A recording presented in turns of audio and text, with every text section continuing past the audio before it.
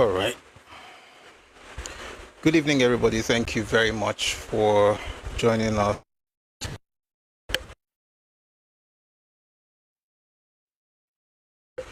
All right. Good evening, everybody. Thank you very much for joining us this beautiful Friday evening. Thank you. Glad to have you join us, and it's such a delight.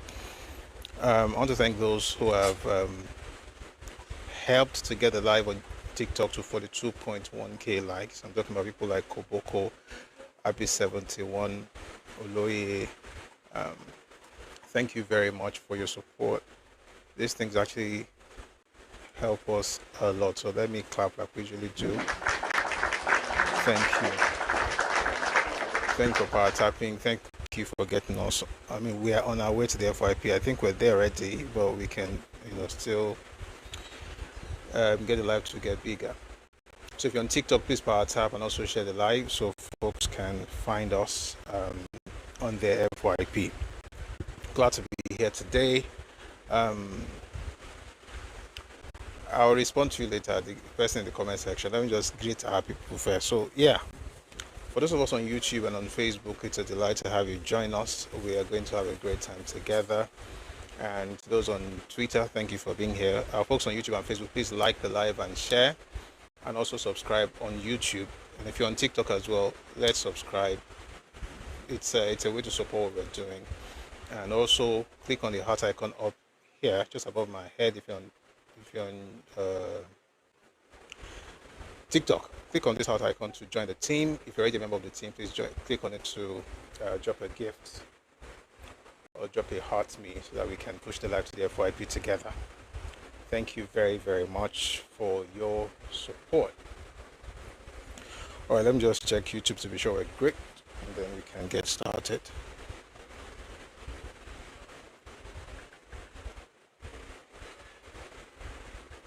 So there's a video that we're going to be responding to today. Well, turns out we have more than one, but it's on the same topic.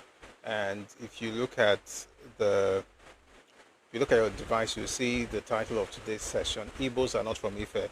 Why the Obi of Onitsha's claim. In fact, let me read it well. Ibos are not from Ife. Why the Obi of Onitsha's claim is false. So that's what we're going to be discussing today. And let me quickly say something. There are people in the comment section. I know where you're from. I know what you're doing. But you have to understand the purpose of a thing.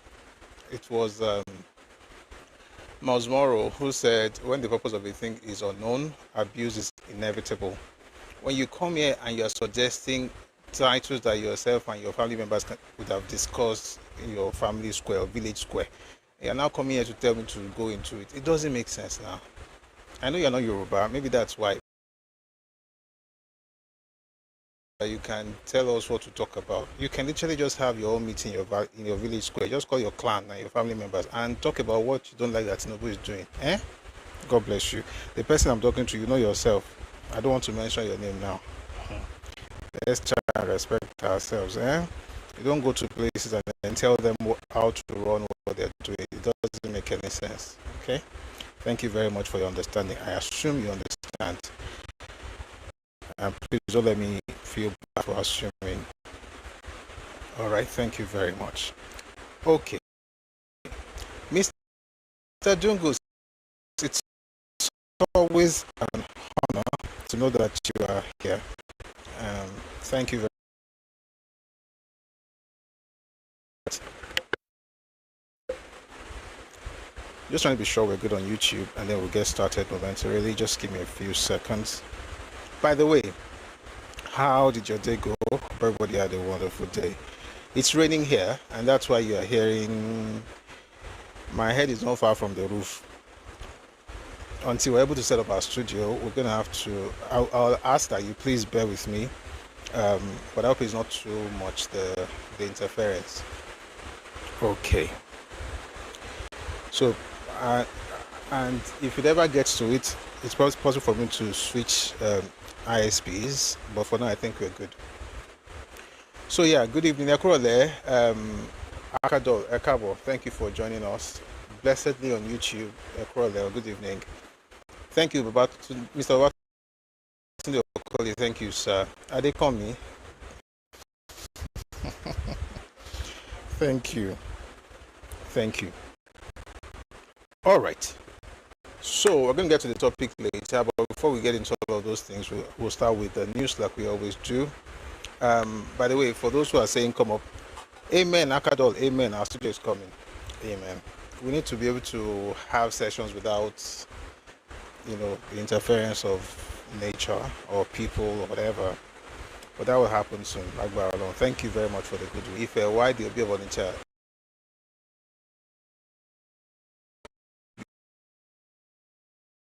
news, okay? We begin with an interview that was conducted on Arise News, right? Was Mr. Charles hosting Senator Nenadi Usman, the interim national chairman, Labour Party, and she has some interesting things to say. We'll start with that and then we'll go to other news. So please take a listen to this interview on Arise News with Nenadi Usman.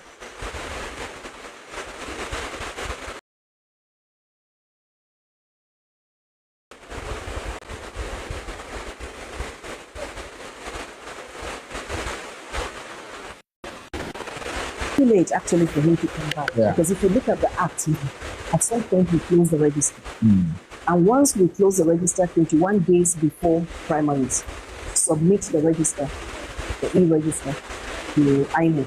You can't come from behind the door for us to register. That would be impossible. Legal. So, but I mean, within the party at the moment, your party, I mean, let's be honest and say that EKB really took the party to great heights in 2020. He did. I mean, there really isn't anybody who could match that kind of momentum currently honestly, in the party at the you moment. said it right. Even me, he convinced me to come with him to the Labour Party.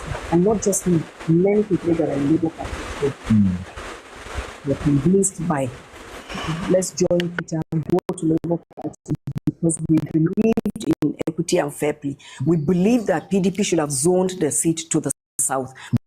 But since they left it open and said they were not zoning, and in northern they were trying, felt it was unfair. And that's why I left the PDP with quite a number of other people. Yes. And we joined the Labour Party.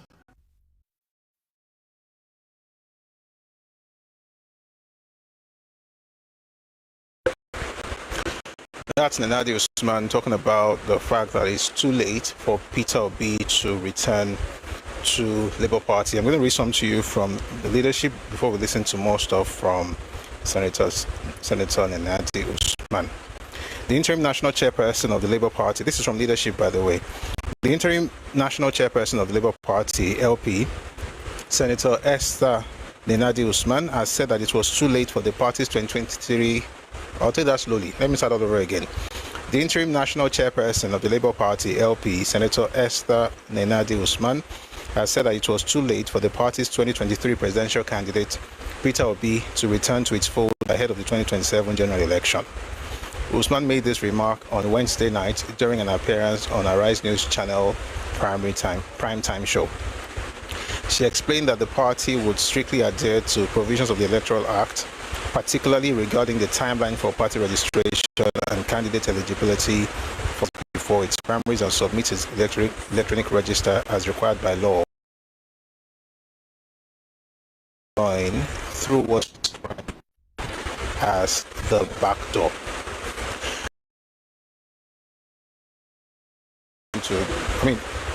LP, the reason this is coming up is because there is almost a certainty that he will leave ADC. I mean, literally said it last week on this particular show, this same show, where he said that if he had to move 20 times and change parties 20 times, he would do so. So there's a huge possibility, especially considering what's happening in ADC at the moment, that he will move. And so in case he's thinking of going back to the Labour Party, they are saying that it's too late for him to return.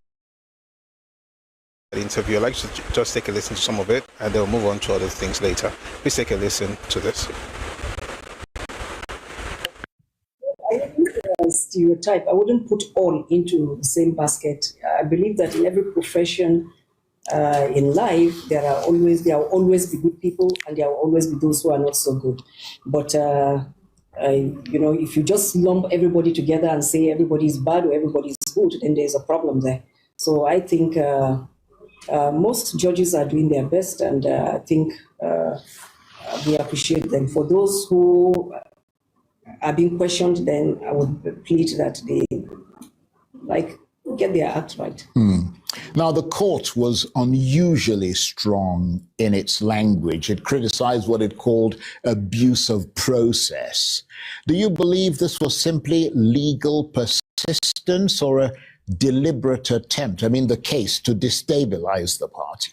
Well, I think it was a case to destabilize the party, where you see one person going to court at any given time, nothing less than...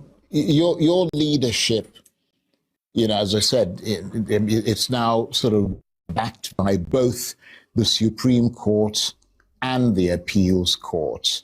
But your opponent rejects that ruling. How do you govern a party where a significant faction does not recognize?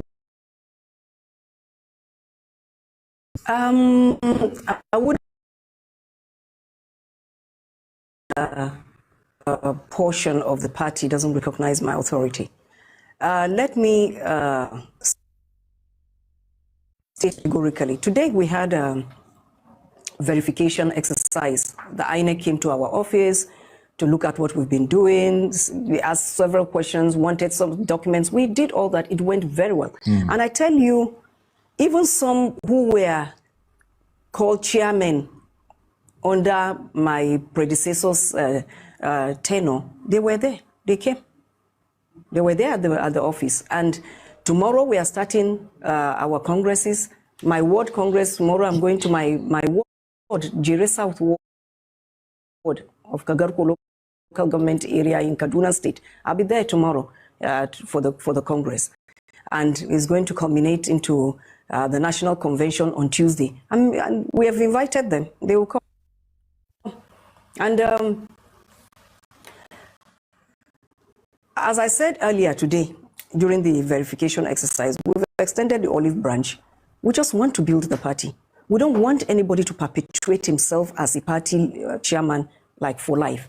I believe that leadership of any political institution, so long as it's not a traditional institution where right from the day you become a king, you are turbaned as an emir, you remain an emir until either deposed or dead. This one's, every such office has a tenure. So you come, you go, but the party should remain. But I know it sounds as though we're going over this sort of again and again, and that might start to irritate you a little. But, when you're an observer of Nigerian politics, the fickleness of sort of positions and, and developments and so on, they just sort of go from one thing to the other. So that's why we keep banging on about it. And I have to ask you again whether this truly settles the leadership question in the Labour Party, or whether the Labour Party is one thing, political acceptance is another, isn't it? Well, I think the issue of legitimacy, acceptance, as I told you, we're starting tomorrow. Congresses start tomorrow. By the time we go for National Convention, you will see who would attend. We've invited everybody. So if anyone decides to stay away because they believe that Labour Party is all about one person, without the person, they would rather the party dies, then you see that there's a problem there. There's a problem. So I think that no matter how much you love a leader, when it's time for him to be in office, you give him all the cooperation he deserves so that he can run the institution well. But when it's time for him to move on, then you have to let him go so that whoever comes after that, you also help to build the institution. That way, we get to have strong institutions and not strong men with weak institutions. No, so I think by the time we're more unified Labour Party, because almost everybody is beginning to ask, what is the name of this? They say Labour Party. Is there any one particular name that is party? Please, let's set all that aside. Particularly after yesterday's judgment, most people feel it's better we just come together. So even some chairmen that were not with me before, who felt they were sympathetic to my predecessor, they've come and we are moving on.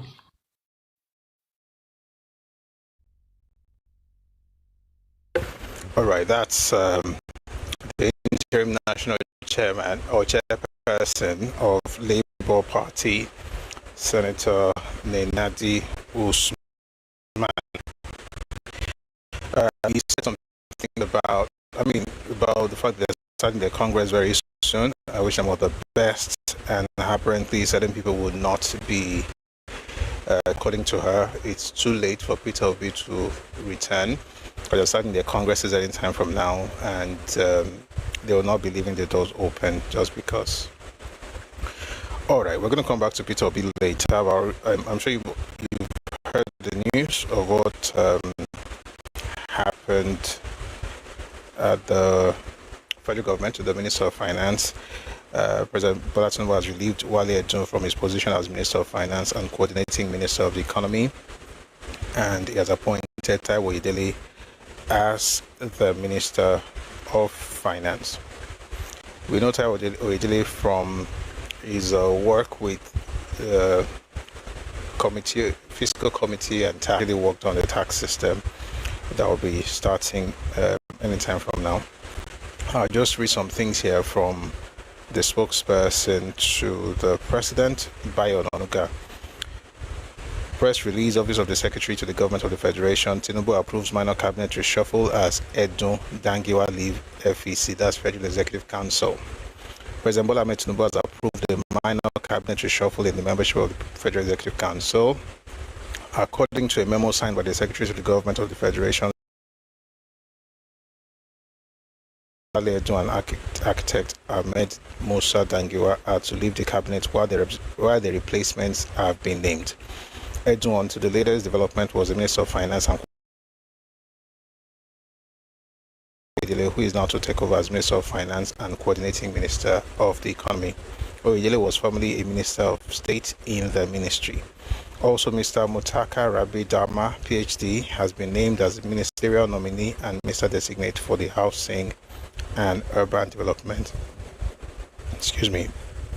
He's been named as the ministerial nominee and Minister designate for the Housing and Urban Development Ministry.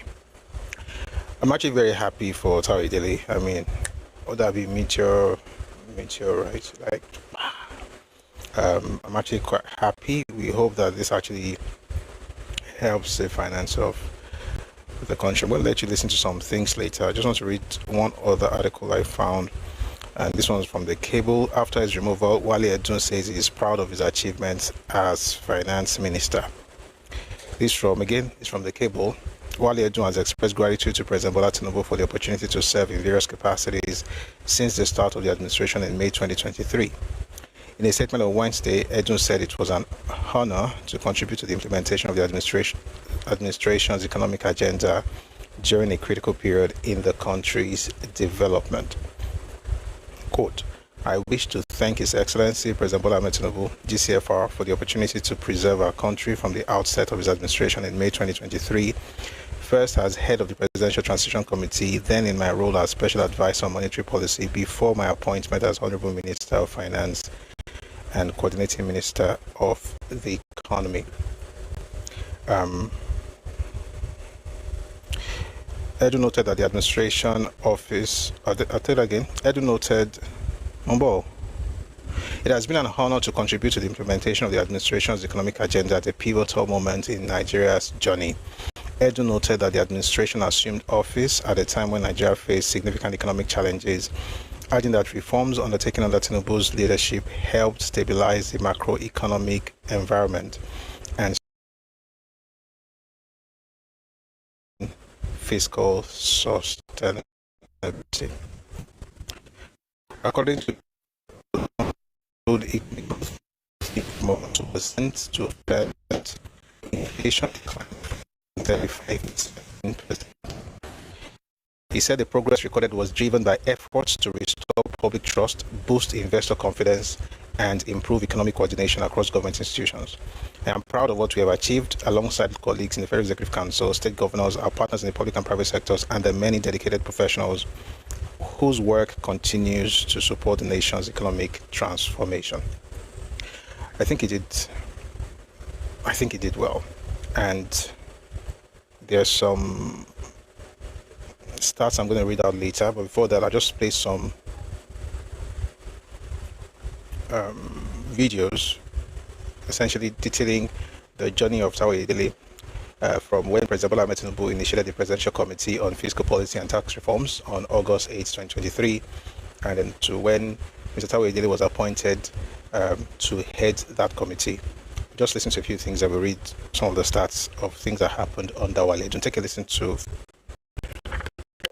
inability of government to efficiently raise revenue has led directly to an over-reliance on borrowing to finance public spending. A government that cannot properly fund itself will also lack the economy or respond to external shocks. Instead, debt service begin to consume an ever greater portion of government already meager revenues. This of borrowing simply to service previous debt and leaves almost no scope for socio-economic development. As president, I am determined to end this cycle. On the day of my inauguration, I promised that my administration will address all the issues impeding investment and economic growth in Nigeria. This promise is why I saw an end to the fuel subsidy.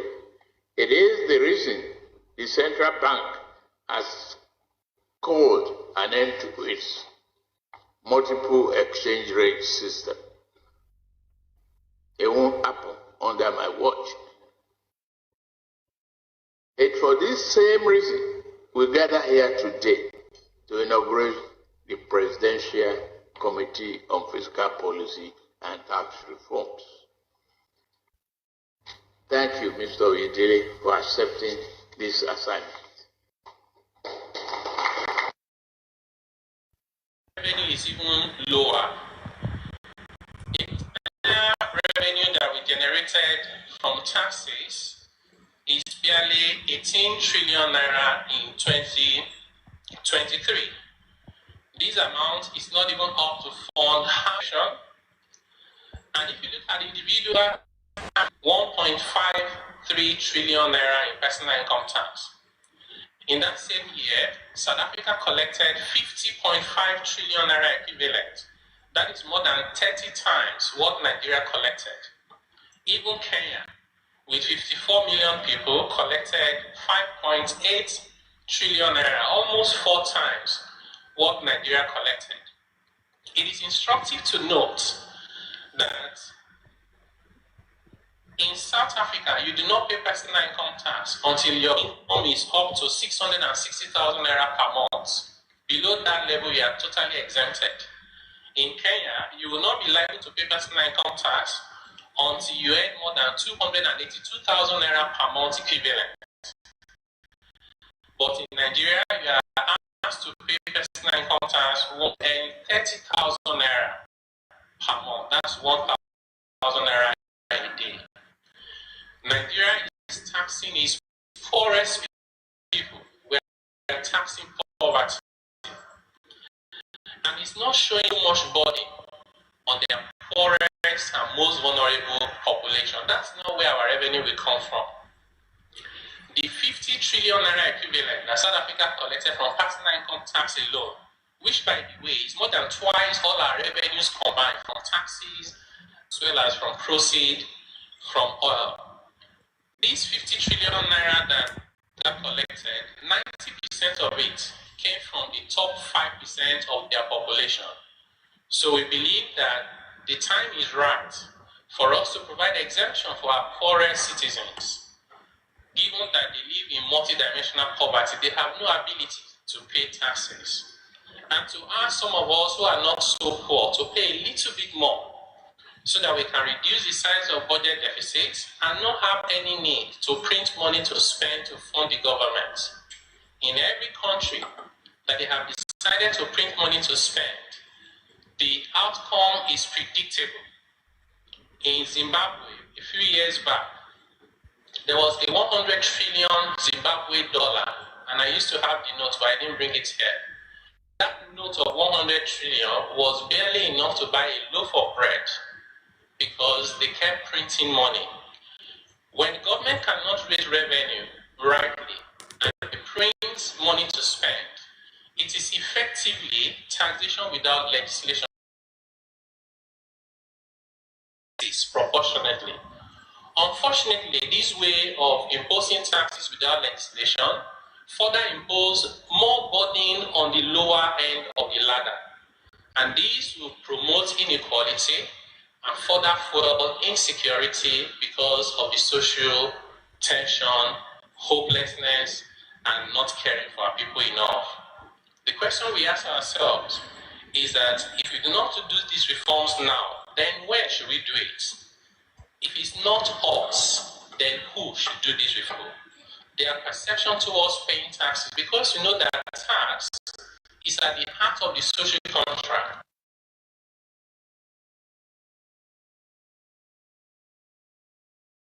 Right, that was the president and also the now Minister of Finance. There's one other short clip I want to play before I read out Mr. Wale Edun's economic scorecard. Just a little stuff from Tawe Dele. Was on, I think it was on Arise TV. He was asked some questions about this whole tax, because that was actually what got him into national consciousness. So let's take a listen quickly to what he had to say. Working with and the inequity we thought we were correct. We had not said that this was going to be a pushback from the other states. We thought that the pushback was going to come from Lagos State mostly, and maybe a little bit from River State, because that's what the data we had was saying to us. It's almost like we ended up with the people we are fighting for are now fighting us. But that's why for us, otherwise would have insisted in speaking to maybe governors from states where they don't have a lot of derivation today, but we are trying to push their derivation up. VAT derivation, I think that word is just very sensitive because people think about the oil and gas derivation where it's based on production. So if you're not producing crude oil, you don't get any part of that derivation. Whereas for VAT, every state consumes. So when you share anything based on derivation, everybody will share out of it. And in the Constitution, as we speak today, with respect to stamp duties, it actually says under Section 163 that, stamp duty comes to tax generation. You must record those things that have been integrated. Otherwise, we end up with a situation where one state will get a Supreme Court judgment, like we had for, I gave you 2 examples before. And then there's also the local government who will have no opportunity to discuss, negotiate, or agree on anything. It will happen, like today and tomorrow, VAT is gone. Everybody has to administer it and keep their revenue 100%. Okay. All right. Yeah. So that was again Mr. Tawe Dele, explaining the whole tax reform policy, and now he's the Minister of Finance, and it's quite nice to know that not only is he going to be executing the things he proposed, he will now be the one coordinating the economy. So I said something about Mr. Wale Edun's economic scorecard. Inflation in August 2023 was 25.80, and the report actually said at the time they got there was about 35% at the point, but as at March 2026 it is 15.38%. The exchange rate in August 2023 was 773 naira to $1, but now in March, as at last month, March 2026, it's $50. Sorry, it's 1,386 naira per dollar. Thank you very much for the gift, Tigal. Thank you. External reserves, August 2023, it was $34 billion. As at March 2026, our external reserves have gone up to $50.45 billion. GDP growth rate as at August 2023 was 2.54%. As at the last quarter of last year, it had gone up to, as at last quarter of this year, it has gone up to 4.1%. Fuel price was 626 naira per litre. Now it's over 1,000 naira. It's 1,051 naira 57 kobo per litre. But we know why. That one I have to explain. There's no longer a subsidy. So debt to GDP ratio, and of course there's no longer subsidy. I'm explaining this one because I think people are just wrong with it. There's no subsidy and there's Iran war. So Allah Shanwa. Debt to GDP ratio as at August 2023 was 39.82%. As at March 2026, it was 32.3%. External debt as of September 2023 were owing $41.59 billion. As of December 2025, we're owing $51.9 billion. We're owing more. Domestic debt has gone up from 55.9 trillion to 84.8 trillion naira. All right. So people have said all kinds of things about why he was removed. Some people have said he was sick. And by the way, for some months now, we've been hearing, feeling that he said he was sick. He was going to have to leave the post and all those things. We've been hearing that. But people have also come with other theories. There's one in Premium Times. I'm not going to read the entire article because it's not today's topic. But people are, in Premium Times talked about the fact that, the exchange, that there was an exchange between himself and the president. There was an altercation over the issue, over a particular issue, all right, during the Executive Council meeting on 10 December 2025, and all of those things, everything escalated and probably led to what happened. But regardless of what happened, he has done his bit. He has served the country, and now we have a new finance minister, and we wish him well and hope everything works.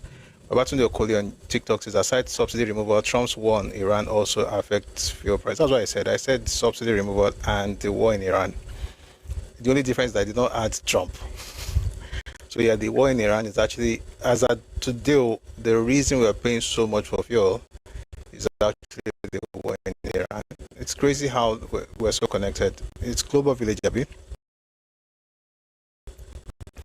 That's what that's honest, and we hope that.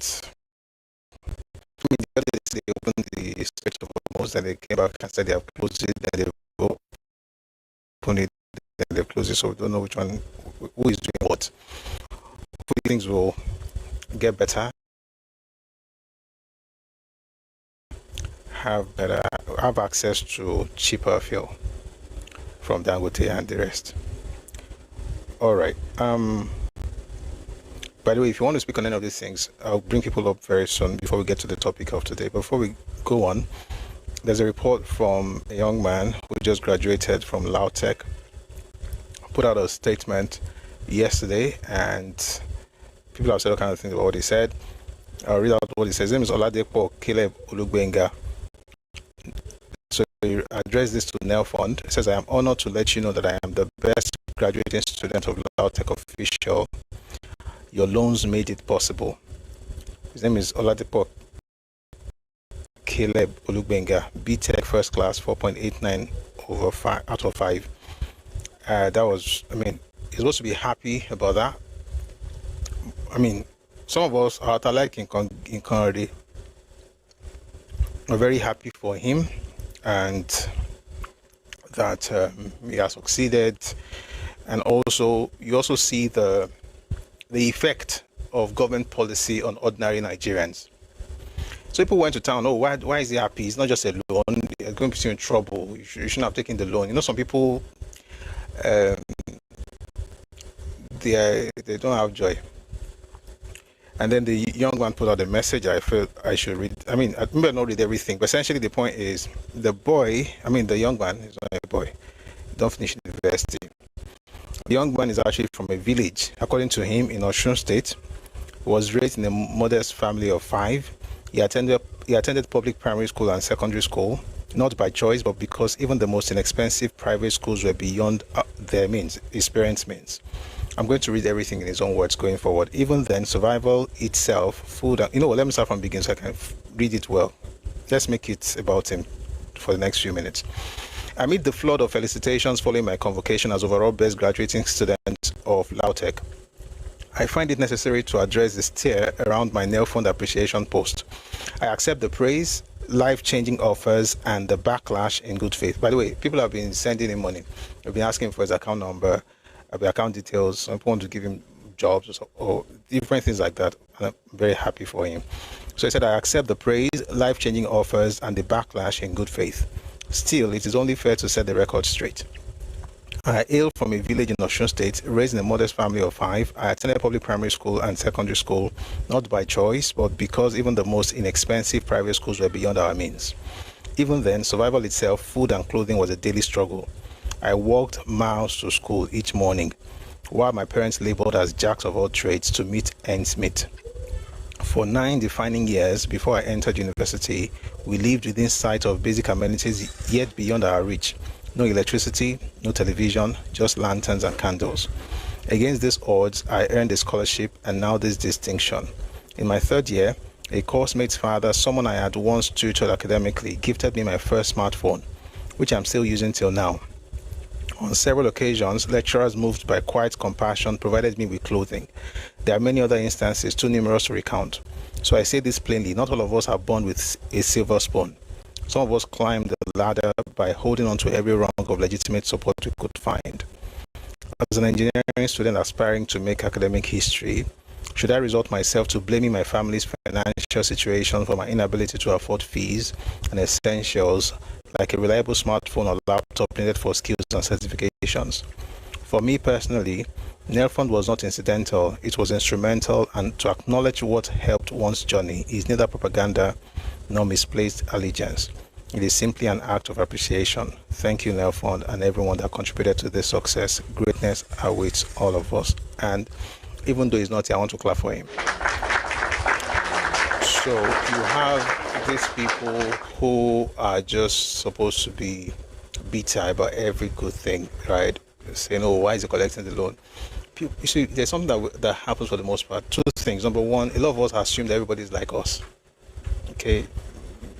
You assume that everybody, when you hear a person, this guy's in his 20s, young, telling you he has to walk miles. I mean, that would be the story of my own dad in the 1940s and 50s. So to hear that somebody is saying that is happening to him, it jolts you back to reality, so to speak, because your story is not everybody's story. And you may not need it.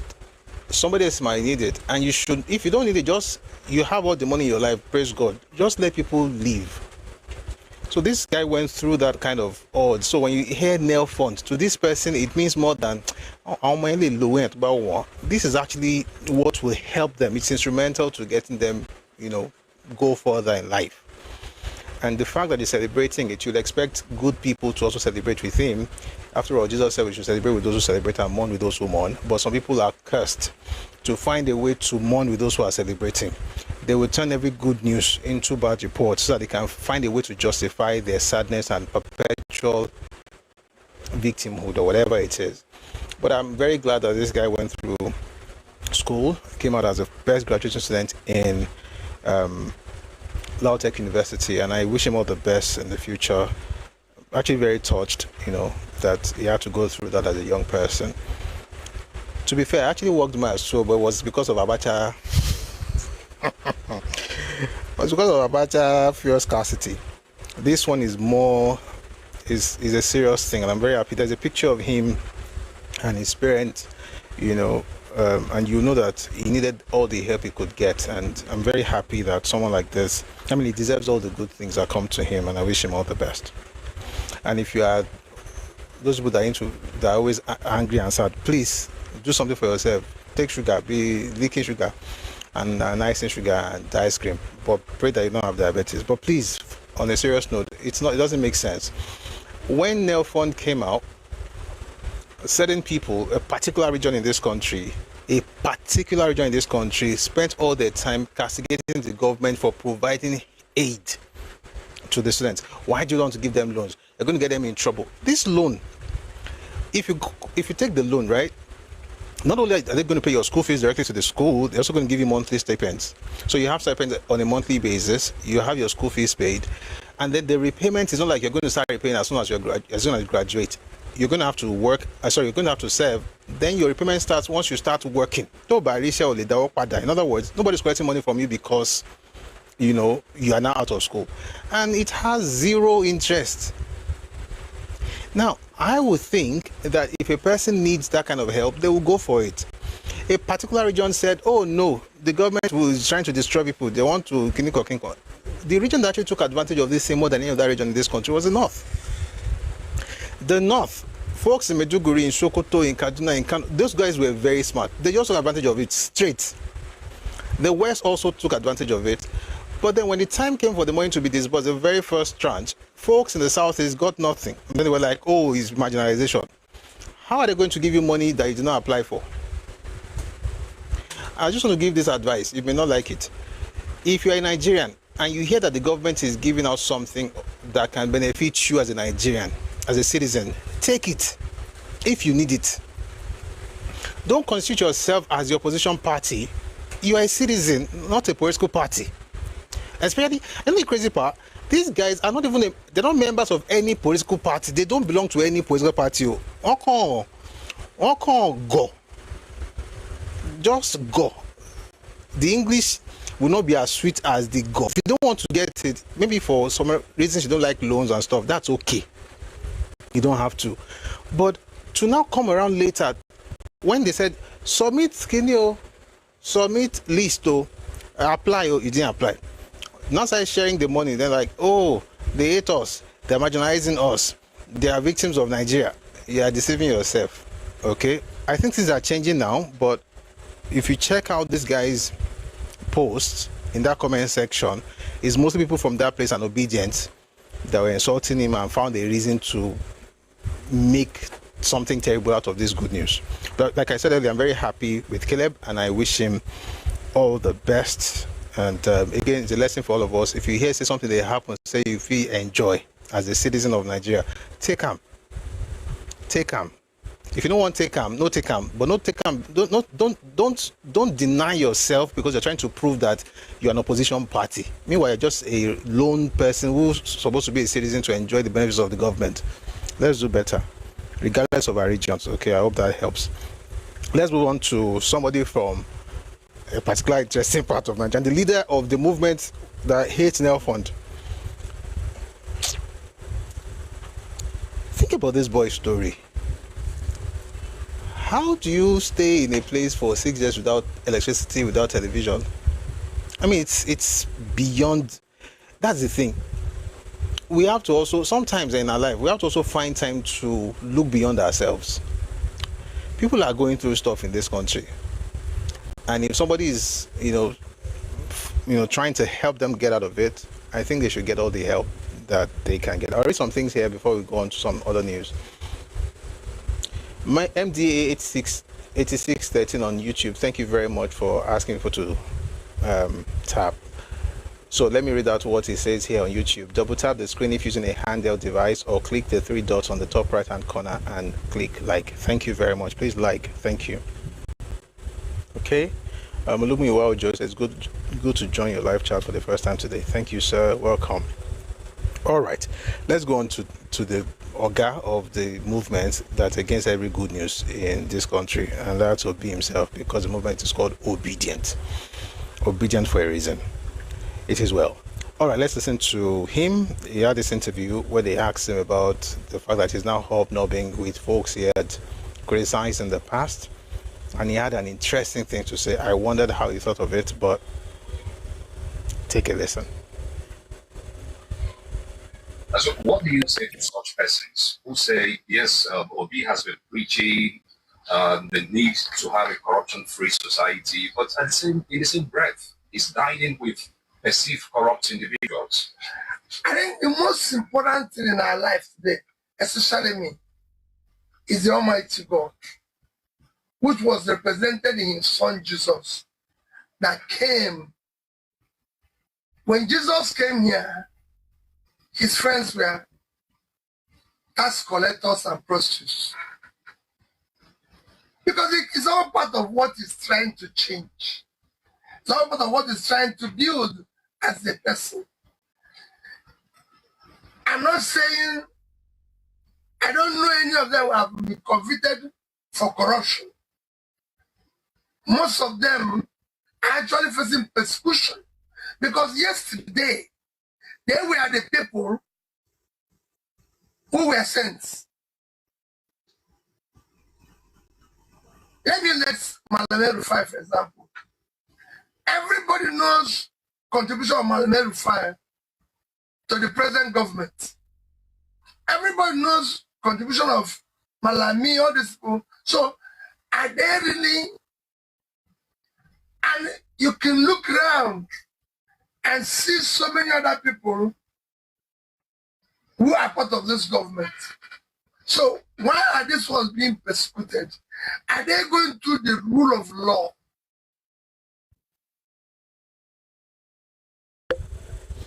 Please, I just 1 second. Let's just listen one more time because I'm trying to wrap my head. I've heard it. I've listened to it before now. I don't want to doubt my capacity to understand Peter Obi because it's been very difficult understanding him specifically. I understand things, so but him, it's a lot of work. Somebody's asking, what was the question? That's the point. By the time he's done with his answer, you forget the question because what he's saying has nothing to do with what he was asked. But just to fulfill all righteousness, let's listen one more time. It's quite short, so it shouldn't be a bother. Take a listen, please. So what do you say to such persons who say, yes, preaching the need to have a corruption-free society, but in the same breath is dining with perceived corrupt individuals? I think the most important thing in our life today, especially me, is the Almighty God, which was represented in his son Jesus, that came. When Jesus came here, his friends were tax collectors and prostitutes. Because it's all part of what he's trying to change. It's all part of what he's trying to build as a person. I'm not saying, I don't know any of them who have been convicted for corruption. Most of them are actually facing persecution. Because yesterday, they were the people who were sent. Let me let Malame Rufai, for example. Everybody knows contribution of Malame Rufai to the present government. Everybody knows contribution of Malami, all these people. So are they really? And you can look around and see so many other people who are part of this government. So why are these ones being persecuted? Are they going through the rule of law? Rule of law for waiting. Are they going through the rule of law? They are persecuting them. What are they asking? What are you saying? Are you Jesus? Say, when Jesus walked the earth, he was working with prostitutes. Are you a minister? Are you an evangelist? Are you a prophet? Someone says Prophet Obi. Maybe he has become Prophet Obi. Are you a minister? Are you doing it as a person? Are you doing it even as a Christian from a ministry standpoint? Or are you just being opportunistic? In other words, you're doing this because it favors you. This is where the folks you refer to as structure of criminality. Now you are making a case for the fact that they are being persecuted. This is... I have a question. Please, I've been asked, I had that question last time. You guys who follow this guy, what exactly do you see? And I sang a song that day. Tell me what you see when you look at him. Like, what do you see? And you can help me understand, because there is nothing inspiring. You know, I used to like his frugality. Okay, I remember there was a conference, the one that Pastor Kojo invited him to years ago. He came around and talked about how he had one shoe. Obofi Ogbo handicap, he had one watch. Ogbo handicap buruku buruku. And then that was even what actually gave me. In Koto really gave me was when he was talking about how he cut costs, right? You know, in domestic affairs and in governance. I was like, oh, this is quite good. Then I discovered something. It's not enough to cut costs and save money. Oh. You have to be able to actually generate revenue or generate money. I was just thinking, wait, what's the sense in you being the governor? The roads are bad, right? Things need to be done in the state, but choose to save the money in a bank where you have interest, and you're going to have, so that money, you're not really using to do anything for the people. You just save it. Then later you say, I saved the money. But you save that money in the bank where you get interest. Which means that the bank is using the money of the state to run their own business while the money is quote unquote. So people assume that when you say I saved the money was just sitting somewhere quietly in the bank. Meanwhile, those things. So I wonder, those people who are saying, you know,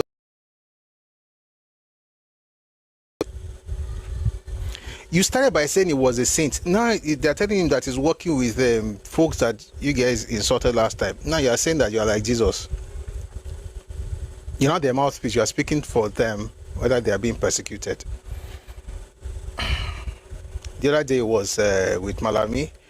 The same, you know, the crazy part. See, politics. Politics where they go. You can people move and change a lot. This is the truth. In politics, people change their minds often. It's not good because it shows that they're not stable. But a lot of people do it a lot. But you see, one of the things that if you know that you're a politician and you're going to be changing your mind like your fellow politicians, you don't have lots of statesmen in Nigeria, to be honest, right? People that can say, okay, this was my opinion last year, it's the same thing now. Okay, I've changed some things because of new information, but it's not like I've moved away from what I believe in, okay, or what I believed. These guys, they move every second. But here's the point. You're a politician, that's how you move, that's okay. You know the real issue? The real issue is that posturing. When you put yourself on a pedestal, like you are better than everybody else, you are the saint and the Messiah, and only for you to come on and become the exact thing. What pains people like me is not even that you are being a politician, is that you are deceiving people that you are better than them, but you're not different. You're not really different. And you know what? It's not a problem that you're not different. I mean, you're a politician. There's certain things we expect from you. It's not like you're a fantastic leader or anything. I mean, tell me 5 people from his cabinet who are still with him when he was governor. The deputy governors, where are they? 5. Okay, make it 3. That's it consistently with him. That's leadership. But you just be saying, we don't do this, we don't do that, as though you are different, only for you to do exactly the same thing. You're now holding forth for the same structure of criminality. Anyway, while people were complaining about that, some people were supporting him. Showore did not have time for, he called him straight. He said he was a hypocrite. But before I read what Showore had to say, let me read to you a report from when he went to Bauchi State. Peter Obi is currently, this is from Nigeria Affairs Journal, Peter Obi is currently holding a closed-door meeting with Governor Bala Mohammed over his presidential ambition at the Bauchi State Government House. Peter Obi was accompanied by some Igbo elders, ADC senators from the southeast, and his political associates to the meeting with the governor. I just want to ask a question. Is this man trying to become Nigeria's president or the president of the southeast? You traveled all the way to Bauchi. You went with Igbo leaders and ADC from southeast.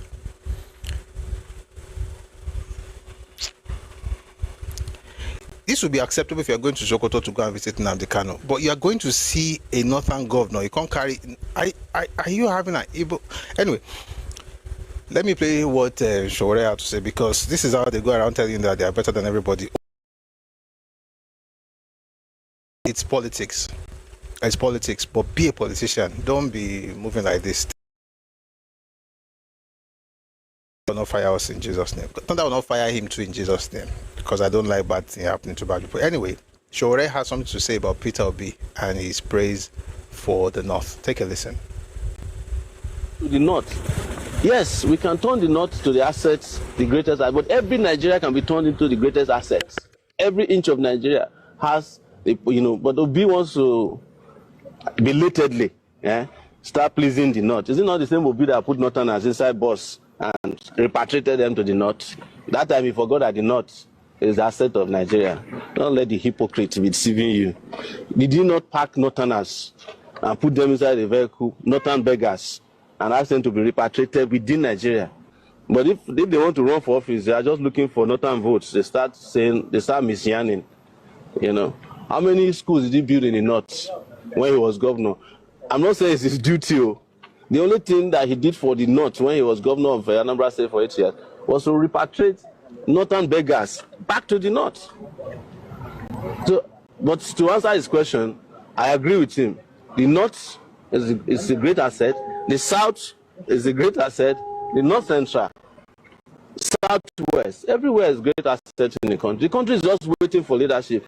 You'll be surprised that the North, South, everywhere will be churning out prosperity. There's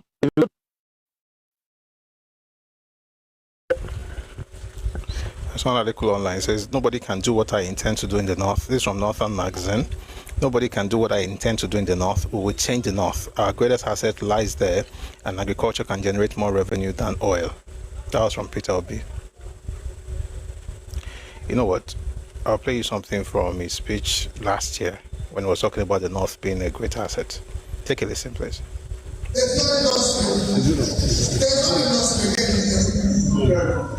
used to put Cardinal 2 years for you to get the space.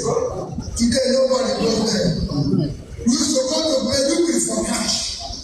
Today, nobody goes there. That is the poverty. And when you have poverty, you have criminality and you cannot control. Because when people don't know where the next thing will come from, you can never control the action. And there isn't the truth.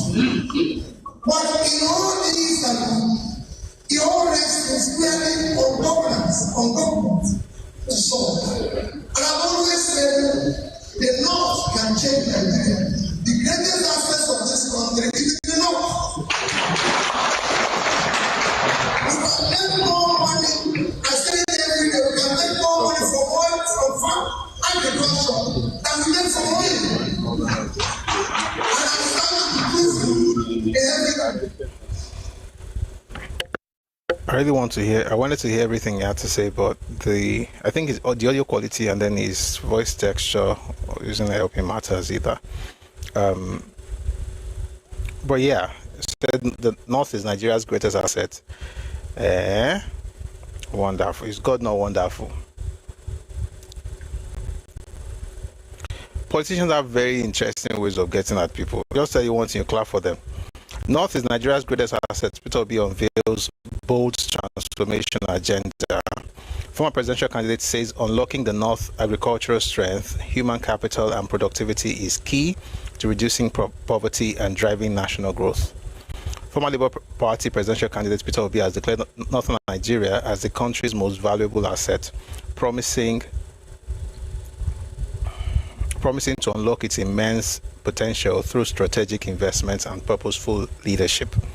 Speaking during an engagement with stakeholders, Obi highlighted the region's vast arable land, strong agricultural base, and large population as critical advantages capable of transforming Nigeria's economic fortunes. He stressed that targeted investment in agriculture, education, and productivity will not only lift millions out of poverty, but also stimulate sustainable national development. According to him, the North holds the key to Nigeria's food security, job creation, and long-term economic stability. While he's saying all of those things, I think that's what Shorel was referring to. Like, you will insult the North at home, but then you will now say that they have the greatest asset.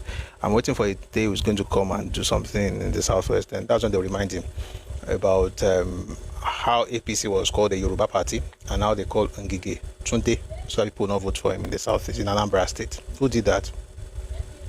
Peter Obi and his party in Anambra State.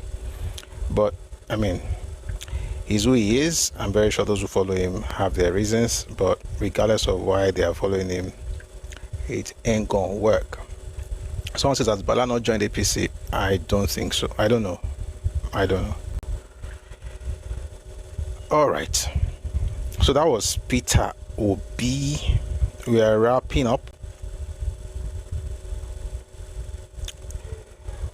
One of the people that actually went with him to that place, I think, one second, let me just confirm, because I thought I saw him there. I saw him now, Victor Me. Was one of the people himself, the other gentleman, Abaribe. They all went with him to Bauchi. But here's what Victor Me said about this wonderful Peter Obi a while back. Take a listen, please.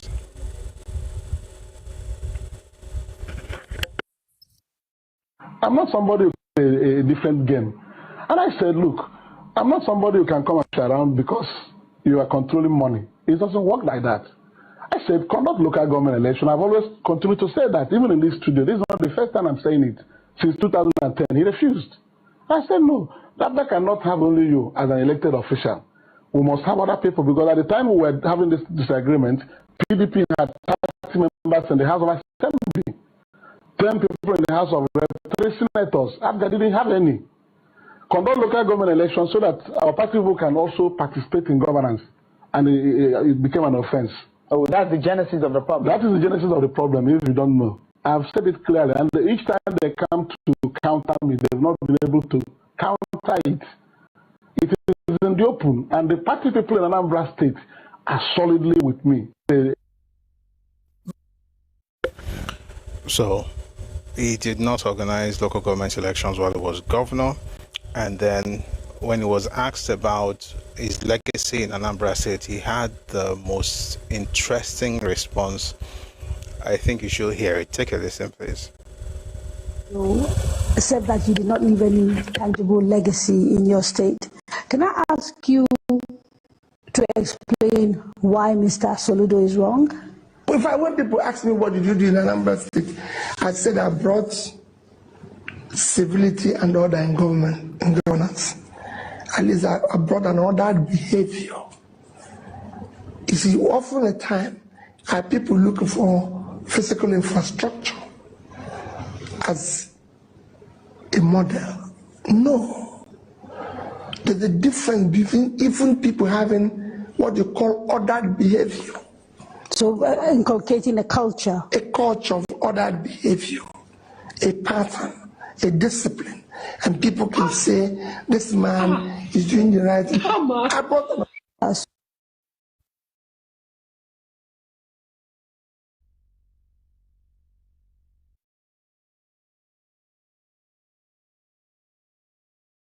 I got the advice from a madman.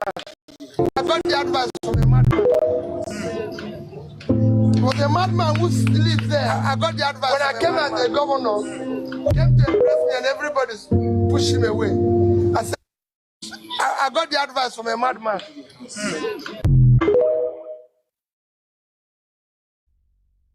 I got the advice from a madman. I was talking, man. When he asked me a question, I got the advice. Am I looking for this? Okay, sorry, I think that's from Twitter. What did you do? You have brought, is it sanity or what? I don't even know about what he said. So, sometimes just hold yourself back, because if you say everything within your mind, some people are just interesting people in this country. And these are the ones that are criticizing the government, though. Maybe it has something to do with the source of the advice. Maybe. I don't know. But it is well. I'm going to bring some people up who will quickly react to some of the things we've talked about. You keep it short, please, and then we can move on to today's topic, which is a response to a particular video by the Obi of Onitsha.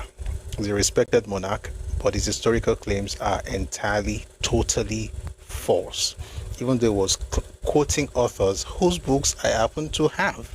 I'm going to read some of the things that those authors said, and we'll see the falsehood. And this will also answer a very important question: why I spell Ibo, IBO. I think it's important to mention that. But I'll bring momentarily. Please, if you're coming up, as soon as you get up, please mute so that we don't have interference, and also keep the submission short. We've not gotten to the topic yet, so please keep the submissions short. 2 minutes, max 3. Thank you. So we're going to bring you up now.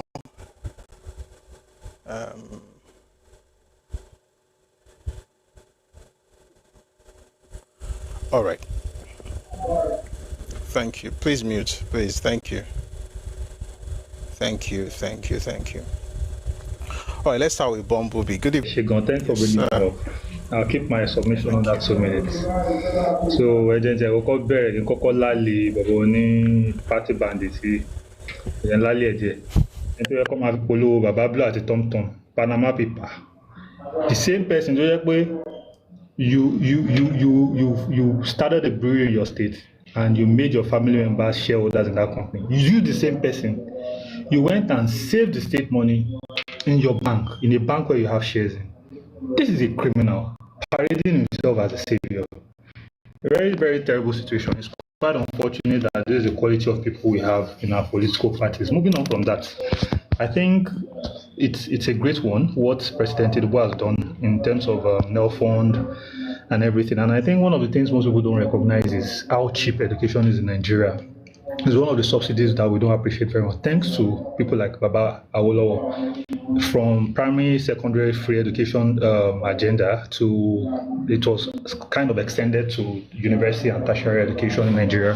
Kudos to him, And one of the things, indirectly, you see what all our doctors in the UK, in the US, all of them had cheap education from OAU, Unilag, and all those places. And they, with one or two exams, they are able.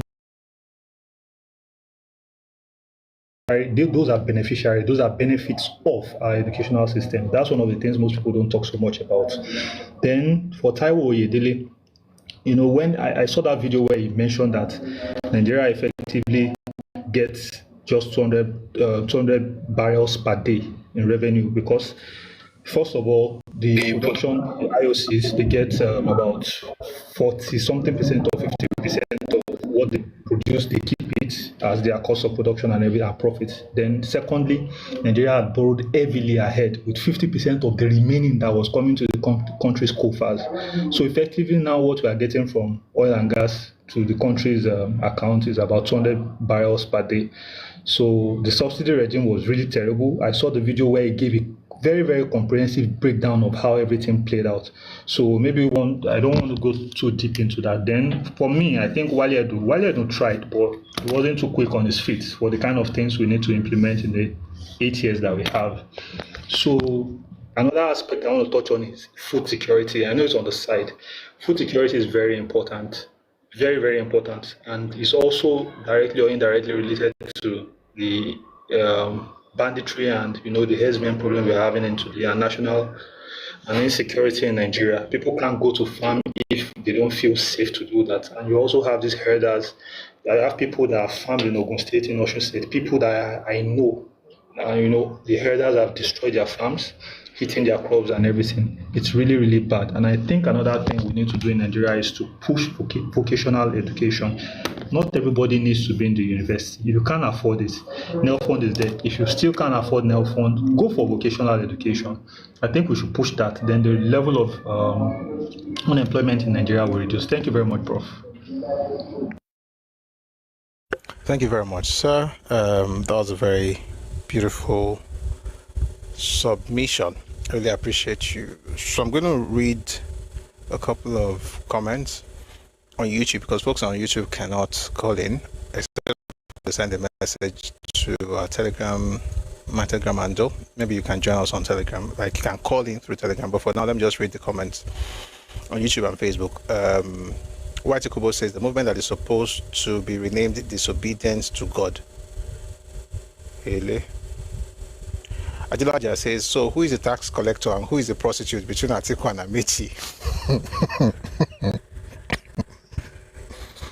Only God knows. I don't know. Peter Obi definitely knows. I don't know. Mentioning tax collector, just read Matthew, finish. You'll be all right. Okay. White Kubo says they follow him because he's Igbo. I guess so. Which is not a bad reason, by the way. If that's why, that's okay. Just don't don't make us feel as if we don't know what's happening. Thank you very much for highlighting that on YouTube. Your mind says, we know the caliber of personalities that shape Mr. Obi's thoughts, opinion, the way he speaks and choices. I am glad that he's speaking out for his friends, the structure of criminality. Interesting. Kola Farayola says, Obi is a graduate, the original Yoruba word for 419. Yeah. In that is okay. Obi is a graduate, the original words for the original Yoruba word for 419. In that is incoherent answer. In one breath, he defended his joining article, he defended their corruption, he alleged persecution. Yes, said they're persecuting them. And then Kola Farida also says, very ingenious of a typical snake oil peddler. You guys have words on this Facebook and YouTube. Mr. Akintan Oshijuade says he's a politician. He's telling them what they want to hear to win their votes, which is okay. That's the funny thing. I actually think what he's doing is a normal thing that politicians do. You tell people what they want to hear. Like the other day, Senate President was talking about the Ibos. You would actually think that they are the ones who consulted the entire country. You say things that make people vote for you. But not, I mean, do it. That's what you do. But don't turn around to tell us that you're better than the others, and then we discover that you're even doing worse. I've not heard of a governor that invested the money of the state in the bank where they have interest. But that's a better one. Your mind says the APC did not accept 40-60 sharing formula of the political system structure of Bauchi State. The current stalwarts in the Bauchi have capacity to capture and control the state without Bala. Okay. White Kubo says he didn't even say he built 2 public toilets in Onitsha market. And then your mind says, I think President Tinubu needs to dissociate himself from Buhari. The previous government did a terrible job that's impacting this current administration negatively. Before the next speaker, let me just say this. I don't think he can do that anymore. Not now. As a matter of fact, I put out a video. I'll put it out. If we put out this video, I'm going to put that particular clip out where he talked about the fact that he inherited his own government. In other words, he took over from himself. And he was talking about the fact that he couldn't just, throw Buhari under the bus. The point is, if President Tinubu wants to dissociate himself from Buhari, he had already done it. Now he can't do it any longer. Why? Because you need his base. And this is not the time to begin to now say, oh, he was a terrible person, oh, I just came to make things clean. You're just doing like Obi. Oh, the person that came before me did not do anything right. As a matter of fact, he destroyed the economy. I'm just taking it to, I've just spent 3 years, or give me another 4-year term, I will now do it well. Nobody will vote for people like that. Saying that don't insult Buhari, don't fault him for anything. Put it on me. That's a leader. Even though we know it's not his fault, too, but put it on me. I'm going to bear it. That's how to do things if you really want to win his base. Not all this one that will tell you that they are better than everybody, only to discover that they are supporting culture of criminality. All right. Spirit of Ancestors say it's a political statement. Buhari really ruined the economy. You think I don't know? Or you think Tinubu does not know? This is 2026. Elections in a few months. You'll not be telling him that Buhari destroyed the economy.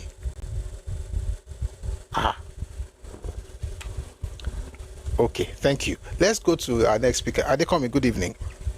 Good evening, Egbon. Good evening, sir. Yes, sir. Kudos, sir. You are really doing well. And let me also use this medium to also announce to the world. Let me use this medium to announce to the whole world. You see, Busui Oris has really done a very wonderful thing to someone like myself. Before, I used to send him a DM personally, but I think it's right to celebrate people openly, right? He has brought out the conservative man in me. And right now, I'm beginning to even change my field of specialization because of the tutorship he has given to people like myself. And I'm driving towards a conservative driven research, like in my academic field of specialization, right? So once again, Egmo, I'm so happy to meet you. It's really a blessing. You made us to understand that think region first. Think about your people first, grow locally, and then when you have a local base, it becomes easier to go global. I'm very grateful, sir. Yes. To Orewa, Peter Obi, the guy was like, he said, North is the North is the. There was one thing he said when you were reading it. He tried hailing them. He's the greatest I thought asset. the Ibos used to be the most enterprising people in Nigeria. He said North is the greatest asset. I thought God has specially created the Igbo race to deliver Africa from the age-long whatever, according to Nnamdi Azikiwe. I thought that's the way it used to be. I thought the Ibos are the most enterprising in Africa.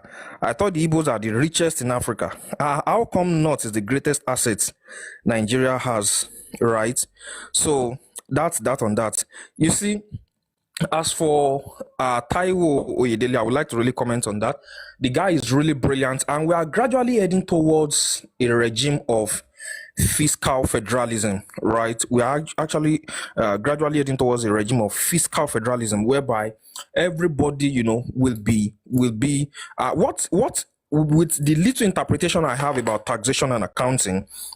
What that guy was trying to say there the other time is that as far as value-added tax is concerned, everybody will be either directly or indirectly in charge of their VAT, right? In other words, either you are directly in charge or your country, your what's it called? Your allocation will be a derivative. Your VAT will play a very strong role. The VAT generated from different states will play a very strong role, in determining what you get as allocation. So either we look at it or not, we are gradually heading towards a regime of fiscal federalism in this country, which is actually a plus, a milestone for the Nigerian country as a whole, because in the real sense, we just have to realize our differences in Nigeria. I am Yoruba and I will never be Igbo. I can never be Hausa. I can never be TV, right? We are not one. We can be united, but we can never be one. Even the Bible calls husband and wife, it says one flesh, not even one spirit, right? So we can be united, but we can never be one. And as for those that are always, jumping on anything that the federal government brings, any scheme, they don't want to always, benefit from it. They turn themselves to opposition. Me, I would advise that they should continue. Don't forget that was the same thing they did. There was a time when military was recruiting, right? They did the same thing. They refused, not to participate. And later, when our sons and daughters from the north, from the south, are becoming generals and becoming top-ranking military officers, they will start crying of marginalization. So, you see, but my own, as I've always said, Yoruba, anywhere you are, any opportunity that is being brought up either by the federal government or by your state of origin or your state of domicile, always try and take advantage of it, right? So that is my own submission here at this moment. Thank you very much, Sir Egbon. You are really doing a very wonderful job. Right. Thank you very much, sir. Thank you. Thank you very much. I really appreciate it. Thank you for those kind words, and thank you and every other person here for your support. Thanks for always showing up, and I really appreciate that as well. And I saw Vitipote. Ẹkáàbọ, good to see you, sir. Thank you very much. All right, fantastic stuff. Nothing to add. I'm just going to play a video to respond to what Yomite said earlier, and thank you, Yomite, for saying you agree with us 100% about the reaction to the comment. But I'd like to play what Tinubu actually said so that you understand where I'm coming from. Take a listen, please.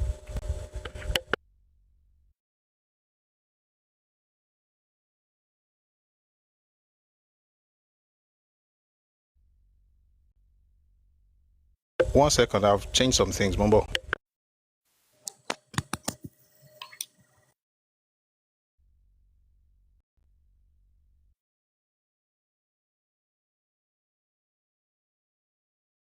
All right, please take a listen to this.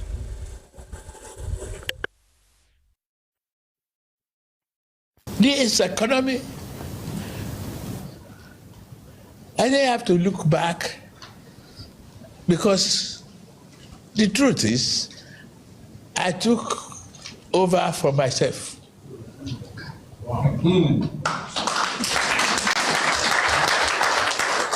Is that not from myself?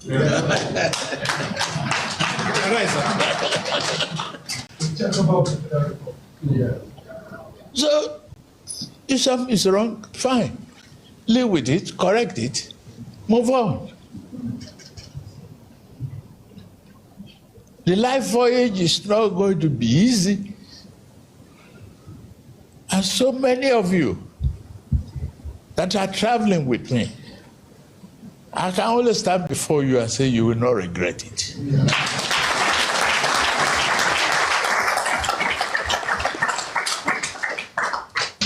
That That is why we ask you to renew their hope.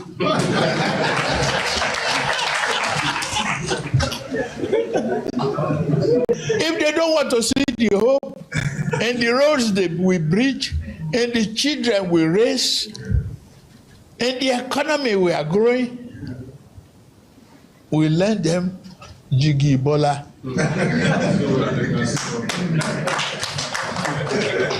We give them eyeglasses.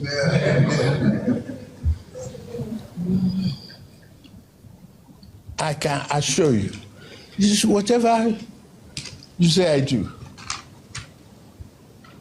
But one thing that you need from me is a promise that I won't run away from the affair.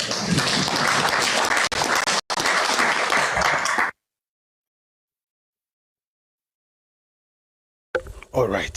So that's President Bola Ahmed Tinubu, and that is how leaders speak. You take responsibility, then you do stuff. That's a lot better than folks are always, telling everybody, I didn't do it though, then they'll blame others, play the blame games, absolve yourself from every responsibility. Like Peter B said the other day, the crisis they are having in ADC is the federal government that is doing it.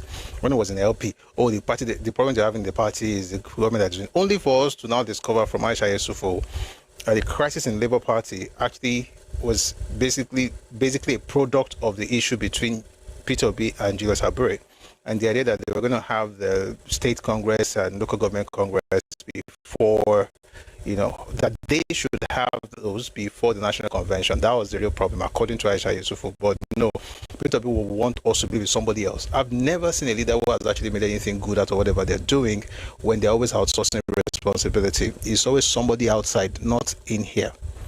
I mean, it's okay if it's actually the truth, but if you really want to inspire people to actually rouse them up and do something great, you can't be shouting, "It's them, it's them, it's them." You will not do anything successful. But I mean, it is what it is.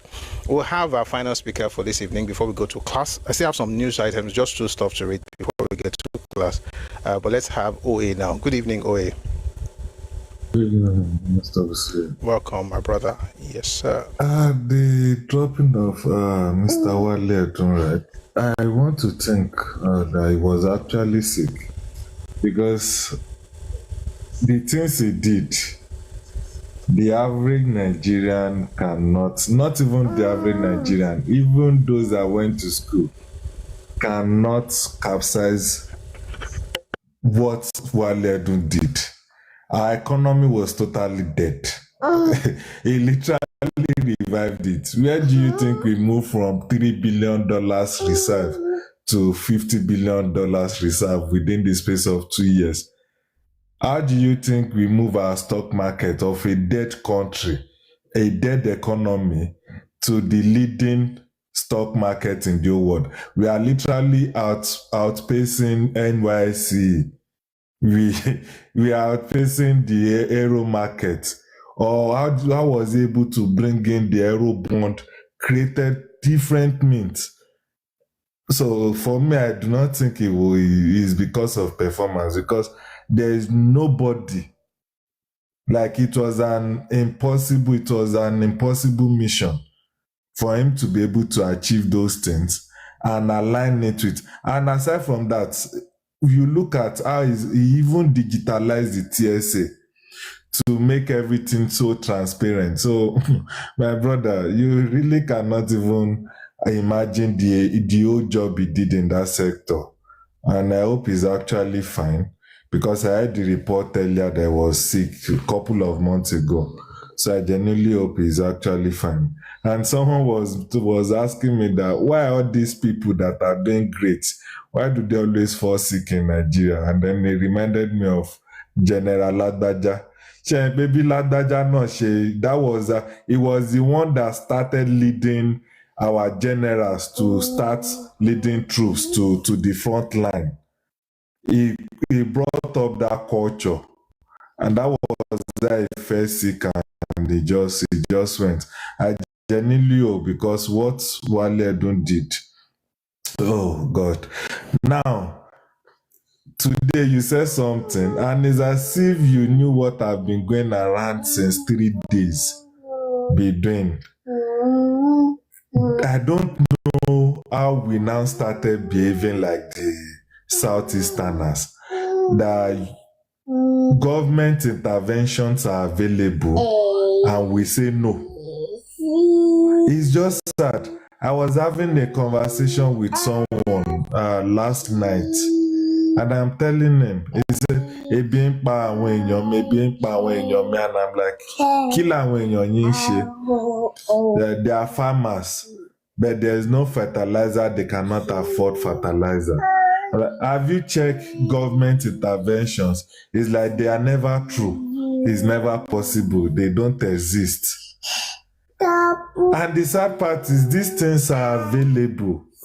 So I had to lecture him for more than 30 minutes. Like, it's your role, it's your duty. It does not matter if you hate the person at the top. When something is available, take advantage of it.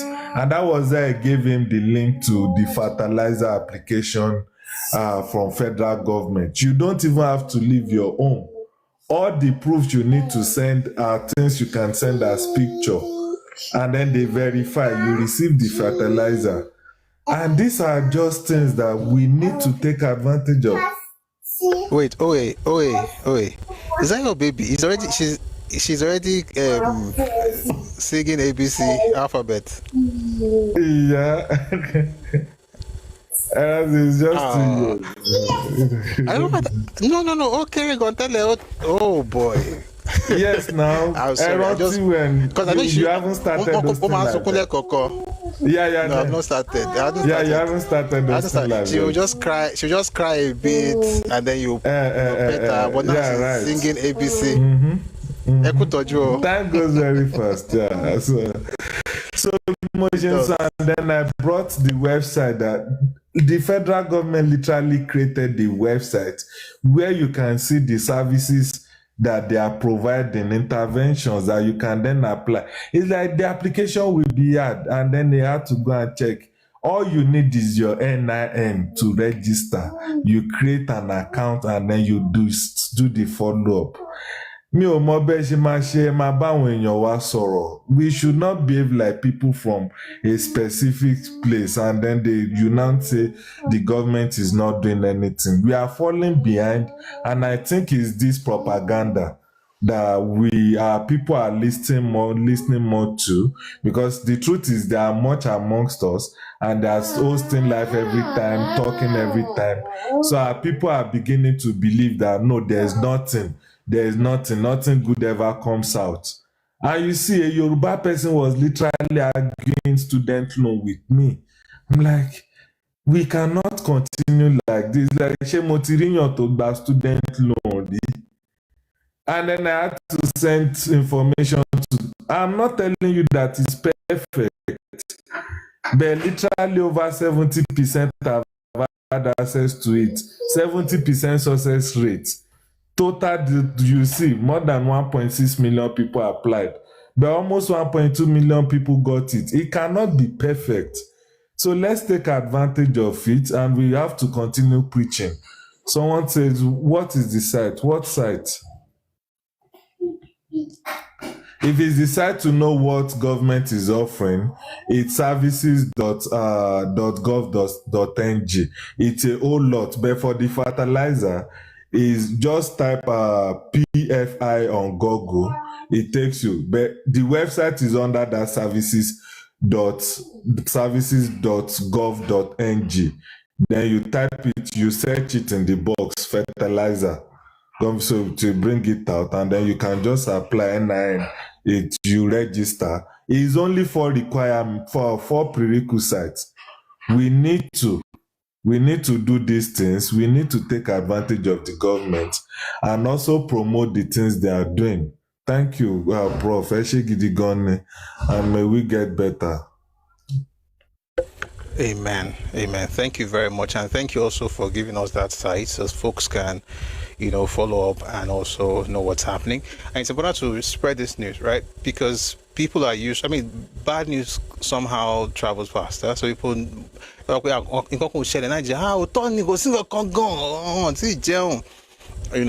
people hungry? Some people are hungry, and hopefully they're also going to discover opportunities, right, that they can take advantage of so that they can feed. But let me just say this to folks who are listening to me. I believe that there's a particular level you get to in life where your life should not just revolve around what you eat and what you drink, as important as those things are. And it's a choice, right? And I'm not saying it's always easy, but when you have conversations, which is one of the reasons I have problems with the kind of news interviews that we have on TV, you can't really go deep before people start talking about how, if people are hungry. It's a good conversation, but you can't tell me that with everything. Okay, how do you solve it? Like, what do we do beyond just people are hungry? We have to be able to see opportunities. We have to be able to discuss opportunities. I think that's why you have links like that. And there are some other links, of course, that we have on the Telegram channel, Radio Me Global. So please check those things out and take advantage of them. And if you have people that are hungry, God will bless you to feed them, but you can also show them some of these things. If you have a kid who is not going to school, is about to go to university, or is a university student, they're having challenges at home, if you can't help them, direct them to Nel Fund. Don't tell them that it's not going to work. Like, you are not God, and it's working for many of the students in Nigeria. So why not allow them to take advantage of the opportunities? All right, so let's do that, please. All right, thank you very much, everybody who came up to speak. I really appreciate your presence, and it was good to host you.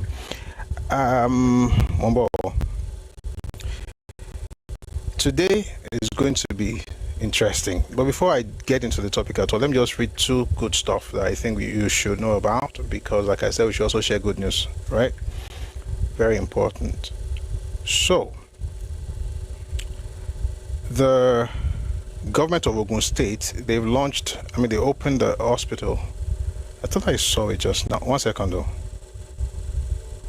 Wọ́n ṣí hospital kan ní ìpínlẹ̀ Ògùn. Àbí wọ́n ṣí ilé ìwòsàn kan, kí n kà bí èdè Yorùbá, ìròyìn Yorùbá.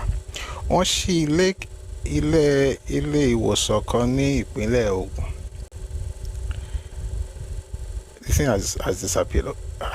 I was looking at it just now. But the thing is that, there's a hospital. I saw something on the governor's timeline, and I found it very, very interesting. I can't see it anymore, but I'm going to look for it. Just give me a second. Okay. Ogun State opens 250-bed specialist hospital in Abeokuta.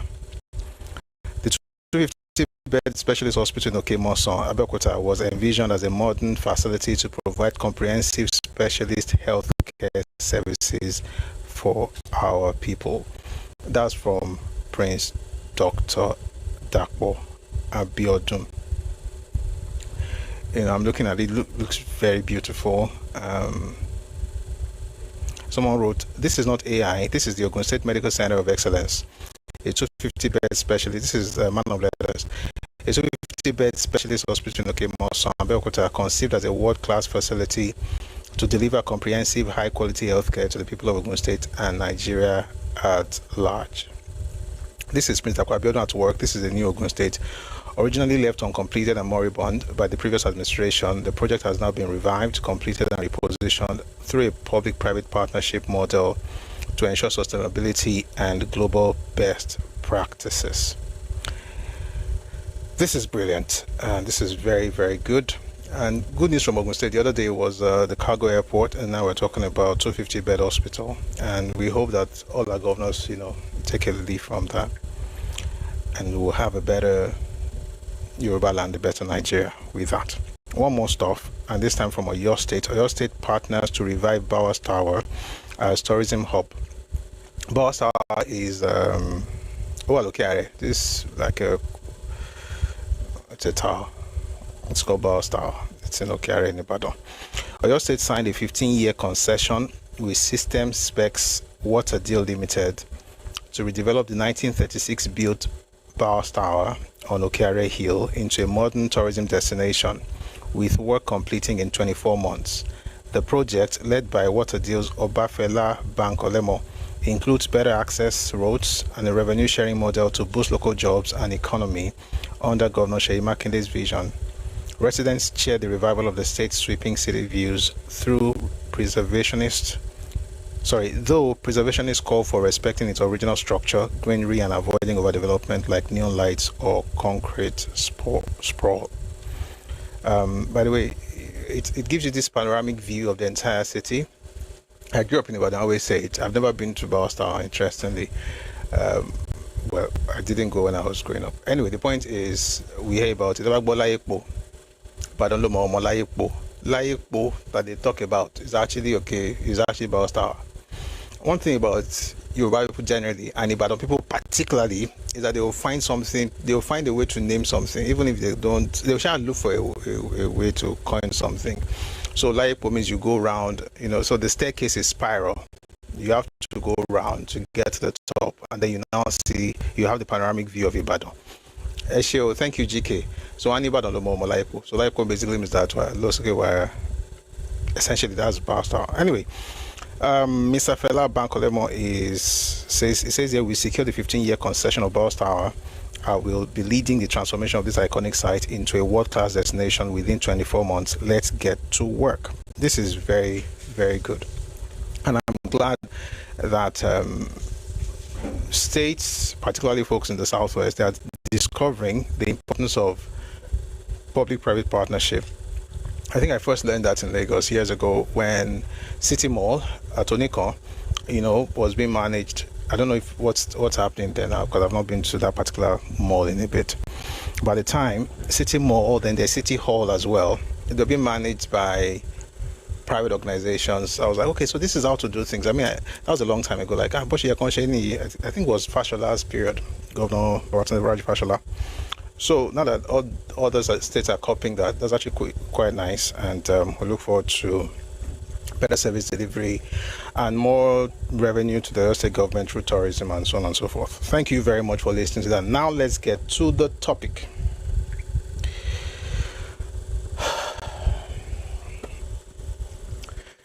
So let me start by saying this. I'm going to try as much as possible to be calm. There's some of the claims made in the videos I'm going to be playing that are so ridiculous, you wonder how people at that level could utter such words. And when I say people, the particular person I'm talking about is actually Obi of Onitsha. He's a monarch, right? Respected, But there's something I find about dishonest narratives. It's how a person can make a claim, most times baseless, and then quote authors that he knows that certain people that may want to counter him, would say, oh, these authors are from our place. He quotes those authors to make baseless claims and then sends you on an errand, on a fool's errand. Go and verify. It's not fair. When I use the word fair, it's not because I think it's unfair. It's because it's not fair to their own people. See, to Yoruba people, we can take it, but at this point, we're not taking it any longer. We'll be setting the record straight because you cannot change Yoruba history because you have none. And this is a general thing. Before I play this video, because I was listening to the video while someone was speaking, they are me. Okay, there's a particular level you get to, you expect that. I mean, people can make mistakes. Even kings can make mistakes. After all, they're humans.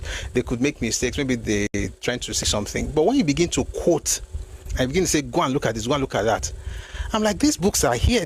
Nothing you're saying is inside these things. Why are you doing this? It's because you're trying to give legitimacy to a false claim.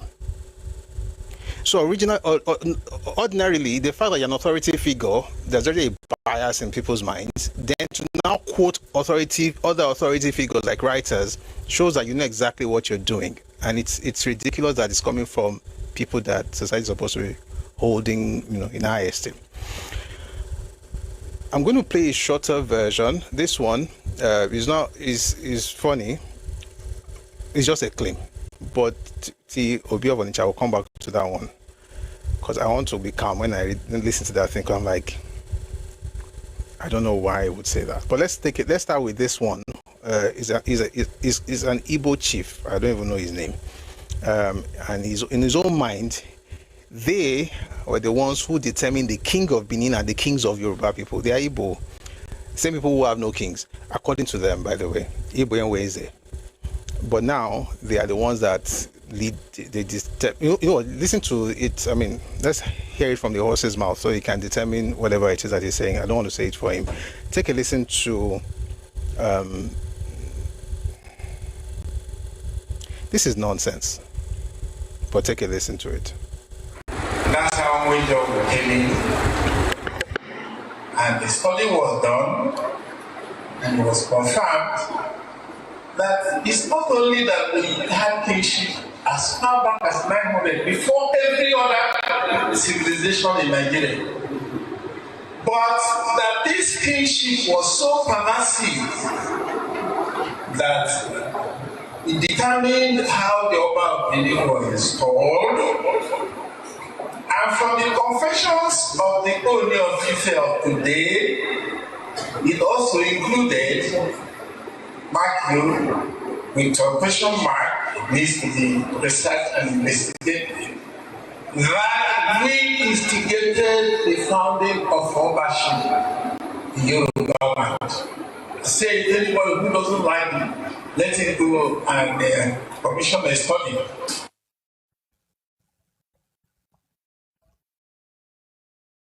So I'm going to make a ridiculous claim, and then I'll tell you that if you don't like it, go and commission a study. Who talks like that? The burden of proof is on the person making the claim. You can't say whatever you like and tell me to go and verify. That's nonsense. You're saying that you're the ones that determine the kings in Benin, which is absolutely ridiculous, because we know when the Oba dynasty started and how it started. We know when the Ogiso dynasty started and how it started. We even know when the Ogiame got in there and how it started. It had nothing to do with Igbo people. Right? So you're going to talk about how you determine the kings of Benin, which is insulting enough. You now say you're the one that initiated the Obaship in Yoruba land. And then you're now saying that if you don't agree, go and commission study. What kind of rubbish is that? Why should I commission study into a claim I did not make? You made the claim, you have to substantiate it. This is what happens when people don't know their history. And just so that you don't think I'm making anything up, I'm sure I've played this before, but it's important to play it again so you understand the level of insanity that will make people just change other people's history in order to make themselves feel comfortable. And it's exasperating. It's insulting at this point. But we're going to listen to some claims. I know you must have heard some of these things before, but humor me, please. Take a listen to some of these claims or where they came from. Take a listen. Let's start with America. You ask anybody, the name America is an Igbo name. America is an Igbo name. The real meaning is Emerigomunka. Ask anybody, the founder of America is a black. No matter what is taking place today. And that will take us back. You, the English people, said civilization started in Africa. Yes.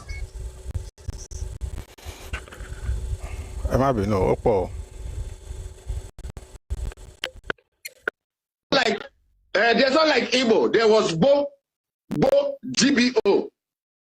The woman named called Bo, who gave birth to Irupa. Irupa, the one that ruled Europe. Yeah, Europa is all. Europa. Okay. Irupa is the woman's name. The mother's name is Bo. Like there's not like Igbo. Whoever edited that video with Jesus one blow. By the way, did you hear what that guy, the first man said? He said, go and ask anybody. What is the same thing that person also said? If you want to go and ask, almost all of them use that phrase, go and ask anybody. Why should I ask anybody? Anyway, this one is saying that, so the first one is the America, the Amerigonka. This one is saying there's nothing like Igbo, it's also Bo. Yeah, Europa is all. Europa, okay. Europa is the woman's name. The grandmother's name is Bo. Like, there's not like Igbo. There was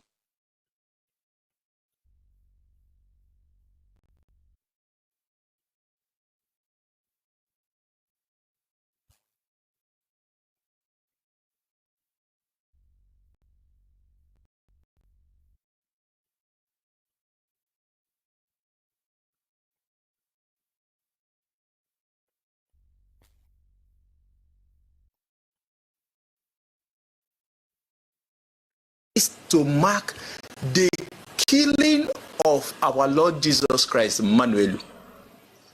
He was crucified right here in Owerri, where? At Ugwekwe Marug. Ekwe Oma Aru Ogo. The skull shrine of the abomination of the district. But the mistransliteration led to Ekwe Marugo. But Ekwe, skull, Oma, temple. Aru is to mark the killing of our... You know, maybe when I put out this video, because I'll play the other parts of the world. They are from Israel. They are from Japan. There's one about Japan. There's one about Israel. There's one about, of course, I think one of the most, okay, there's Europe, there's America. One of the craziest one is the one about the Zulus, right? They're changing the Zulu story. Oh, I found some of the things. I found some of the, oh, God is good. Let's listen to a few before we go. We're going to what they said about Ife, but I want you to, so you can appreciate what I will say when the time comes. Listen to some of these things first, please. All right, a few more stuff. This one is Japan. People that the Igbo people gave back to Japan, the first time I told the people that the Igbo people gave back to Japan, they said I am crazy. I shut my mouth. Later, Japanese government said they are interested. I have to come. Because when I got there, I am going to show them why the Japanese answer names like Ogwedofo, Ngozeka. Yes.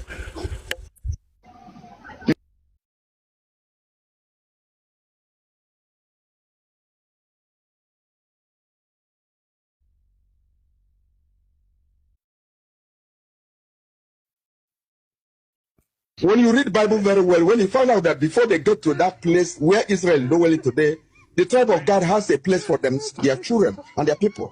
They didn't get to the Israel with the people. They fight and get to the place. Now, that will take me to another place because we keep telling you why we say this is that when they wrote Bible, we are not there. But when you see that from Genesis to Malachi, it's our history and it's our tradition. I want to make sure that I understand you. Yeah. You said that place, Israel. When you say Israel, what area you're talking about? Where is this Israel? Israel is now where people are living now as Israel now. But the original Israel is here. I told you, go and do your research. Since the creation of the world, yes, this place you are living has never been destroyed. When you read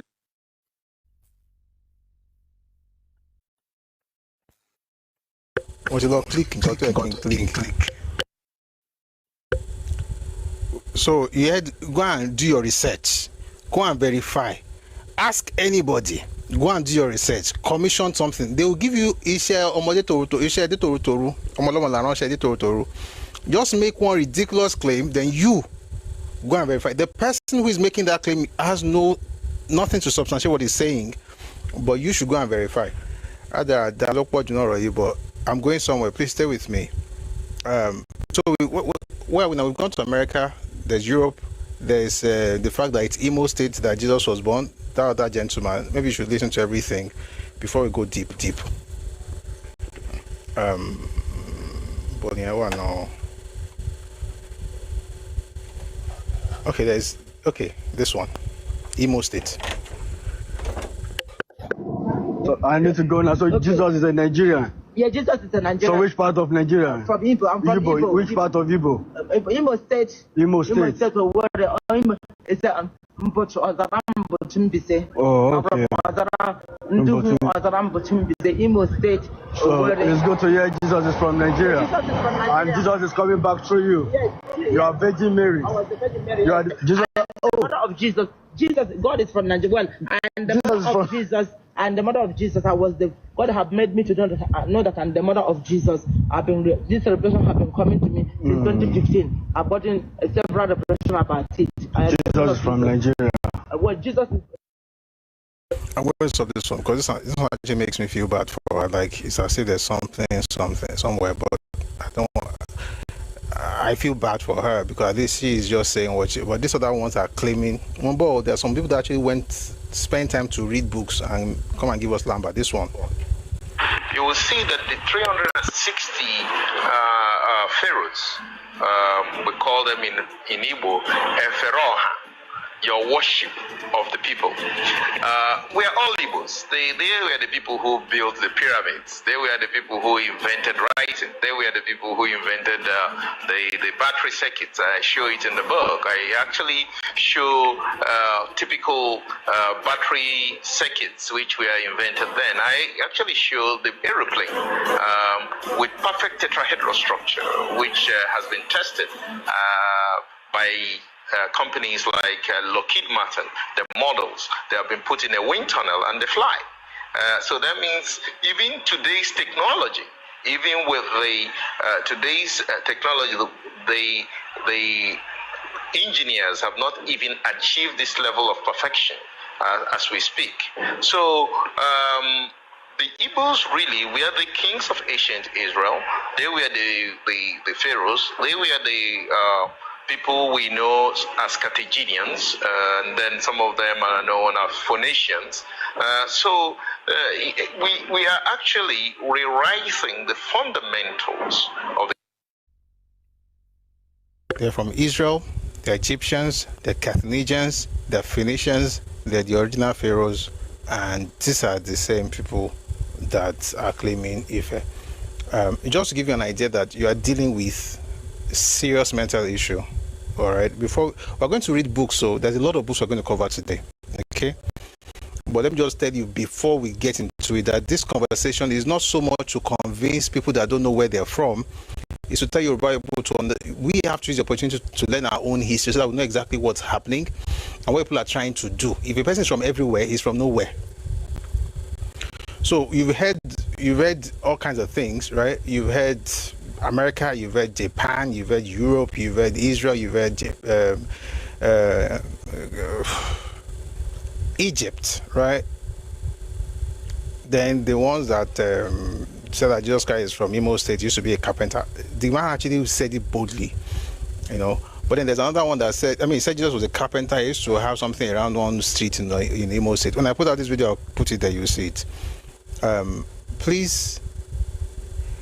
We have somebody here who I think you probably 1 second please. There's a clown who usually comes with stupidity in the comment section. No, I shouldn't just mute you. No, that's not fair. I should block you.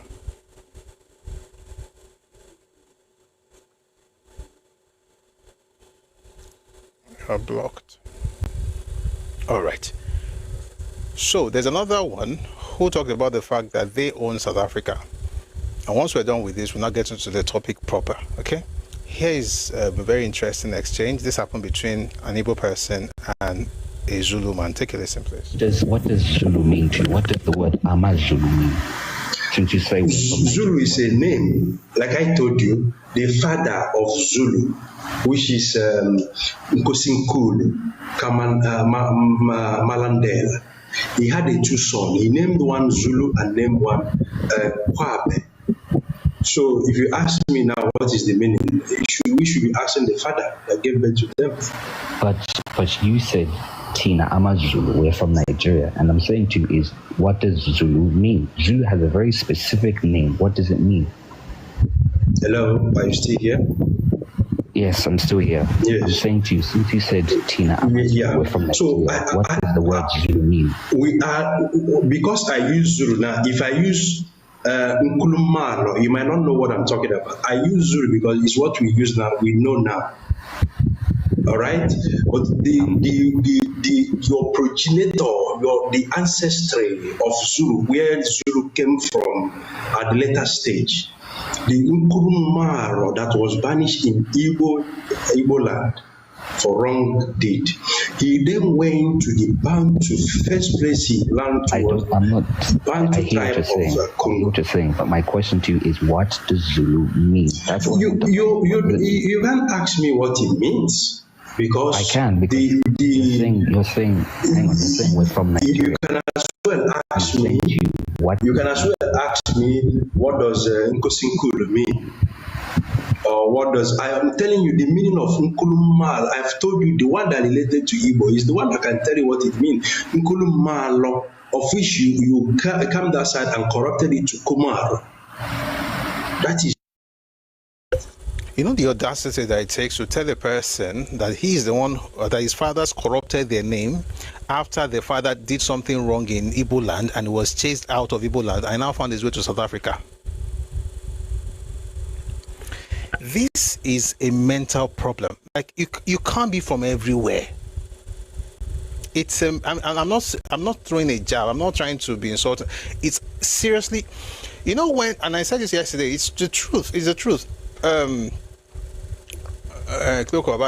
Buhari, he said he was going to establish 15 psychiatric hospitals in the southeast in every senatorial district.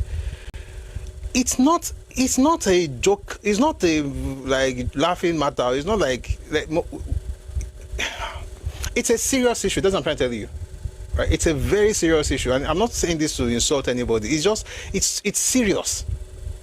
There's one here who was quoting Genesis and said that they are from Eri and that they are the sons of God. How can you be from everywhere? When I start getting to Ife, we'll come home, we'll now read books. There are many things we're going to study today. But just to appreciate the wonderful nature of the people we are discussing here. And God bless everybody, good people, great nation. But you cannot be doing, you've done it to everybody, don't come to Ife. That's my own point. Just one or two more. This one is from Uncle Omalo. Sorry, this one is from Eri. Eri, who is an Igala man, by the way. Eri is an Igala man, but somehow he is now their progenitor. It's okay. This one is telling a South African that the progenitor did something wrong in Igbo land and that he changed his name. If they slap this one and then say that those people are xenophobic, Abi. Anyway, take a listen to this interesting one. To the ancestral and ancient home of the Igbo nation and Biafra in general. Behind me is where we call Obugad, the all popular Obugad, the ancestral and ancient home of the patriarch of the entire Igbo nation.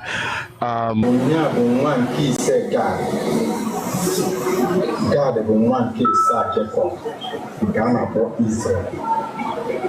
Ọ bụ Israel si ebe a pụọ ma ọ bụ anyị si ebe a nweta bụ akụrụ dị uru sịsịrị anyị mana na anyị na ha bụ nwanne ma bụrụ ogbu anyị. Nke ịbụ ọ bụ na onye ahụ kweere bi ebe a na ụmụ nwoke na-esi n'ogbu nwaanyị.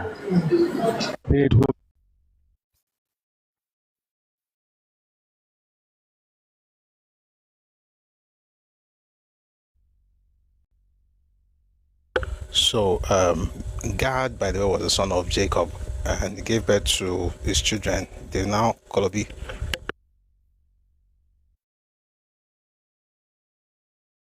They now Kolobi one of them and said that those people are now Ibos. Anyway, that's the story they've shared. Now we're going to go back to the first one we played. Then I'll read you an article, a few articles that will now listen to the Obi of Onitsha, and they will now properly study. Okay? So just this one, and they will now go to the articles.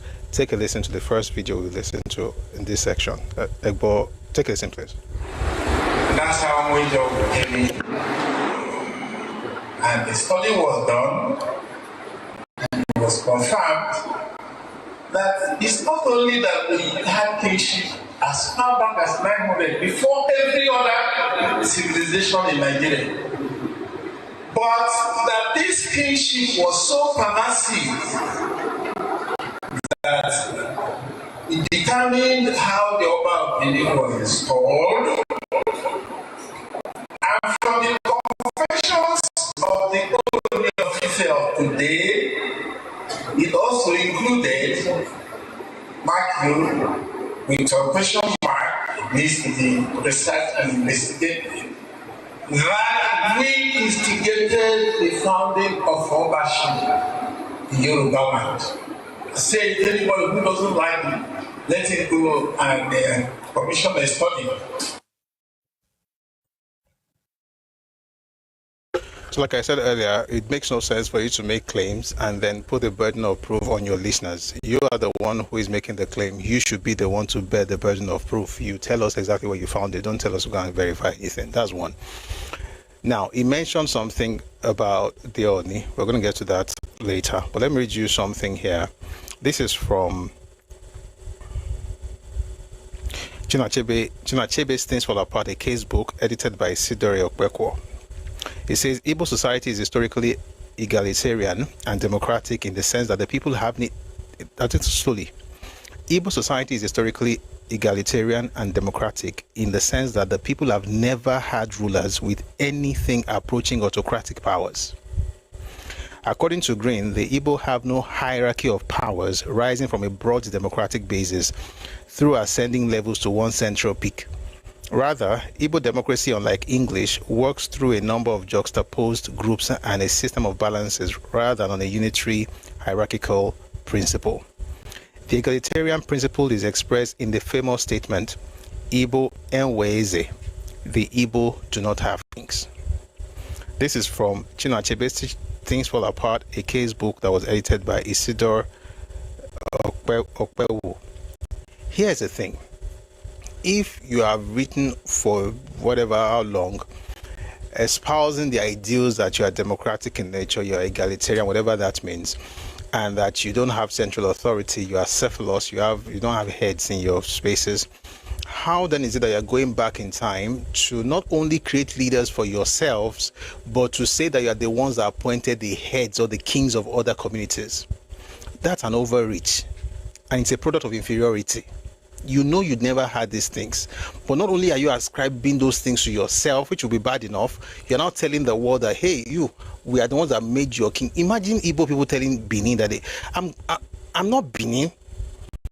I have second-hand embarrassment because Benin, the monarch in Benin is connected with Yoruba.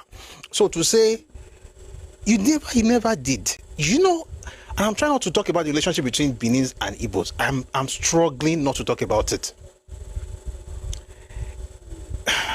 Hint, it's not a relationship of peers. It was not a relationship of peers. Let me just stop there. But to say that Ibos are the one that determined the kings of Benin, it's insulting. Then to say you're the one that initiated, look at that word, that's what he used, initiated the Obaship system in Yoruba land. How now? Now, he mentioned the Oni. I'm going to read something to you from Vanguard newspaper. This was from 2019.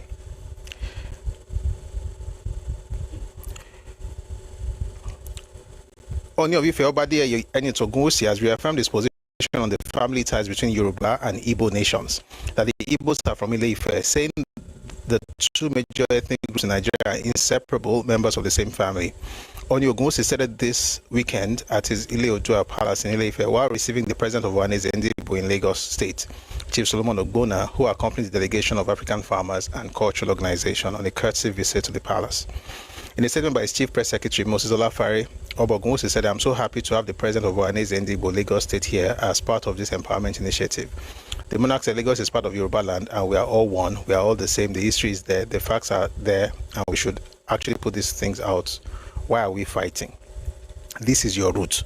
I said it recently, some of our Yoruba kinsmen, ignorance of history, came out to berate my position on the family ties between Yoruba and Igbo people. We have to say the truth. We are blood brothers. We should be inseparable. Please feel free at home in Yoruba land and respect your Yoruba brothers and sisters too.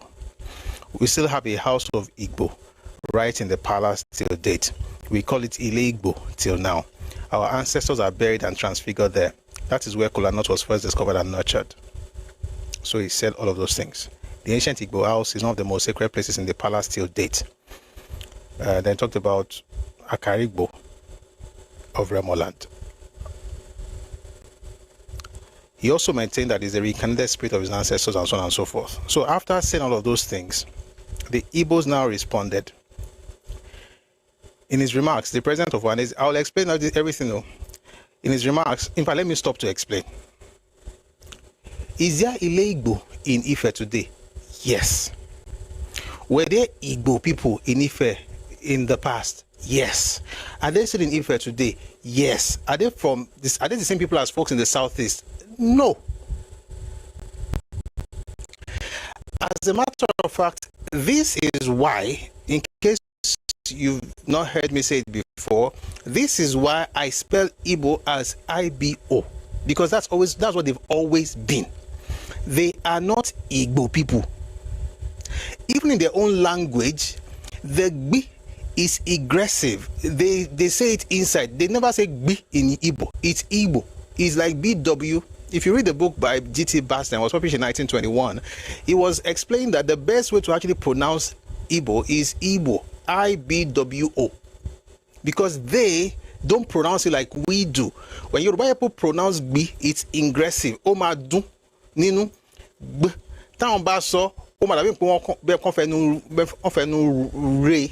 All right, the phonology is different.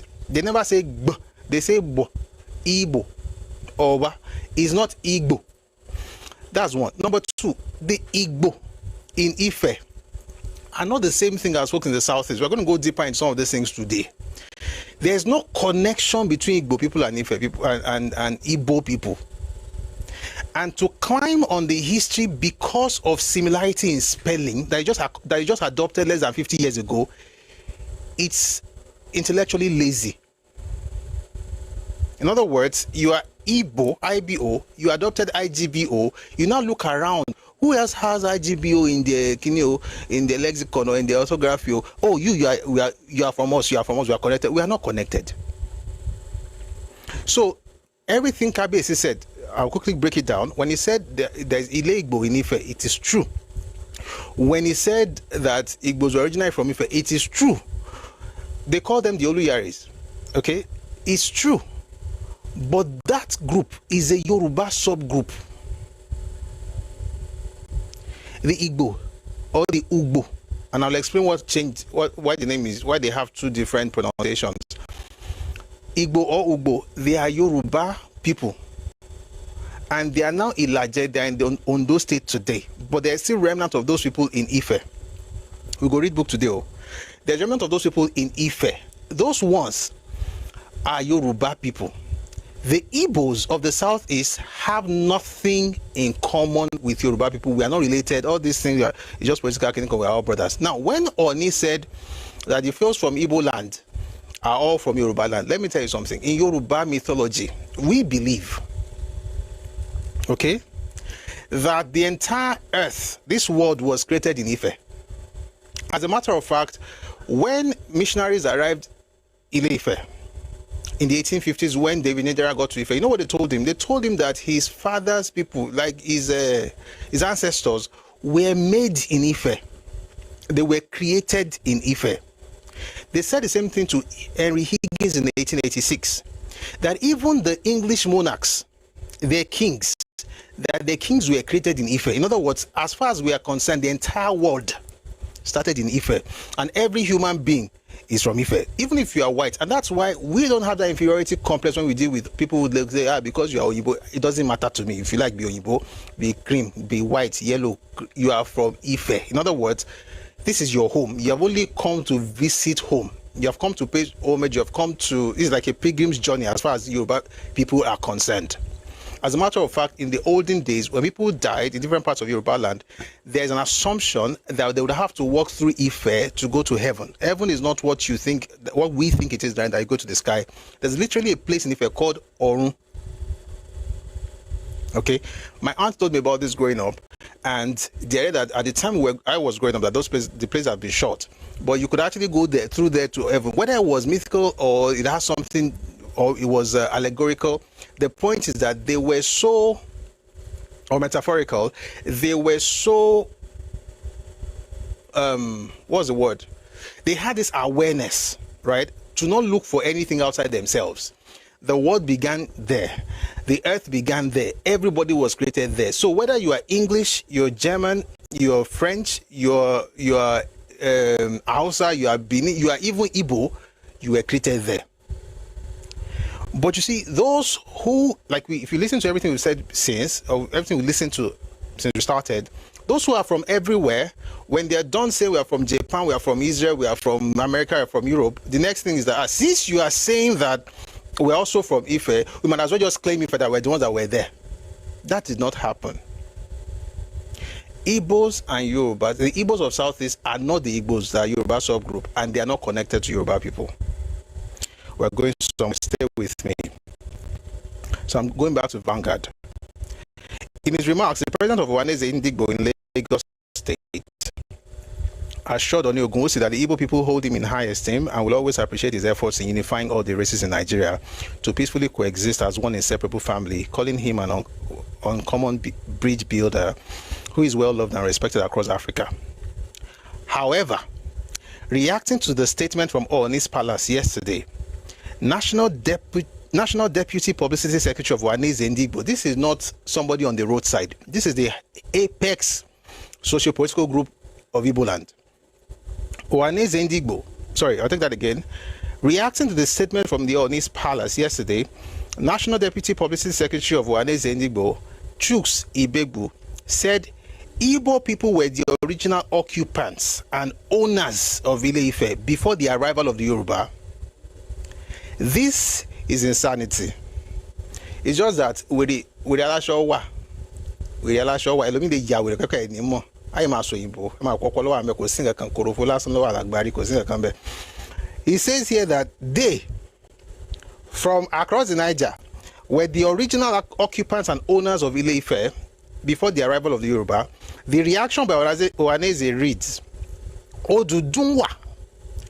The same way this clown went to change the spelling of the name of folks in South Africa, Zulu, and say Imanikazu, Zekekalu, just talking rubbish. They don't change the spelling of Odudua too. And I'm doing this particularly because of two reasons. Number one, somebody sent me a video to react to. I've not even played that video yet. Another person said something yesterday that they said, Obatala is from Igbo land. It's insanity. We have to be telling ourselves the truth at this point. So that whatever is stopping Buhari's project or 15 psychiatric centers in the southeast, that thing has to be removed. We've got to make that thing happen. They should build those places. Stay with me. The reaction by Ohaneze reads, Odunduwa, last born, later called Odudua, was an Igbo prince who occupied Ile-Ife, but the Yoruba saw him as a god because he was very powerful and had magical powers. The Yorubas learned and spoke Igbo language then, and that is the reason for the similarity between Igbo and Yoruba language. So you look around, you find the apex sociocultural group in Igbo land, and when they're going to speak, what came out of their mouth is something as if they're puking. Like, it makes absolutely no sense. So not only have you changed, so now in the name of inclusivity, oh, we are all from Ife, you have now said, hey guys, now we own them before you. Then number two, even your progenitor, we're going to change his name and tell you that he's actually originally Igbo.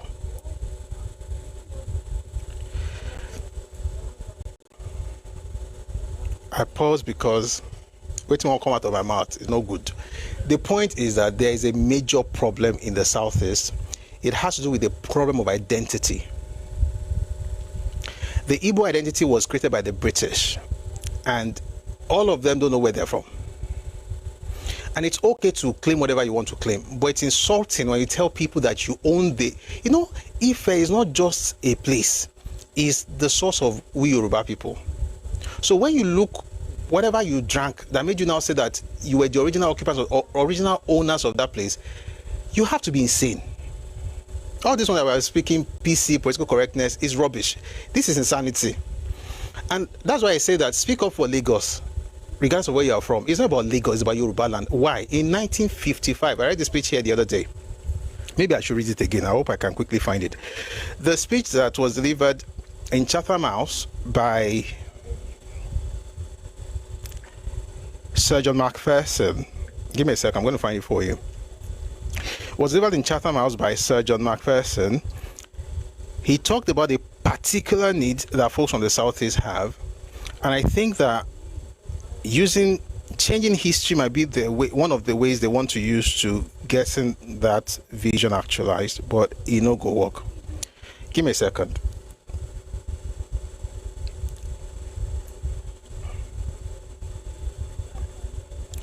Now here is where it gets interesting. I thought I had, actually I didn't open it because I didn't think I was going to read it, but we are here, we're going to find it together. Stay with me, please. It's important. And what you find here really is that whatever it is that we're dealing with right now in Nigeria, it's always been there. What's happening to us is that we act like Kokowa. And it's dangerous. It's dangerous because folks are going online, changing articles, going to Wikipedia, changing stuff, and that's what people are going to read. That's what researchers are going to read. That's what our children are going to read growing up before they get into real books. We want to make sure that we provide the alternative, and in this case, as always, the alternative is the truth. They are the ones whose lives depend on lies. Oh boy, it's actually quite sad. I can't find the page. Just a second, please. You know what? Let's check here.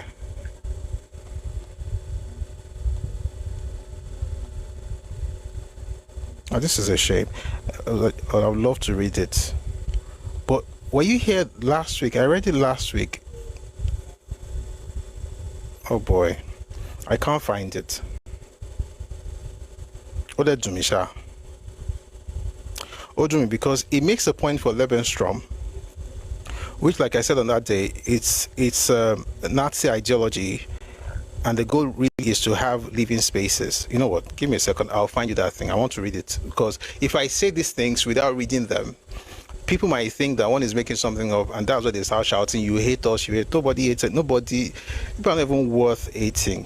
Nobody's worth hating, as far as I am concerned. Mombo, give me a second. If I find it, it will be nice. If not, I'll read it to you later. But the God is good. Found it.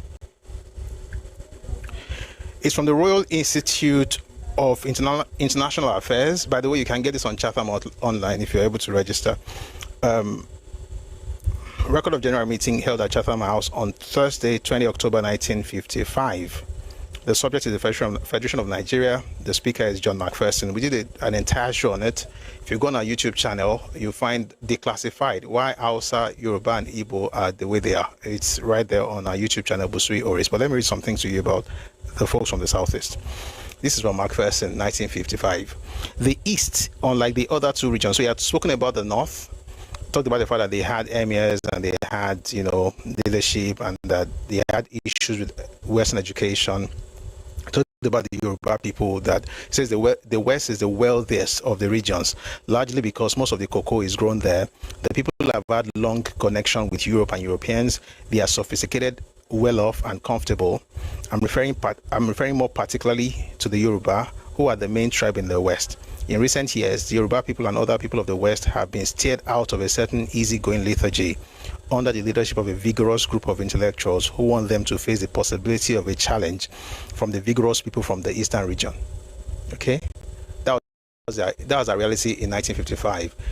Well, there's comfortable, everything, but there was lethargy, and it took a certain group of intellectuals to arouse and steer people out of that lethargy. And it was talking about Egwemo Dudua, that eventually now morphed into Action Group in 1951. Okay, this was 1955. So it says here, the East, unlike the other two regions, is not at all feudal. They have chiefs of a sort, but the fact is that when the British administration took over there was no indigenous authority higher than the head of an extended family or a small clan. These are the people that gave everybody kings. The highest authority was the head of a small clan. But they're the ones that initiated Obaship in Yoruba land. It's madness. By the way, this madness I'm saying, if you notice, I'm also very careful the way I'm saying it. It's the mildest thing I can say. There are worse things that come to mind. There are worse things coming to my mind, but I can't utter terrible stuff. Because you wonder how people can have that audacity to change other people's history and say, we made you kings. You couldn't even have kings. You never built. You know what? Let's read. Where were we?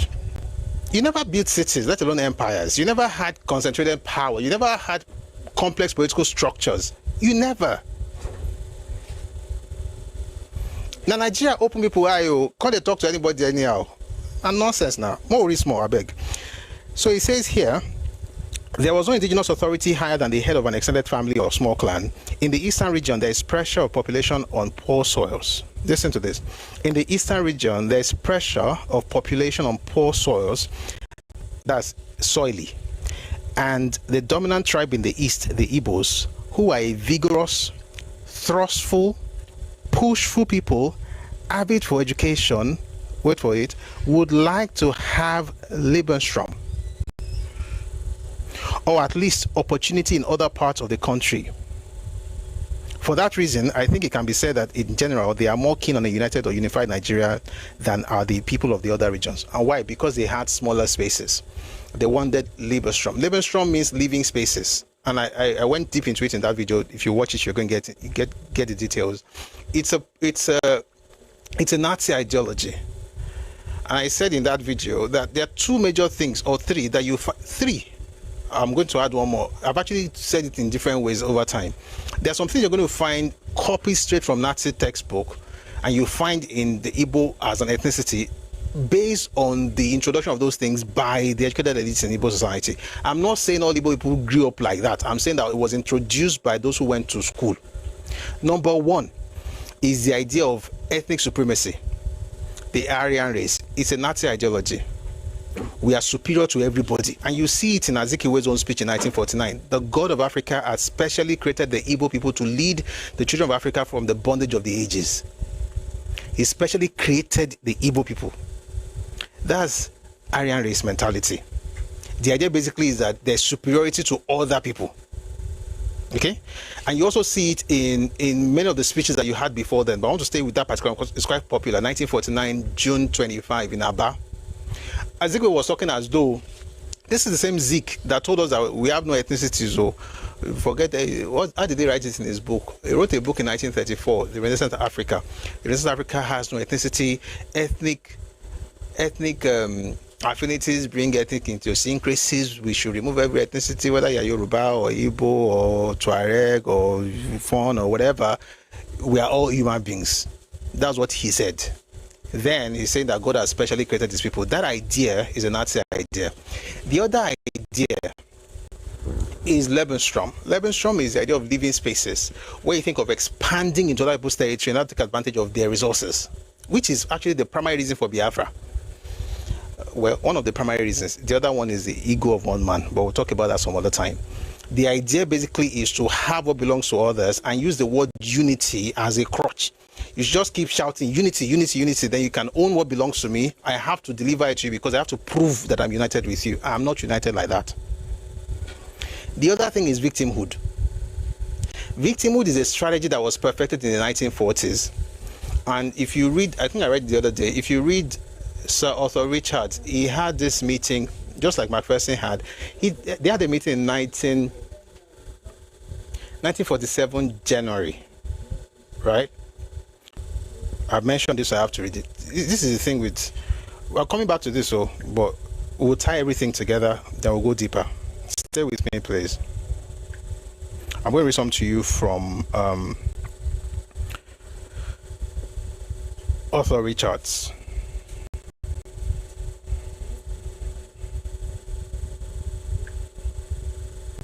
Okay.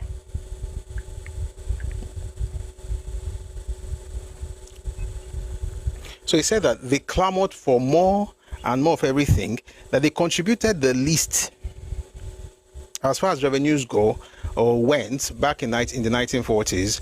They contribute. I mean, if you read, you remember what we just read now in 1955. They said the West was the richest and everything. But like I always say, it's not to say, oh, we're richer than everybody. We're richer than everybody. It's not about that.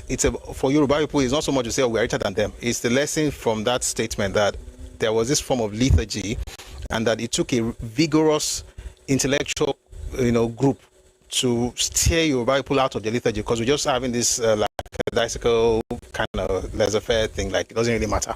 It matters now. Thank you, Prof. The superiority complex is that thing. Erin folk, yes, Erin folk.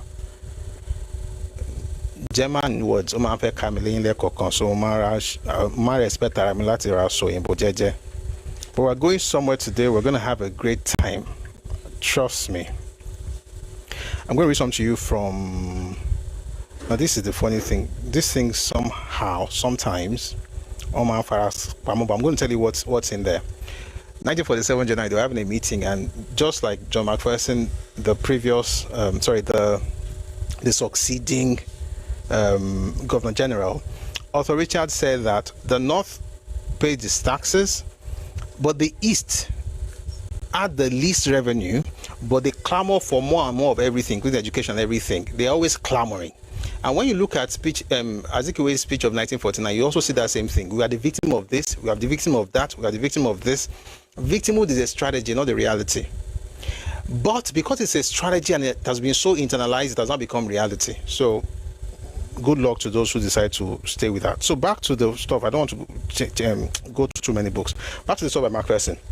He said that they had no chiefs like that. He said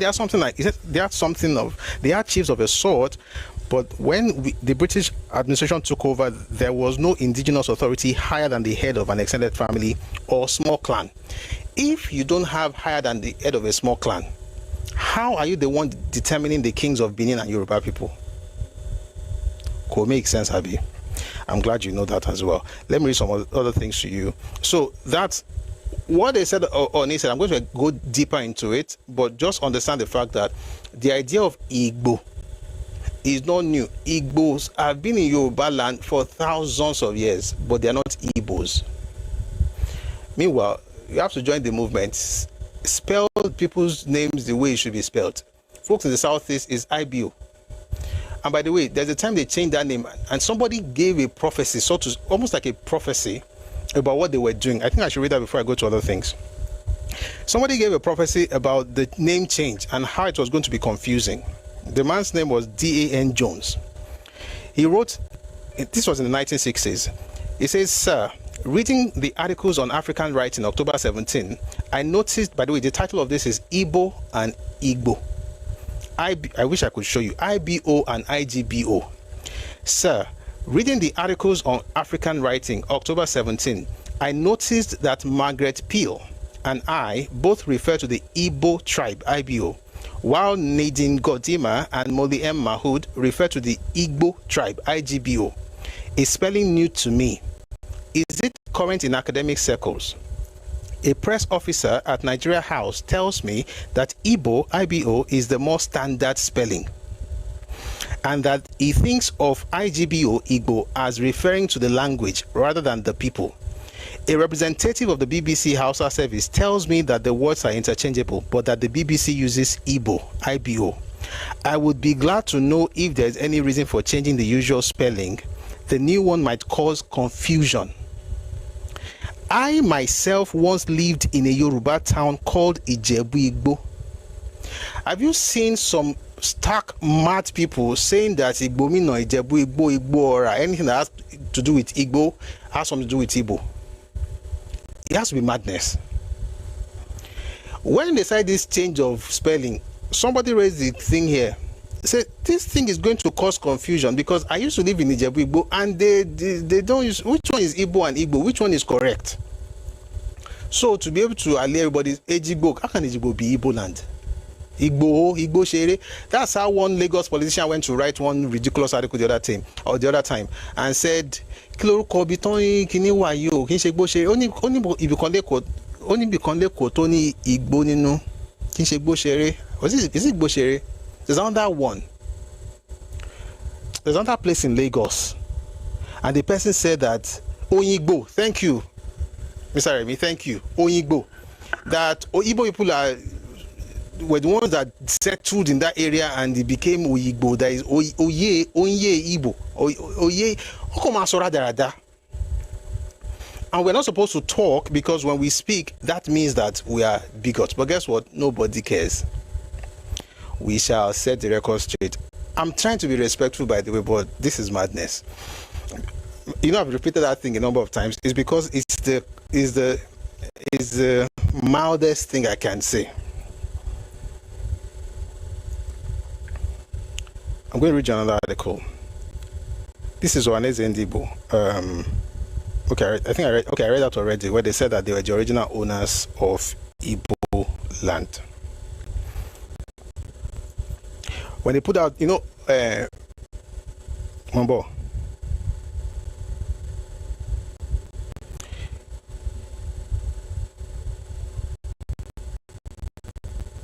So rewriting Oduduwa, also, like I said earlier, is similar to what they did with the Zulu story in South Africa, where they changed the person and say Nkulumalu is the one that was the original man that left Igbo land, but he committed something terrible, and he did something terrible in the Igbo land. They now banished him.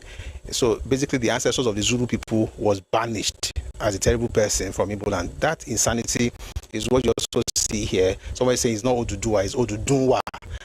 And they are the ones that let him go, and his original Igbo person, but because he was very powerful, Yoruba people now made him king that he didn't have where you come from. Now, I think we've reached the point where we can listen. I think I'm calm enough to listen to the Obi of Onitsha, because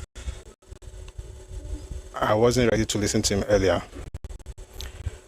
Now that we are here, please, if you're on TikTok, let's power tap, please. Thank you very much. Now that we're here, I think we can listen to the Obi. Okay. Someone said they still banish people in Southeast in 2026. Do me a favor, just say they banish people in Igbo land. It's easier that way.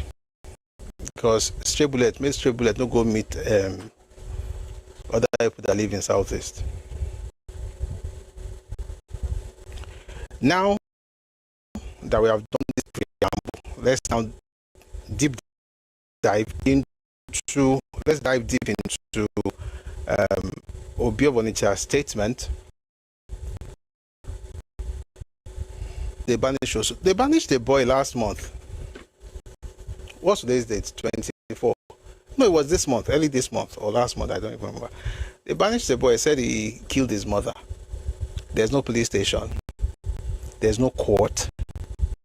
You can't sue him. You can't arrest him. You banish him. That one will now arrive somewhere in Yoruba land and be asking for rights. We develop Lagos. Come and banish him on 2026. Those are people that will arrive in Yoruba land and be demanding good governance. We're demanding good governance. It's not different from what happened in the 19th century when people were moved. Some people that were moved because of their caste moved into Yoruba land and then got here and began to do like this.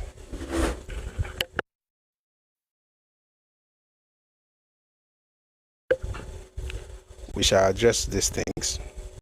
All right, let's listen to Obi of Onitsha. So we're not going to listen to everything because it's long. I'll try. Maybe I'll just stop and answer because this thing is long. I'll just stop and then we'll, react. Let's start with the short, the one that has nothing to do with Ife first before we come to Ife. The one that has to do with Onitsha itself. 1 second, please.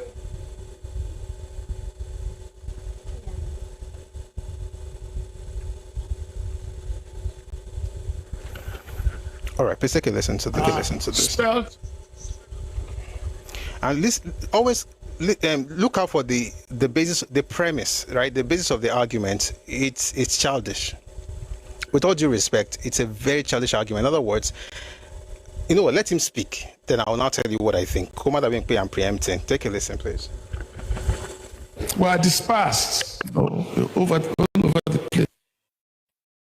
Okay. So, that's what I'm trying to say. We are dispersed, all over the place. What are the connections between, with all these Onitsha's, with the Chima dynasty? These are questions that should be answered. That is why we need this Center for Igbo Repository. So we can do research, we can do more research, and do more inquiries. We need to know. There's more. In Yoruba land, in Oyo State, and 4 communities that are spelled Onisa, O-N-I-S-A. We know Yoruba, O-N-I-S-A SSA is called Onitsha. So in Oyo State, there are 4 communities. In Oyo, 4 communities. Obomosho, 3 communities. Ogun State, 1. Osun State, 1. Are there any connections with Onitsha and Kaimau? Or is it a creation of their own, or whatever it is? We need to inquire. We need to find out how those people got to where they were. Because when Ife broke up, people migrated in different directions. Okay? People migrated in different directions, you see. So it could be that these people went on their own way when the main group was going, but we need to find out. We need to know, which is why research is important.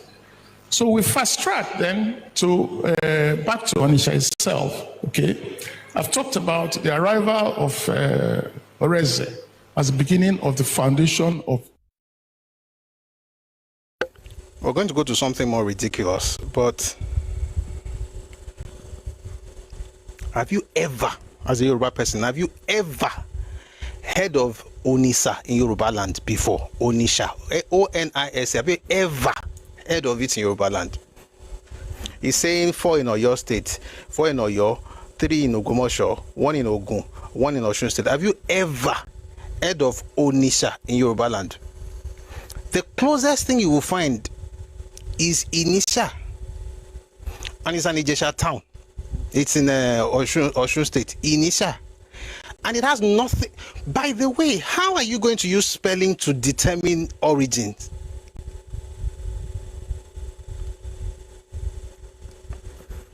So if you spell something a certain way here and you spell it in a similar way there, somehow they are the same. Number one, there's no spell, there's no O-N-I-S in Yoruba land. And it is a king. You know what? Please, if I'm wrong, let me know. Sorry, Onitsha is close to Ilesha. That's what I meant to say, not that it's Ijesha. Onitsha is close to Ilesha. Onitsha is close to Ilesha now, Abi. It's like what somebody wrote in the comment section, and there are two examples I want to quickly share. When you were growing up, you've heard of Addis Ababa. It sounds like a Yoruba word, doesn't it? Addis Ababa. Addis Ababa. I'm coming back to Onitsha. Thank you. It says it's beside the Kirun. That place always look alike to me. Maybe it's because, but thank you. So let me come back to it. Let's start with Ethiopia. You know about Addis Ababa, don't you? Don't disturb me in the comment section. Well, I don't have time.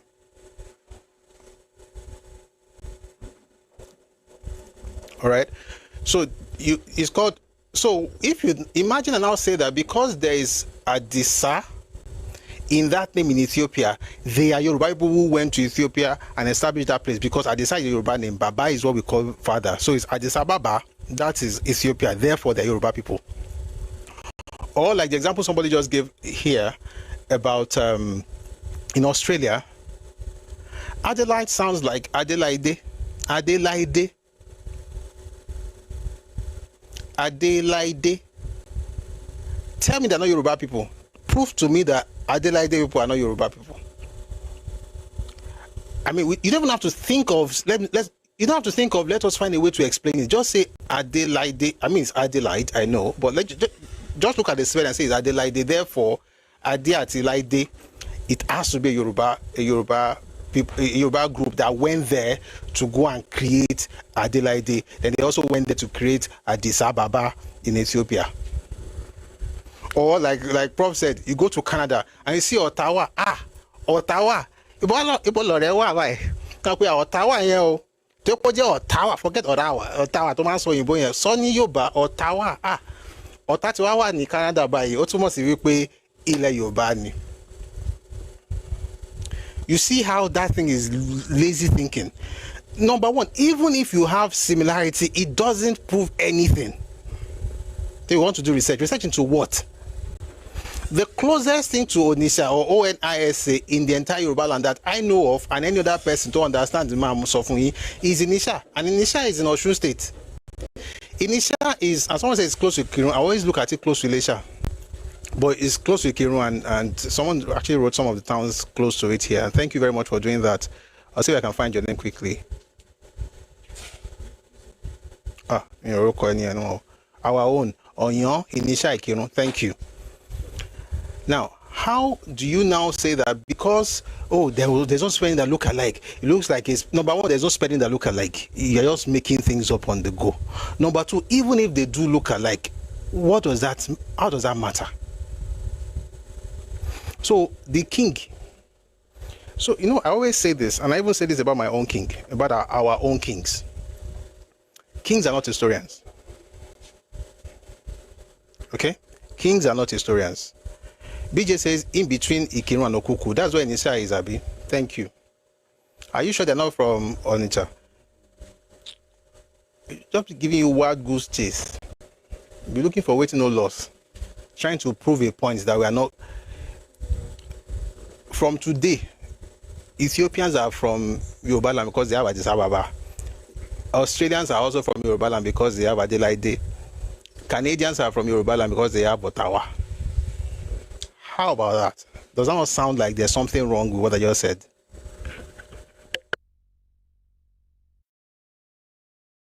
That's why some people went to Japan and said some names sound like their own, therefore they are from there. It doesn't make sense. It looks like you are grasping at straws, like you're lost in this world. You need something to call your own. It's ridiculous.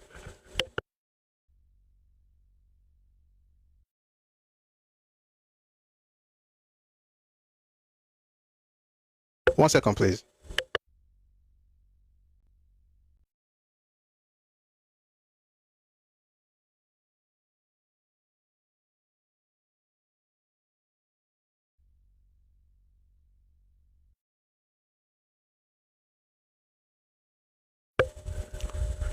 Mumbo, let's take a short break. Someone says Toronto. Someone says there's Jeju in South Korea, so you just call it Jeju. See, the more you think about this thing, the more you see how childish the argument is. If a name sounds like my own, they are from my place. You take away those people's autonomy, take away the fact that you have never done anything, your assumption, and because you are the king. Big Sam says there's an area called Alibaba here in Florida. I just want to quickly do something, and then we can guess. Mumbo. Okay, this is going to be quick. We're going back to listen to the king. I just want to make sure I set up this stuff. Okay, good. So the first argument about spellings, I almost said it made no sense, but okay, so let's forget the person who is saying it. Okay, so this is, I'll be able to talk with but would you just look away from the person saying it so doesn't look like disrespect. But there's no Onitsha in Yoruba land. We have a place called Onitsha. It's in Osun State, and interestingly, this man did not even mention it. He said there are 4 communities in Yoruba land named Onitsha. He said there are 3 in Ogbomoso. Sorry, he says there are 4 in Oyo State, 3 in Ogbomoso, Oyo State, 1 each in Ogun State, and 1 in Osun State. There is no Onitsha in any part of Yoruba land. And even if they were, doesn't mean that we are close, related in any way, but there is none. And for that, I want to thank God. Now, the main stuff we want to listen to. Buckle your seatbelts. Let's go to 12 minutes. The thing is long, so I have to search. Good. Now let's enjoy some of these interesting things. To be honest, I will try when it's time to respond. Take a listen, please. I've been excavated at Onitsha in 1970. Earthen pottery. That iron smelting at Onitsha and Afikpo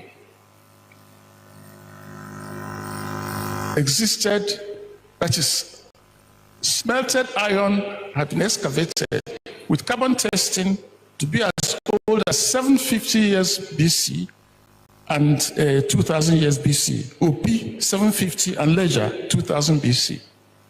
And of course, we now know about the Iboku bronze and artifacts which were excavated in our present generation, which dates as far back as to the 9th and 10th century AD. Ife is 12th and 13th century, and Benin is 14th century. So the Igbo artifacts are older than Ife and Benin. So that's why I said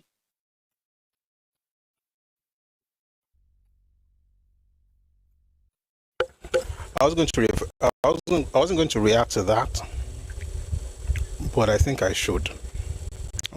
So going forward, most of my responses will be reading. And if you're Yoruba, this is what makes it good. We'll be studying together.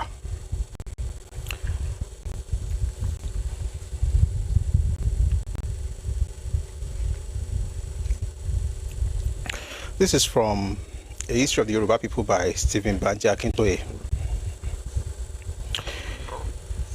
So it says here, and you also find this in Yoruba, the New History by Akinwumi Ogundiran.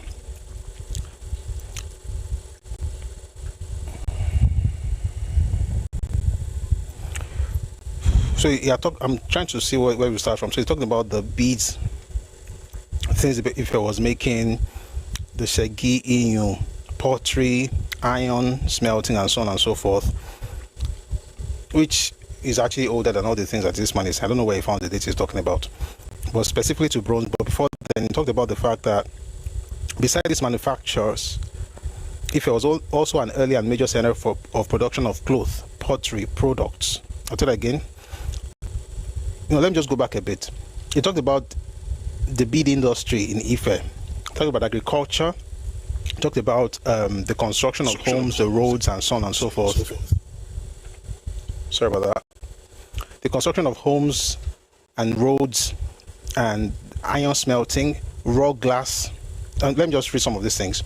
The two types of beads produced in Ife were the blue dichroic glass beads, known as segi, and the red tubular type, known as inu. Concerning the source of raw materials of Ife bead industry, there has been some debates by scholars, but that they talked about the fact that this iron were actually found in Ife. Details of that you'll find in the book by Akinwumi Ogundiran.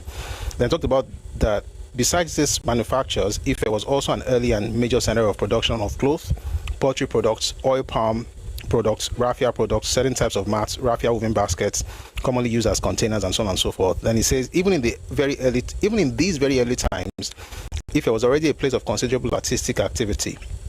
In a recent monumental work on Yoruba art history, written by Henry Joel, John Pemberton, and Roland Abiodun, the following stages and eras in development of art in Ile-Ife have been proposed. Archaic era is before AD 300. Pre-pavement era is 800 to 1000 or 1000 AD. Early pavement era 1000 to 1200. Late pavement era 1200 to 1400. Post-pavement era 1400 to 1600. Stylized humanism era 1600 to present. I'll jump some paragraphs. It says here, probably by or before the 10th century, some art in bronze. This man said Ife's bronze is 12th, 13th century. I'm reading to you from History of Yoruba by a professor. Probably by or before the 10th century, some art in bronze and brass casting may have begun in the Ife settlement. Many archaeologists and historians believe that bronze or brass casting did not start in Ife until about the early 11th century, but this is probably because much of the bronze or brass art of Ife has not been dated. So the idea basically is that it has not been dated. Some people just say it must have been around the early 11th century, but they are saying that based on whatever archaeological work they've done, it must have existed before then. But the man added 200 years to even the suggestion of 11th century. He added 200 more years to give the effect that Ibos had done it before Yoruba people. Meanwhile, in other words, you are taking the competition today back into the past based on comparison. So your idea of we are civilized, that we've been doing something before these other guys, but there's no evidence that there's anything that we have to do 12th, 13th century now to do this thing. Yeah, but like I said, I don't want to really listen to the respond to this, but I just read here. It says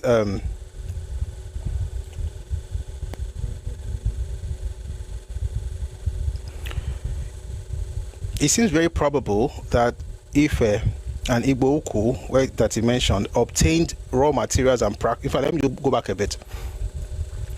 It says at Igbo Uku, east of the Niger, the same forest zone as Ife, clear 9th century dates for bronze brass casting have been obtained.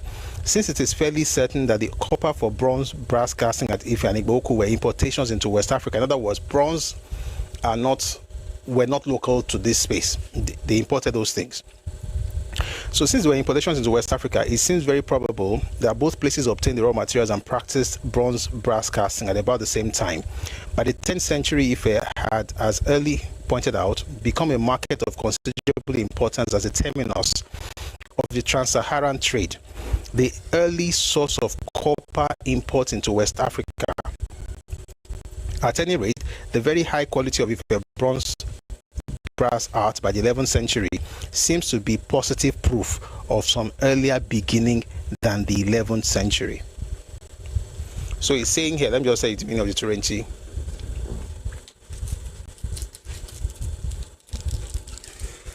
Excuse me. If it was a major place where they sold, right, in the forest, right? So if people were importing anything from outside, most likely to get to Ife before you go to any other place. That's the first thing. The ones in Ife have not been dated, but the one in Boko have been dated to 9th century. If it goes through Ife to get there, that means that Ife would have gotten it around the same time. They're never saying that it's earlier, around the same time. But here's the point. By the 11th century, we have particular pieces dated to 11th century, and if the level of sophistication they've already achieved by that 11th century could be seen in those pieces, it means that bronze must have gotten there before 11th century. That's what this writer is saying. Although the king is saying that if they did not get it until 12th, 13th century, just give us another 200 years so we can have Igbo to thank for whatever. Anyway, let's listen to more of the things he has to say. Take a listen, please.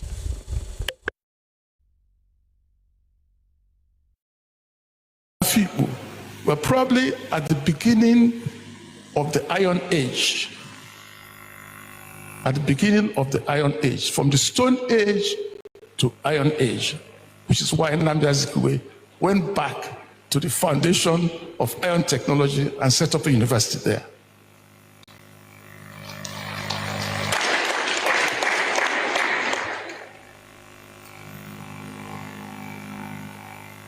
Another point about Igbo antiquity. This one will cause controversy. But after this lecture, I expect there'll be some media reaction. But we've prepared a press release. We should cover what I said as much as possible. Prof, I hope we have the press releases ready now. Okay, thank you very much. In recent times, the Oni of Ife has made statements that Ndi Igbo came from Igbo. It's not about Indigbo, it's about Igbo. Not Ndigbo. Igbo. Okay? And by the way, before we go deep into this, I don't know the professors that want to release any papers. I don't know the professors that want to write any piece to justify what we're about to listen to. But just to be clear, there are Igbos in Ife. The Igbos are a Yoruba subgroup. The Ibos are not connected to Yoruba people. Now let's listen to this, and I don't know how to justify. How he's going to justify, but take a listen, please. Ile-Ife. Sometimes the Oni of Ife has made statements that Ndi Igbo came from Ile-Ife. He's made that statement several times. Ndi Igbo Jeffrey, I know no bofu, no Abai Kuswep. But he didn't say when the Igbo got to Ile-Ife before they left, when the Yorubas left, arrived in Ile-Ife. But it is well established that the Igbo were in Ile-Ife long before the Yorubas arrived there. This, regardless of the person saying it, is utterly ridiculous. Igbo were in Ile-Ife before Yoruba people arrived there. Where were they arriving from, and where did you come from? Someone says prophets, just rubbish. I know. You know the craziest part. It has been established by who? Huh? How do I do this? Let's listen to the view more. I'm tired. Let's listen a bit more so I can say everything together, because we have enough books to read. When people use the word like it has been established, by whom? Who established this falsehood? There is Igbo. There is Ibo. They are not the same. I know I've said it. I'll repeat it a number of times. Please bear with me. But let's bear with him before I resume. So, Okpo, take a listen. Established, and the authorities that I'm quoting are more Yoruba than anybody else. And Igbo were there and dominated Ile-Ife. So you see the mindset of the Onitsha man and the other Ibos. The Onitsha is more Igbo than others. It's Igbo. He's saying that these people he's quoting are more Yoruba than others. There's nothing like anybody in Yoruba now. We don't have anybody that's more Yoruba than anybody. That's one. Number two, the names they wrote here. I'm going to read stuff from these people. Though. He wrote about Reverend Samuel Johnson never mentioned Igbo people. He mentioned Adeoba Yemi, never mentioned Igbo people. All these words that have become very controversial is what we are going to break down to explain how it all happened. We're going to do that after this. But me, I'm already tired. But if you can bear with him, let's just listen for a few more minutes before we now took Bogwe Kale. Okay. Today, there's still a village in Ile-Ife, which is the remnants of the Ibos who didn't migrate away. Because the story was that the Igbo were there, dominated Ile-Ife, okay, until the Yorubas came. And then, by cordial relationships and all of that, okay, Ewesebo on who to succeed, Ududuwa, or, and so on. The Igbo were claiming it's their rights, the Yorubas, and so on. And the Igbo started attacking the Yoruba elements. When they used masquerades to attack them. And Yorubas thought they were spirits. They were afraid until Moremi offered herself as a slave woman to the Igbo group. And they presented her to the king of Ndibo. That's how she found the secret. Now more Abro spirit, and gave the story back to their people. And they defeated Ndibo. Then migration coming back. That is the significance of Moremi in Yoruba history. That's why they call her their heroine, because she saved them and then dominated the whole place. Today, in Ile Odua, which is the palace of the Oni of Ife, the ancient throne of the Igbo king is still there, and it's part of their ceremonies. And they have an annual ceremony which they call the AD ceremony, which marks the defeat of Ndibo and their return home. It's an annual ceremony. There's a scholarly article on that. I'm not talking about them. These are all references that I'm quoting. And of course, Reverend Samuel Johnson, The History of Yoruba People, it's a big volume. Eluwa, Onyibo, Aremu, Ijesakin, and Ademiliya are Yorubas. They wrote this scholarly article on Professor Ade Obayemi, who is one of the top Yoruba historians, and of course, Oba himself. In the disputes between Oni of Ife and Ulubo of Ubo land, Ife people claim that Moremi is their heroine. Olugbo said she's a traitor, that she was the one who revealed the secret that led them to get away, and that Ndubo were in Ile-Ife before the Yorubas arrived. What kind of rubbish is this? Olugbo said that Moremi is a traitor, and Indigbo are the ones that were in Ife. Does that make sense?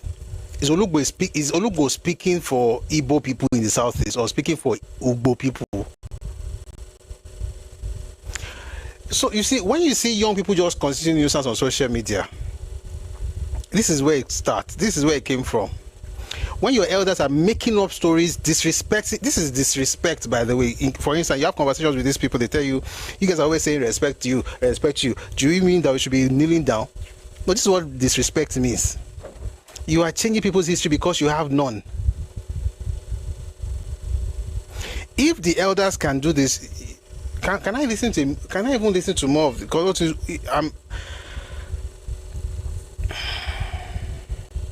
if you notice what he's doing, Mombo Olori, if you notice what he's doing, Atamo, all the people he mentioned did not write one thing about Igbo people of the Southeast, not one of them.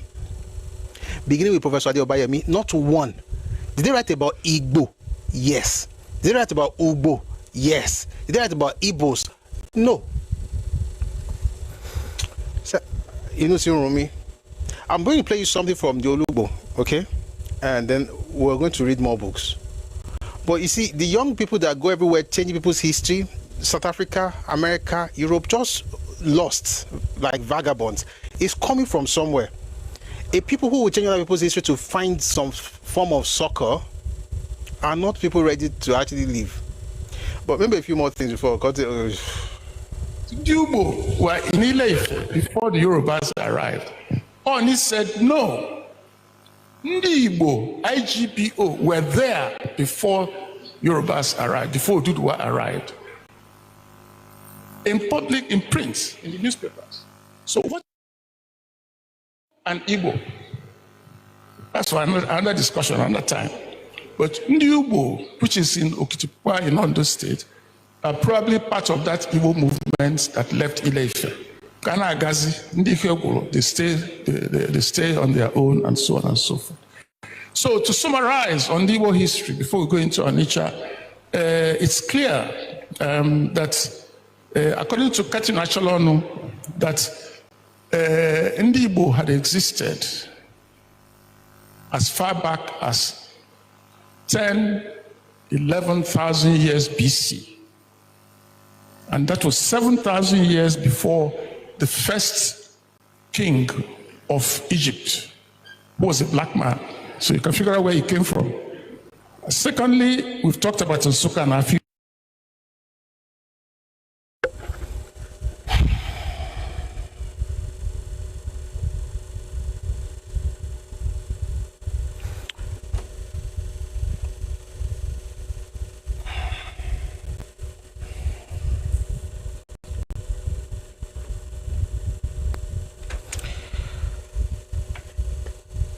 So let me just say that everything he said is a lie, okay? Let's just out with that. Everything you heard right now, lies. And I'm going to break it down. I was going to play you a video, but I'm going to put it out later, of Olugbo confirming what I'm about to say right now, but I'm just going to read. It's not even about what he said. We're going to go into academic works, okay? Thank you so much for the gift, Abi71. I really appreciate it. Let's read. Because if I talk, you come and share. So,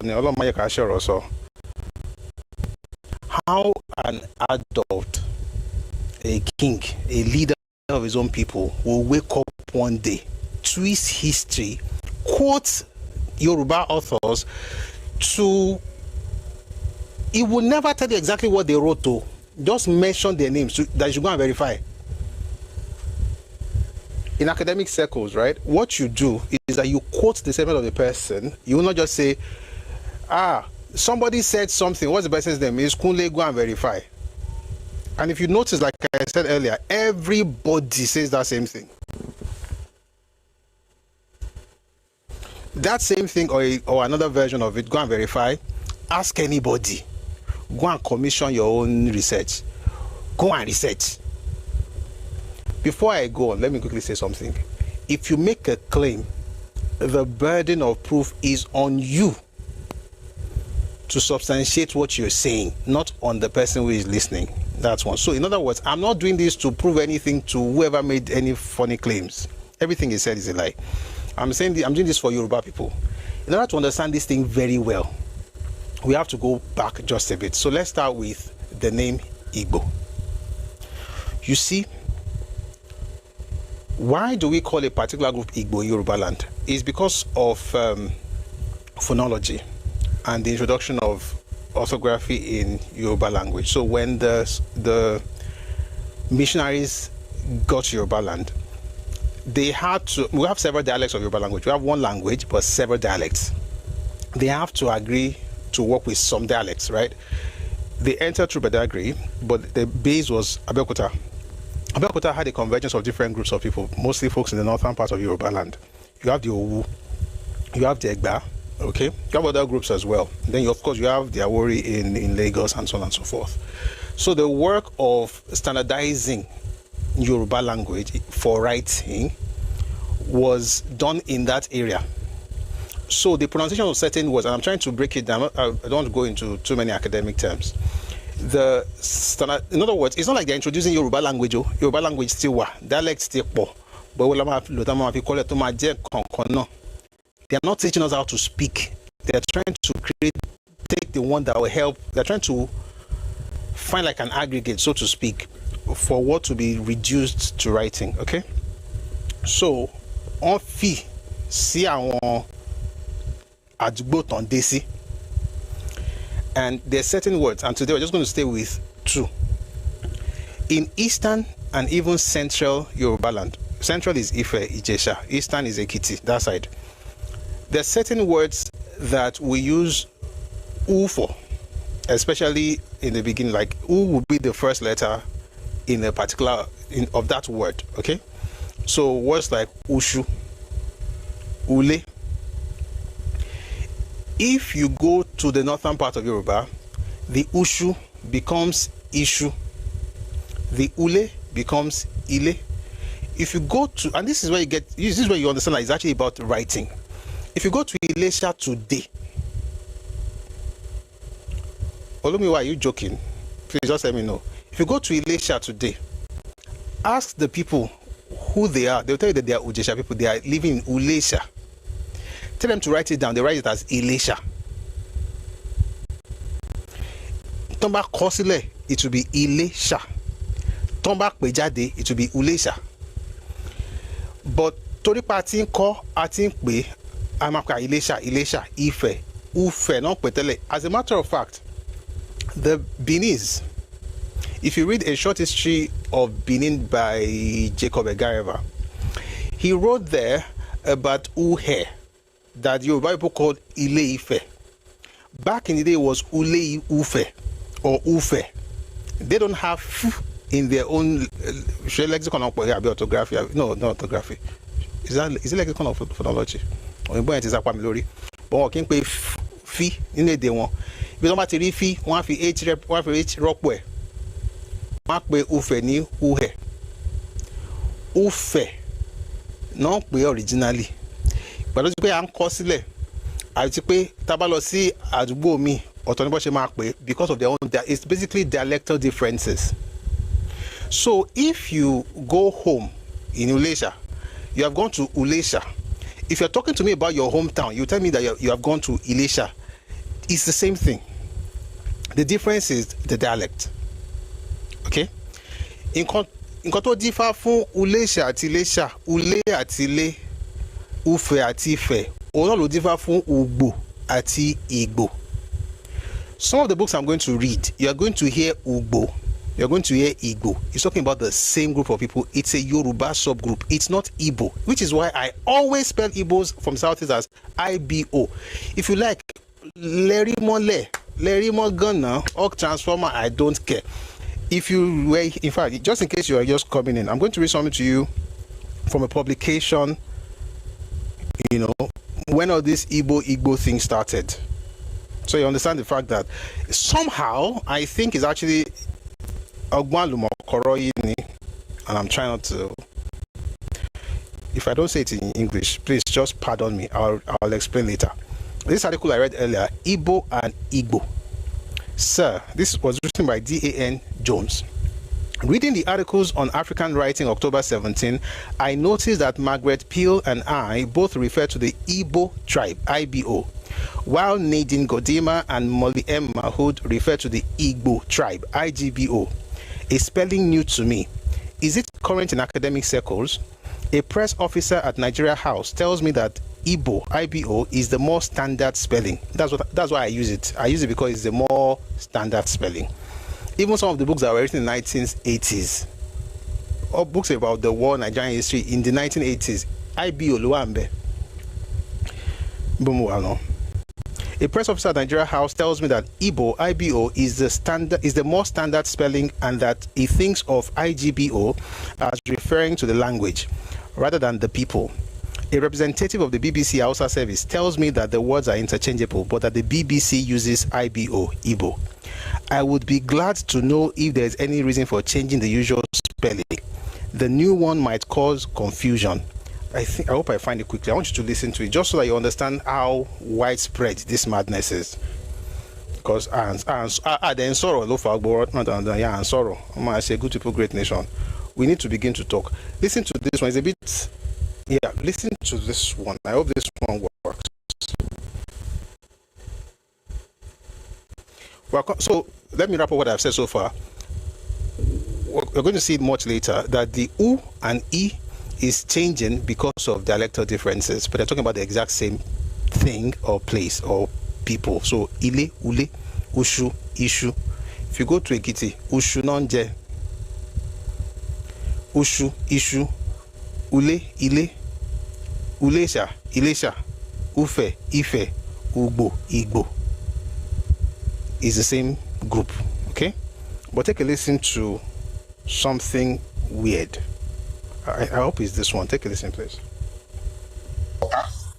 You have Ota, my brother. Don't we have Ota in the market? Yes, we even have Ota in Agbo. We still have Ota in Agbo. We have Ota close to Shagamu. We have E4. E4 is not a Yoruba name. It is our language. E4 is not Yoruba language. It is not Yoruba language. It's our language. The place they call E4, with the name E4, is telling you that the people who own this land are not Yoruba. You have Igbora. Igbora, what is Igbo doing there? We have Eruwa. Eruwa is not Yoruba name. It's our language. In Agbo, we call it Irua. It was not Irua in Agbo. Yeah. Eruwa làwọn dọ̀dọ̀ yìí ń bá sọ̀rọ̀. Eruwa náà pè ní Iruwa, àwọn òpònú. Eruwa. Ó ní Igbora ní Igbo nu. Ìgbà náà bẹ̀rẹ̀ sí pé Igbo pé Igbo. Ẹ máa gbọ́ yòókù lọ, mò ń bọ̀. It's our language. You have a place they call Iwo. We call it Iwo. Isheki, they call it Iwo. It's not Yoruba land, it's our language. You go again, you have Ejibo. Ejibo is not Yoruba word, it's our language. You have a place they call Ede. Umune, the people are children of Ede. That's why they call them Umunede. That's why they call them Umunede. They are not Umunede. Their real name is not Umunede. Their name is Umwede. Ede children. Umwede. That's their real name. It was British that changed it to Umunede because they couldn't spell it just the way they changed Agbo to Agbo because they couldn't write it. That's why you're hearing Agbo today, Agbo. It's not Agbo. The name is Agbo.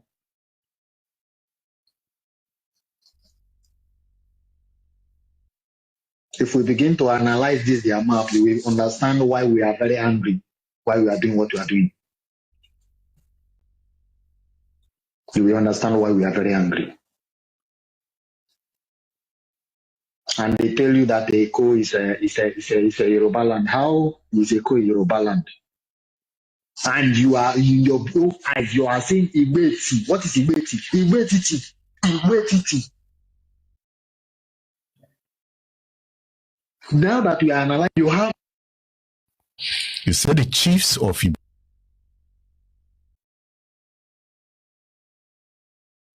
Igbetiti. Igbeti. I myself once lived in a Yoruba town called Ijebu Igbo. Anything that has Igbo now is not Yoruba.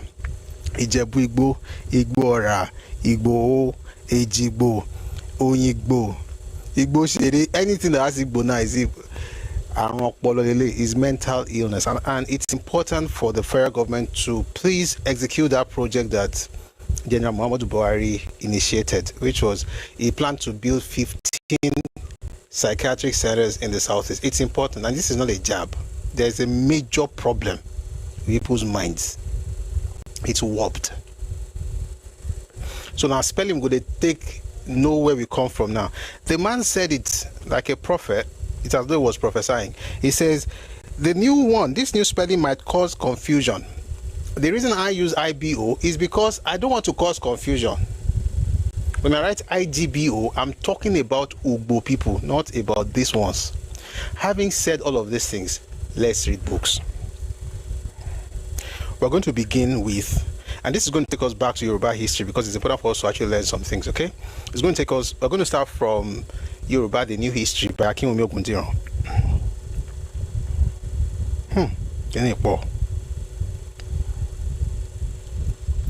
So here's what you should know. The Ugbo group in Ile-Ife, also known as Oluyare or Igare, may have consisted of several clans or subgroups. The antiquity in the area preceded the late formative period. Excuse me. The antiquity in the area preceded the late... In fact, let me go back to give you... Let's use the opportunity to also understand the effect just a bit. Okay? Again, the book is called Yoruba, the New History by Akinwumi Ogundiran. This man is an archaeologist, fantastic historians. I've been privileged to sit under him in his lectures. Mind-blowing research. Okay? He's doing some work now. I'm sure, hopefully, I don't know if they finished now. Yoele, great man, great mind. Let's read some things here. In Ife, oral traditions, 13 mega houses are remembered to have existed during this period. That's around AD 600. I'll tell that again. In Ife, oral traditions, 13 mega houses are remembered to have existed during this period of political engineering.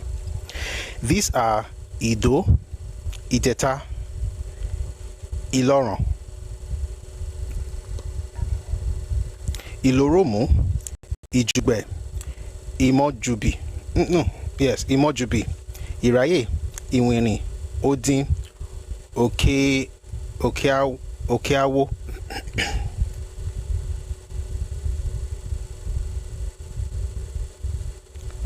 Deni, Okeoja, Omologun, and Parakin. Each of these mega house polities, each of these mega house polities, what Adeobayemi called mini-states, was a federation of contiguous houses separated by stretches of woods that ranged in distance. I'll explain.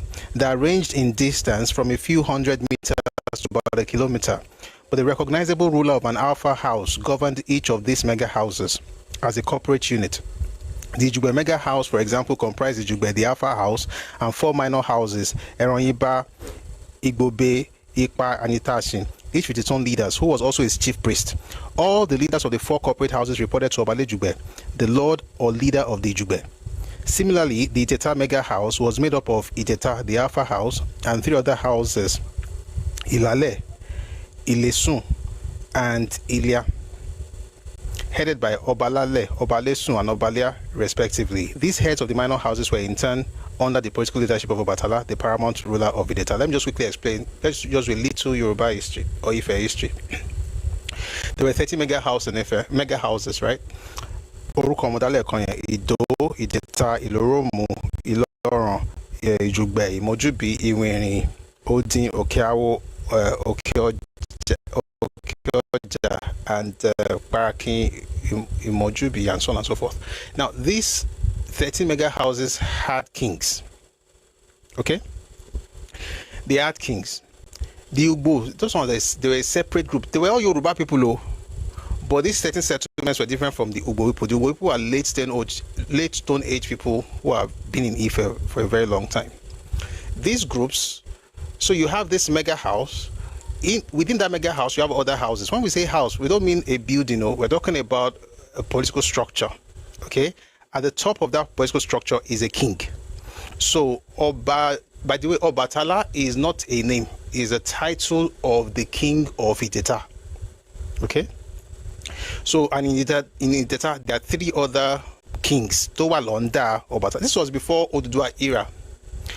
By the way, when he was saying that when Oduduwa arrived, he met Kiniko. By the way, Yoruba we should stop using that phrase when he arrived. He was born in Okiora. He was from there. It's not like the idea of arrive for us is the fact that he lived on the hill, he moved into the bowl. So Ife is like a bowl. Okay? You have the depression, like a swamp. Then you have what historians or archaeologists call the rim, where you have the 13 communities. Then you now have the hills. There are 13 mega houses in the rim, living on the rim, and then there are 7 hills with 7 communities. But within the bowl, you have the Ugbo. Ati Hilo, Ati Rimo, Ati Nobolo, they are all Yoruba people. Okay? So these communities, they all have their own kings. 13 of them. But in some cases, some of those houses also now had, some of those mega houses, some of those 13 mega houses also now have houses under them. Be a Dugbo. So think of village and hamlets. So you have small hamlets, but they now have a larger political structure in a bigger house. That bigger house is like the king over both the mega house and the houses under it. You now have 13 of them in Ife. At some point in history, the 13 of them decided to have something called a confederacy, where they chose a chairman. It wasn't essentially, it was a king of his own settlement. It was not the king of Ife, which is, by the way, I usually say to people when they say things, there was a time, there was a time somebody came around and said, oh, there were many kings in Ife, and Ojo was not the first king. I was like, listen, there were many kings in Ife. There was never a king of Ife until Oduduwa. There were many kings in Ife before Oduduwa, but there was no king of Ife. What Oduduwa did, I'll talk about it later, but let's just say something about the confederacy. The idea basically was to pick one of them, one of the kings will lead the remaining. But there's a reason for that confederacy. I'll read to you now.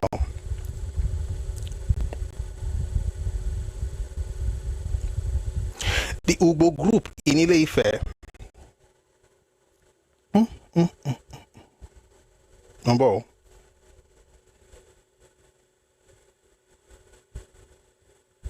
Okay, let me read it from here. Located between the steep and rolling Inselbergs above and the swampy valley below, the Ife rims were the optimum areas conducive to settlement and farming between AD 500 and 900. The administration of this prime land increasingly tested the skills of the area's political leadership throughout the last 2 centuries of the first millennium. Managing the increasing population's access to natural and social resources and the conflicts that ensued from the competing claims to these resources presented opportunities for new organizational structures. As a result, several of the mega houses began to form themselves into confederacy-like associations. The most prominent of this was the Ife Confederacy, and it seems to have been formed as an alliance, against other social groups in the area, especially the Ugbo, an older group that oral traditions refer to as the aborigines of the area.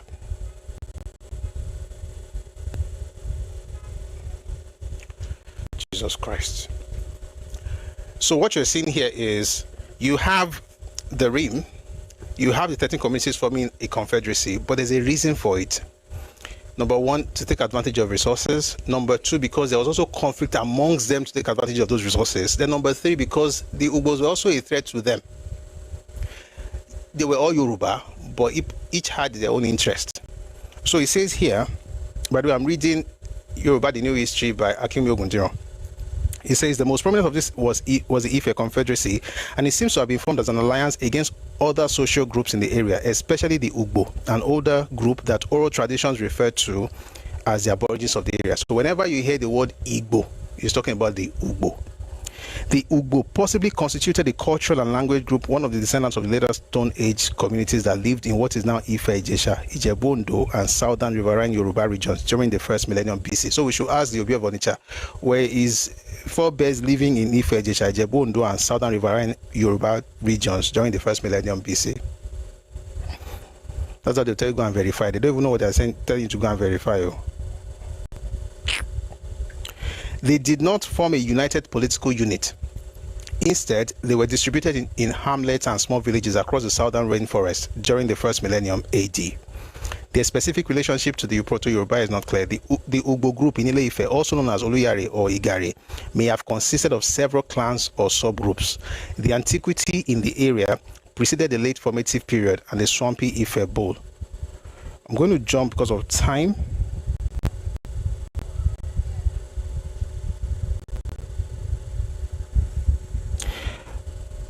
I think I've talked about it before, how we had in the Confederacy 4 or 13 communities, and you had the very first chairman of the Confederacy being Oranfe, and the last one was Obatala. So they chose based on, for the most part, gerontocracy. Okay, it was basically based on your age. The oldest would lead the rest.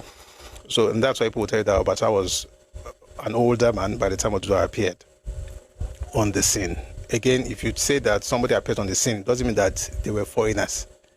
If, for instance, you say Goodluck Jonathan just appeared on the scene, it doesn't mean that they imported Goodluck Jonathan from Equatorial Guinea. It just means that you did not know him all across this space. He just appeared on the scene. So it's not like all this foreign thing about Oduduwa. Oduduwa is not a foreigner.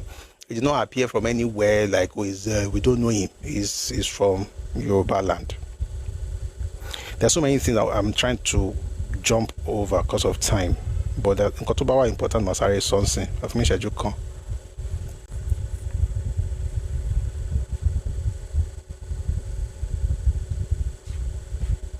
So what changed everything, right, was Oduduwa's arrival in the bowl. And the idea basically was that he was going to change the political structure. So remember, they had a confederacy. The confederacy had no king. Well, you could call him a king, but it would be the king of kings, if you get what I mean. In other words, these 13 settlements have kings. Each of those settlements in some cases also have other smaller settlements under them, right? But you now have one of these 13 becoming the head. In reality, is primus inter pares. In other words, it's first among equals. So he begins to lead the remaining 12. So he's the king of all those people, but they still have their own autonomy. That's confederacy. What Oduduwa was introducing was divine kingship. In other words, it's going to collapse the structure of the 13 communities into one. You're not going to have chiefs from all the 13 communities, but you're going to have one king that you now work with. So essentially, a centralizing authority, which was what happened in the 10th century AD. Okay.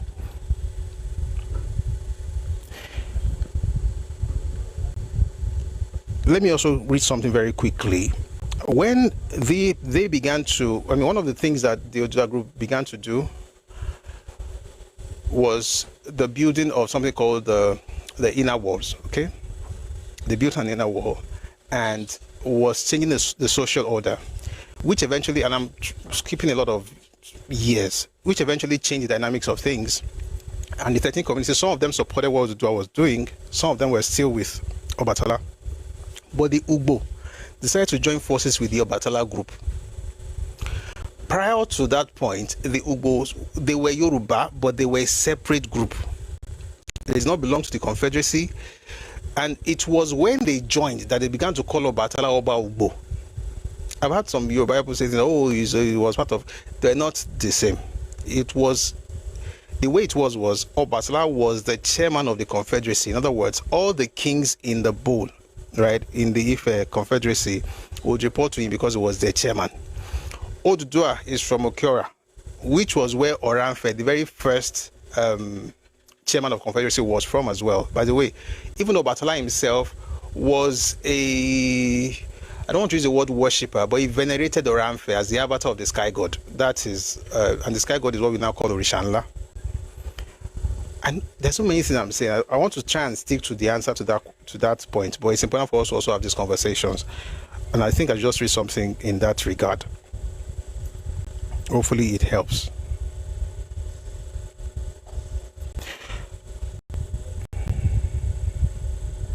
It says here, oral traditions credit Obatala with promoting the adoption of Oramfe as unifying deity for the members of the Ife Confederacy and as the focus of the annual festival in which all the constituent members of the Confederacy were represented. Not surprisingly, the hill, Ora, regarded as the primal home of Oramfe, formed the backdrop for the ancient settlement of Ideta.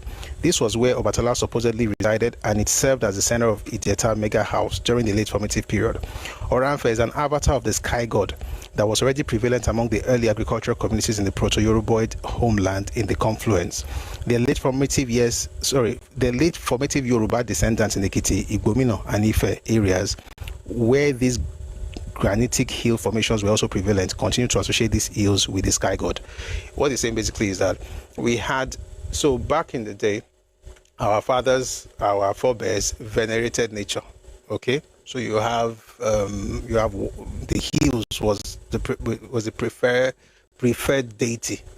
Okay, for folks in Ekiti, Igbomino, Ife areas, they call that deity Orishanla, or the sky god. Okay, even Oramfe venerated Orishanla. By the time of Obatala was the one that championed the deification of Oramfe himself. Okay, and then made Oramfe the avatar.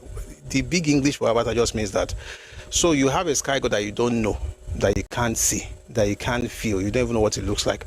Avatar is like a representation of that deity. Okay, so just like right now, you can click on my profile picture. That's my avatar. Okay, it's like a representation of like what you can't see at the moment, and that's what Oramfe became to them. Of course, much later it became a standalone deity that we now call Oramfe Onile. And interestingly, Yoruba, this is the beauty of Yoruba elders, by the way. Interestingly, Obatala, who championed the deification of Oramfe, and they made him the avatar of Orishanla, when they separated, this is it's a bit religious, a bit political. When they split how do I put it now? When it chose to elevate Oramfe beyond just being an avatar to becoming its own deity as Oramfe Onile, they then decided to also bring Obatala to that level where the word they would use for the deity, Oramfe, which is Orishala, now began to be from Obatala. That's why today, if I mention Orishala, you will not think of the sky god, you will think of Obatala. What I just said right now took thousands of years or centuries, or at least centuries in the making. It was Orishanla, it was venerated by Oramfe, and then by the time of Obatala, they still venerated him, but they now had Oramfe as avatar. Then years later, they now said, okay, we're going to have this man become a separate entity on its own as a deity, and we'll call him Oramfe Onile. But this Orishanla that we have, this was after Obatala had come and gone. If you want to know how I got all these things, just read the books I mentioned and you understand, and also listen to the elders. Let's go on into some other things. We can explain very well that we are not related to people in the southeast. And it's not fight. It's not fight.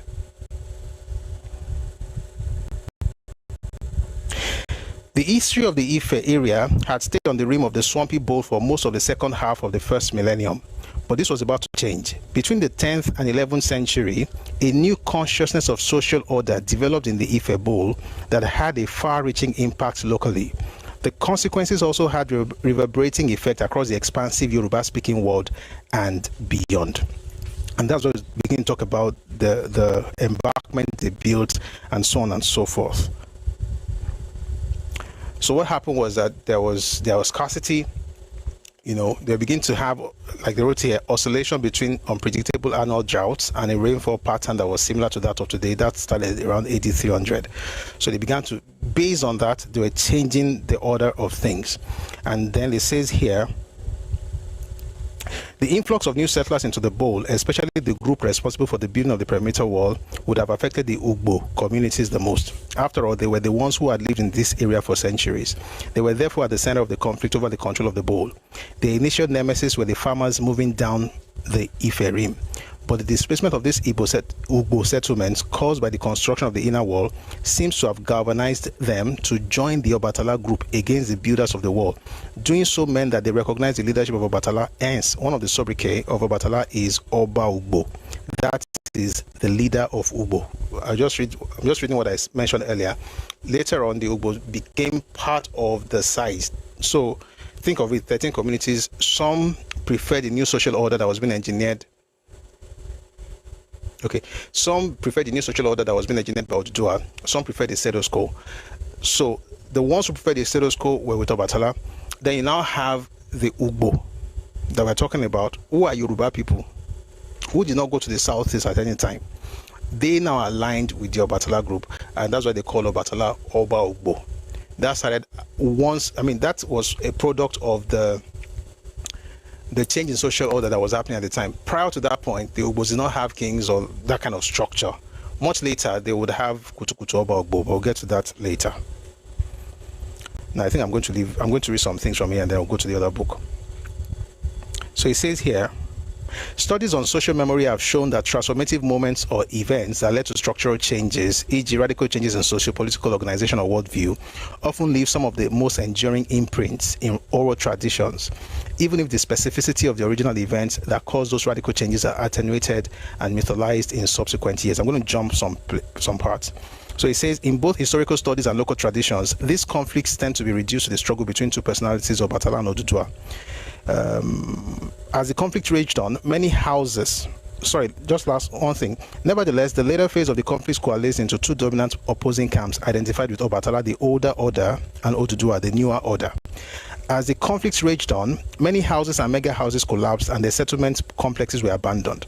Some of their members joined other houses, while others moved farther away from Ile-Ife. The annual rituals and festivals, this is where I'm going, I want to read this one. The annual rituals and festivals celebrating the origins of several towns, dynasties, and kingships in the central Yoruba region often reenact these migrations. Listen to this. Within Ile-Ife itself, this conflict and its eventual resolution are the subject of several annual commemorative festivals. I'll take that again.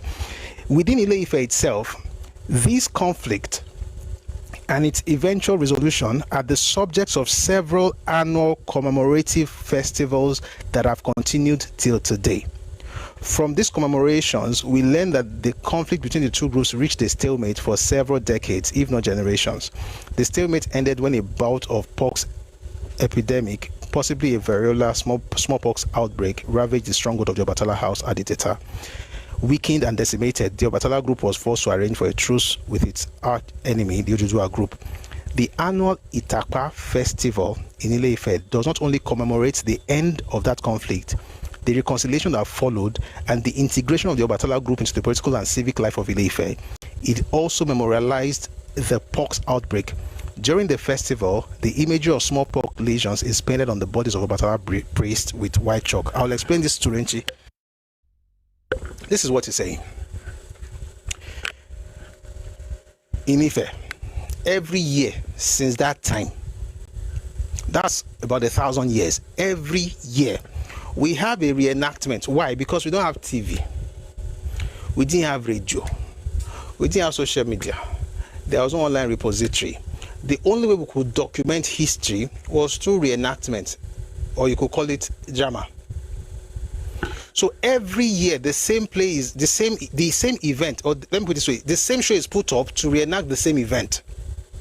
The folks who fought on this side, the folks who fought on that side, and what happened really was that.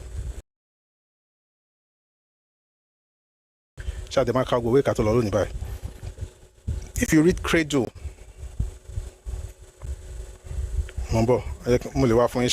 if you read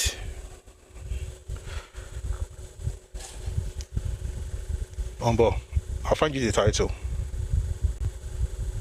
The Cradle of a Race, Ife from the Beginning to 1980 by Akin Jogmi. You'll find all these things there. Let me just mention 4 books. Yoruba, The New History by Akin Ogundiran. A History of the Yoruba by Stevie Banjakintoye. Ife, Cradle of the Yoruba, a handbook on the history of the origins of the Yoruba by Ademakinwa. and then this one I'm about to read now, The Cradle of a Race, Ife, from the beginning to 1980. What you notice is the consistency of the stories. So what happened really was that there was, of course, you have the old order, like I mentioned, and then the new order, and they were at it. It became a major issue, like you could even call it a war. You had different factions. They were fighting each other. It was not, play. It was to the point where the folks in the Delta, that's Obatala's base, they were ejected. Okay? And they moved to a place called Iditauko. So all the people that worked with him, the other people in the other mega houses and the Ubo, they went with him to Iditauko. While they were there, there was now an outbreak of smallpox. They now brought a man called Prince Ijumu to get in there and essentially mediated between the Odudua group and the Obatala group, and they now rearranged the social order, not to expel those people, but to now create a structure that allows for them to also be reintegrated in society. Just that now, instead of having confederacy, we now have monarchy, we have a kingship. Now I'm going to read something to you from the book I mentioned earlier. One of the factors that eventually aided the collapse of the Obatala group appears to have been the outbreak of smallpox in their camp. The speckled appearances of the Obatala priests during the Itakpa festival suggested that they were smallpox victims. Furthermore, on the 7th day of the Itakpa festival, by the way, Itakpa festival is a festival that essentially where we reenact what happened between the Odudua camp and the Obatala camp. One of the things that I appreciate about our parents is that they don't even hide these things. You know, if you use them, insult me. They hide them. And the reason they don't hide it is because, number one, you need to know what happened, but there's also pride in the sense that they were able to resolve the conflict. It's the same way we celebrate the end of Kiriji in 1897, well, 1886 and later 1897. The reason is because it was resolved. Therefore, you can flex. You can be happy about it. You can even talk about it. As a matter of fact, during this festival, sometimes the two sides will abuse each other using the insults from the old days, and afterwards, they will now drink palm wine together. In other words, they remember what happened. So it is not somebody from across the Niger that will now appropriate the story of Yoruba people and say, oh, listen, you people that were there, the people that are telling the story, they still know themselves. We'll get to Moremi because he mentioned Moremi and stuff. It had nothing to do with Igbo people. We'll get there. Let me finish this one first. The factor that eventually aided the collapse of the Obatala group appears to have been the outbreak of smallpox in their camp. The speckled appearances of the Obatala priests during the festival suggested that they were smallpox victims. Furthermore, on the 7th day of the Itakpa festival, elaborate rituals are held for prevention against smallpox epidemic. Also, on the 11th day, the major players commemorate both it is on this same night that the Ooni visits the shrine to renew his case. Also on this, that happened last year. The Ooni went to Obatala shrine. I like our father, so just because you are now you are now the king, you have won, doesn't mean you are winner takes all. You also have to respect the old order, even if you are introducing something new. This last year, we still saw it. The Ooni went to Obatala shrine. Why didn't the Ibos follow him? We'll talk about that very soon. It is on this same night that the Ooni visits the shrine to renew his case. Also on this same night, while the chief from Idetaile to Idetauko in commemoration of the expulsion of Obatala's forces by those of Odudua is being held, there is such weeping and lamentation for the loss of the Are. Are is the crown. Therefore, the Ojumo peace efforts did not appear to have put an end to the struggle for supremacy. Indeed, a faction of the Obatala group led by Oba Wini, I'll explain, argued strongly that the cause for which they had picked up arms should not be compromised. This faction refused to join Obatala to return to the original settlement at Idetaile. Rather, they settled at a place which became known as Igbo Forest, from where they later launched a vendetta on the city. Let's explain. Back up a bit. There's a confederacy. It's led by Obatala. There are many kings under him. He's not the king of Ife, but he's the leader of the kings within Ife. Okay? Another person comes along who is also a member of the society, right, of that Ife space, is from Okiora. He feels like this style of leadership cannot help us in the new social order. in this new dispensation, we've got to create a new social order. So he comes along and says, you know what, we've got to create something that will help us take advantage of our resources better. The person is Odudua. He comes along and says there's a new idea. This one says no, they fought. In their fight, they got some people on their side. One of the major people that worked on the side of Odudua is a man called Obameri. If you want to have the conversation of Ife history, we'll go deep into these things. He was actually the one that expelled Obatala from from Idetaile to Idetaoko. Now, the 13 mega houses split. Some wanted to change the order because there was scarcity, there was drought at the time. Okay, things were not the way they used to be. People have to move away from the rims into the bowl. What they mean basically is that the land looks like this. Underneath, swamp wambe. If you begin to have ogbele loke, not the hills now. If you begin to have ogbele like drought, it makes sense for you to go deeper, because the deeper you go, the more fertile the land will get. Since you can't get fertile land here because of drought, so they were going in there. In that place, okay, and so changing that order, it was due to, of course, political reality, but it was also due to economic reality, which of course was a product of nature at the time. Anyway, some favored the new order, some were more traditional. Fight ensued, became a serious war, by the way, proper war, that eventually led to the expulsion of those of Obatala and those who were loyal to him. Now, apart from the people in the 13 settlements that were loyal to Obatala, there's also another group who are the aborigines as well. They are the Ugbo people. We also call them Igbo. As a matter of fact, in the book I just read right now, he called them Igbo. They were Ugbo.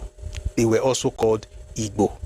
They then decided to align with Obatala, and that's why in Ife today we also say Obatala Oba Ugbo, the leader of the Ugbos. Okay? Now, here's the thing. Having stayed there for a while, there was a smallpox outbreak. People died, and so on and so forth. There was a man, called Prince Ijumo. You find it in this book, The Cradle of a Race, Ife, from the beginning to 1980. You also find it in A History of the Yoruba People by Stevie Bajakitoye. He then brokered peace, like Emoja Moyaka Tungobueto. They now rearranged everything. The concept, there's something in Ife that we call a Sisun. That was a concept of, that was the basis of the new order, all right? Where the king, by the way, was not an absolute monarch. He was a divine king. He was respected as such, but the others also had a role. They had different roles to play in the governance structure. Whether it's in religion or in politics, whatever it is, they had a role to play. So everybody also had something to do. The only difference is just that we're not going to use the pattern you were using before. So think of it like you're changing from presidential system to parliamentary system. Like in 1979, so in the 1950s, Nigeria ran parliamentary system into the 1960s. Then the military took over in 1966. They changed the order. Okay? So when they say the military arrived and changed the order, it doesn't mean that the military came out of Timbuktu. They were Nigerians, okay? And then by 1979, when they were going to hand over power to civilian government, that's Obasanjo, they said to go presidential system rather than follow the parliamentary system we had, which was the Westminster model at independence, okay? So what happened basically is that a new social order. In this new social order, the people will still have roles to play. That's what our fathers did in the 10th, 11th century AD. But there was a particular group that they were also following Obatala. But while Obatala returned to Ideta and moved back with his followers, a particular group led by a man called Obawini said they were not going to follow him. Obawini was the leader of Iwini, which was also a settlement in Ife. The Ugos were now working with him. Now they moved to a place away from Ideta. Again, Idetauko is like the countryside, like the countryside essentially, or countryside settlement of countryside version of the settlement. So Idetaile is the one in town. Idetauko is countryside, but it's the same Ideta people that own the place. They then moved to a place called Igbo. In some books, you see it as Ugbo. You can see it as Ugbo, Igbo, Igbo. Igbo as in bush or forest. Igbo as in the people. There's another book we're going to read later. You will see words like Igbomoku. You're talking about Ife. Adakpe, Engba meaning Igbomoku. All these things are talking about the particular group of people called Igbo. They are not Ibos. Okay? From Igbo or Ugbo, Obawe and his people would now attack Ife. Remember, Obatala had returned. They had settled, they had reorganized the system. He had a place in governance. Oduduwa was the king. He was the first Oni. He had the Ari now, which is the crown, which Kabesi still wears every year. Every Kabesi in Ife wears it once a year during Olojo. So Oduduwa now has a crown. The government, the structure has changed. We have a new downtown. We have a new setup. We have, as a matter of fact, also they started building the second wall, the outer wall. Then later on, they built the toll gates. We had 3 toll gates in Ife at the time. Just like a whole new city, all right, with a whole new structure. And the people who left had returned. But some people said, we're not going back. Now, some of those people were the Igbos. Some of them left. Some of them returned. The ones who returned are the ones in Ife. We call them Oluyari or Igari. So when you hear Kabesi say that there is Ile Igbo in Ife, he's not talking about folks in the southeast. He's talking about those people who were in Ife. Some of them remained. Ari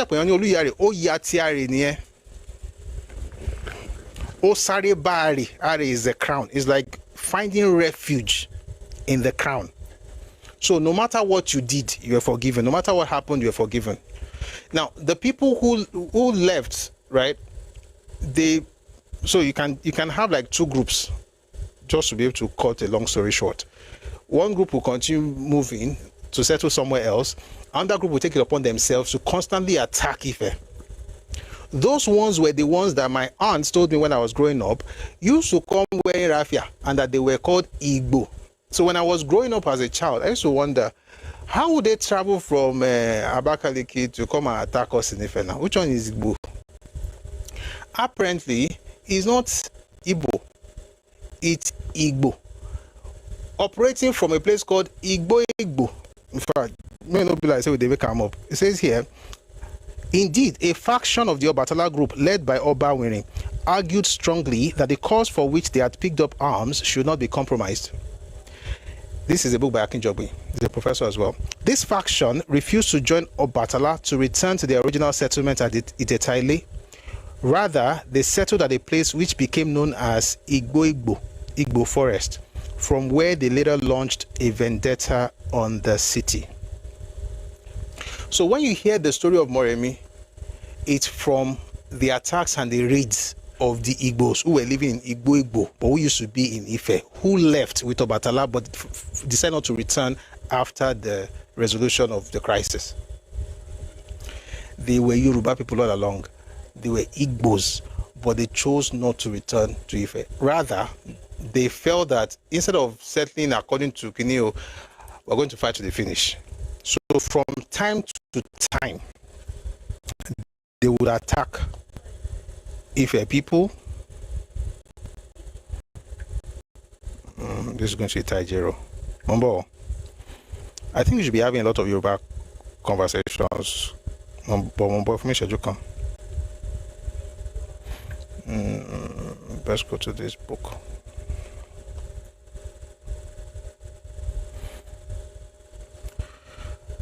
I hope you are. By the way, if you notice, I'm also not spending too much time on what the OB said, because that one, if I just start talking, come on my sorrow till then. But it's an opportunity to also study. So there's something I want to read to you guys. Give me a second, please.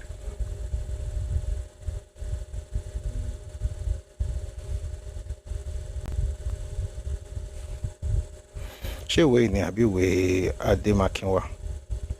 think it's Ademakinwa. Mambo.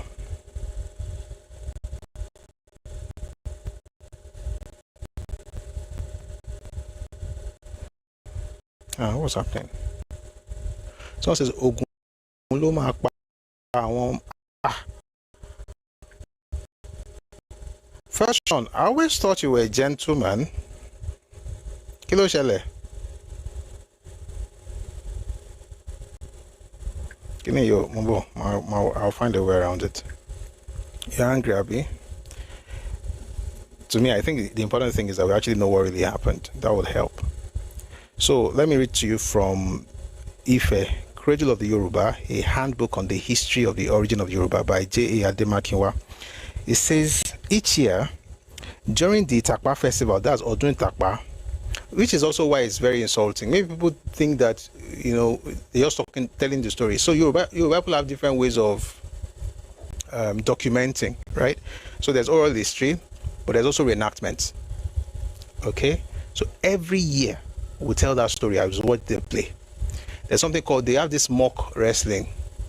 People want make it, but it's mock. Just to remind you that there was a war between these two camps. So it says, it is particularly worthy of notice that since that time, till even it has been the annual practice of the offspring of Obameri during Odun Itakpa to run quickly to go and break a gourd of palm wine on the very spot where Obameri ordered the first gourds to be broken. Let's not go into all of those things. I already mentioned Obameri earlier.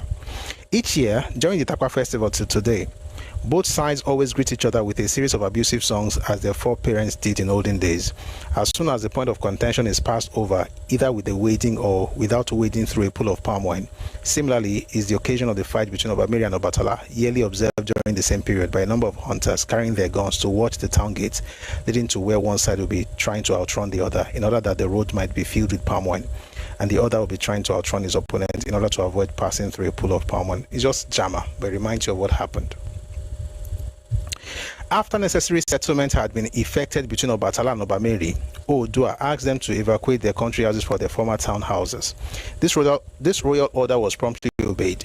Nevertheless, many of the Obatala's wild boys were not willing to let Obameri and his people go unpunished one way or the other. Who is Obameri? I already mentioned earlier, was one of the kings on the side of Oduduwa, and it was one of those major people. In fact, it was the primary person that effected the ejection and expulsion of Obatala and folks that worked with him, chased them out of Ife. So the crisis was, of course, when they settled the kidney between Obatala and Oduduwa, they also had to bring Obameri in, settle the matter. But while they were doing that, these other guys with Obameri said they were not going to return. So he says here, nevertheless, Kabesi, that's Oni, Oduduwa, now asks that they should return home. They should leave the forest and return home. So they returned. Nevertheless, many of Obatala's wild boys were not willing to let Obameri and his people go unpunished one way or the other. Although they knew that this could not be done without punishing other people too, yet they insisted on carrying out their tendentious purpose.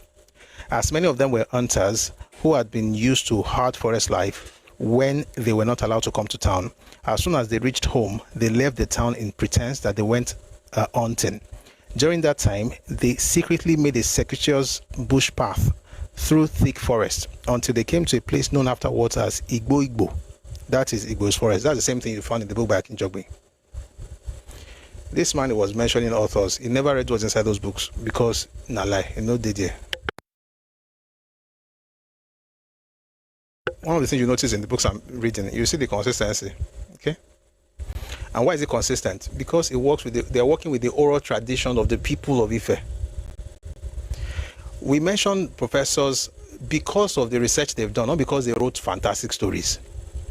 And what research entails really is the work to go to the owners of the story and ask different people in that same place and find the consistency in their history, and then you can now present it as evidence of knowledge. It's not that you just sit down in one place and say, go and verify.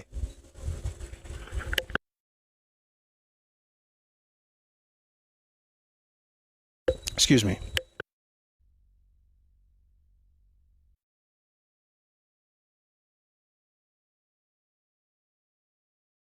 So a lot of them who were hunters moved to a place called Igbo. This place is very far from the town and is almost diametrically opposite to both town and their former country houses. What's the former country house? Anybody in the comment section? Former country house is... I just want to know that you guys are following.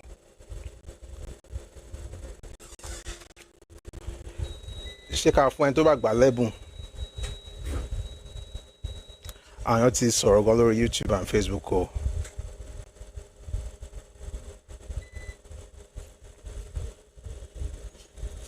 White Kuba, I'm going to respond to you, please.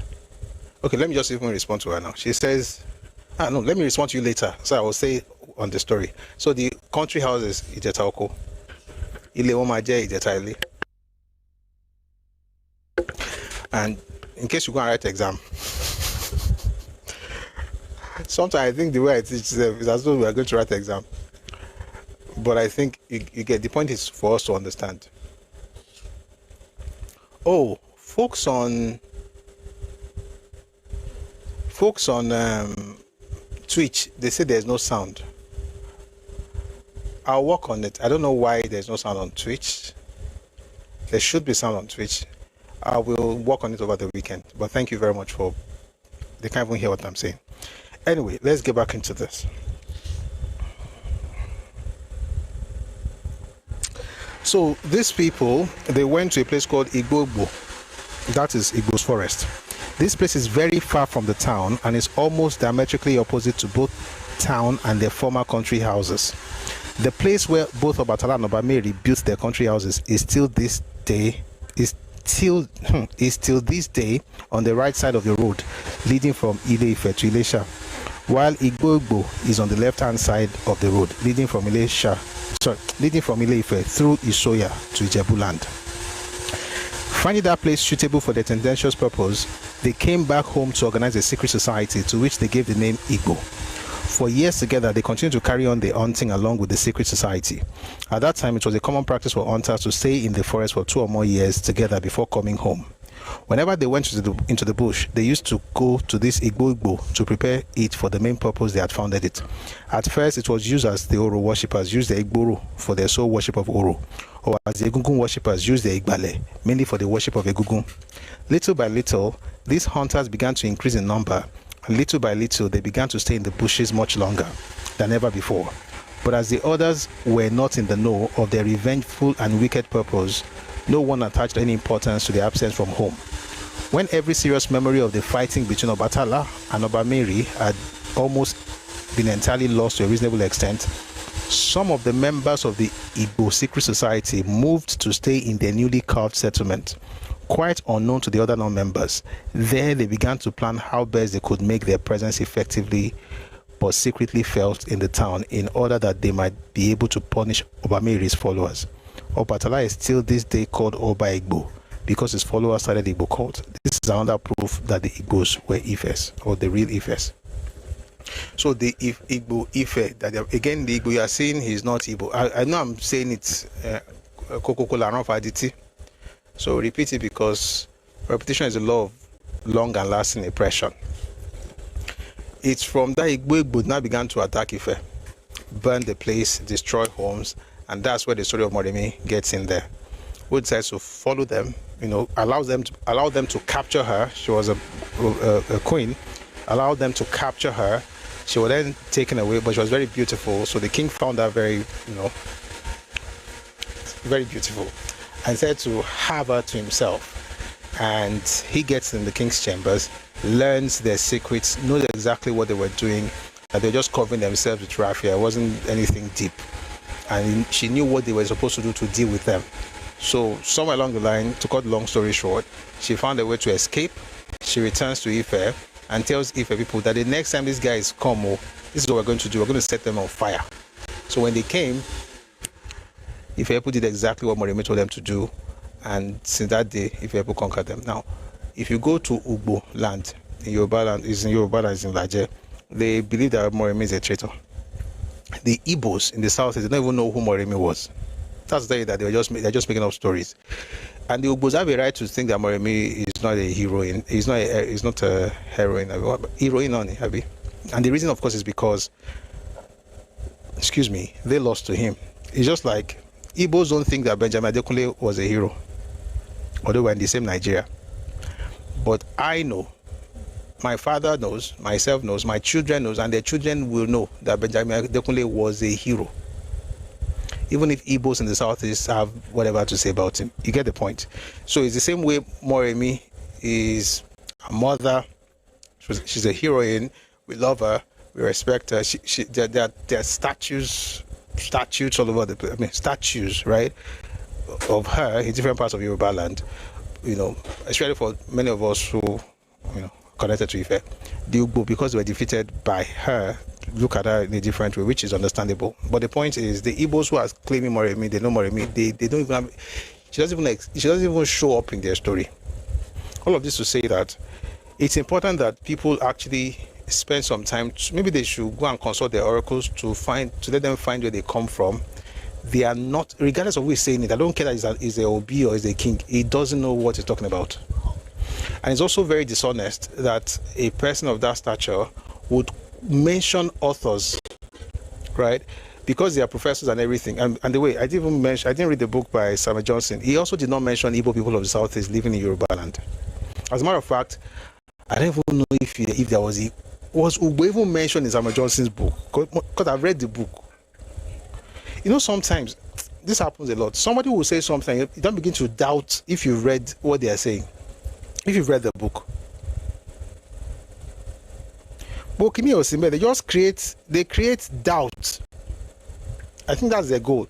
They create doubts in you about your history, but the reality is that they don't know where they're from. And you know what? It's not a problem if you don't know where you're from. All you have to do is just study, and maybe you have to pray. I don't know. Maybe God can reveal to you. But to be clear, I think the reason, and this is my own theory, and I'm very sure I'm correct. Number one, let me say it this way. I'm thinking of many things at the same time. The reason he mentions Samuel Johnson is because he's the first Yoruba man to write the history of Yoruba people. Finished the book in 1897. It was eventually published in 1921 by his brother Obadiah. That's why he mentioned the name. Johnson did not mention Igbo people, or even Ugbo people for that matter, in terms of being occupants. I mean, I have the book here. You won't see it there. But the king mentioned it. He mentioned Adebayemi. Adebayemi was talking about Ugbo people that are present-day Ilaje in Ondo State. The king of the Ugbo people is Oba Akinrotan. Oba Akinrotan is the owner of Obat. Right? That's the king of the Ugbo. And Ugbo are the largest subgroup of Yoruba people. So when you hear a Yoruba man, like when I was growing up, my aunt, whenever she was telling me Ife history, she just say, I want Igbo Mawabi, that the Ugbos used to use Ife dialects. I want Igbo will come to this place, they will raid that place, they will raid this place, they will raid that place. She just say, I want Igbo. She used to say Igbo. She never said Ugbo. And the reason is because over time, what's in that way, just the same way they will not, my aunt would not say Mondo Ule Ufe, because they were used to saying Ife. But when they are performing old songs, you hear things like Ara Le Ufe Emule. It's even the other Ara Le Ufe, but there are some words, Toman say around when I say Atijo, I'm not saying Atijo for us, so Atijo for them. The person I'm talking about, she passed on in her 80s, and she 80s going to be 90s, and that was many years ago. You know, so on that background. So Aworin to answer route Aworin festival, you still feel that original dialectal difference that they had.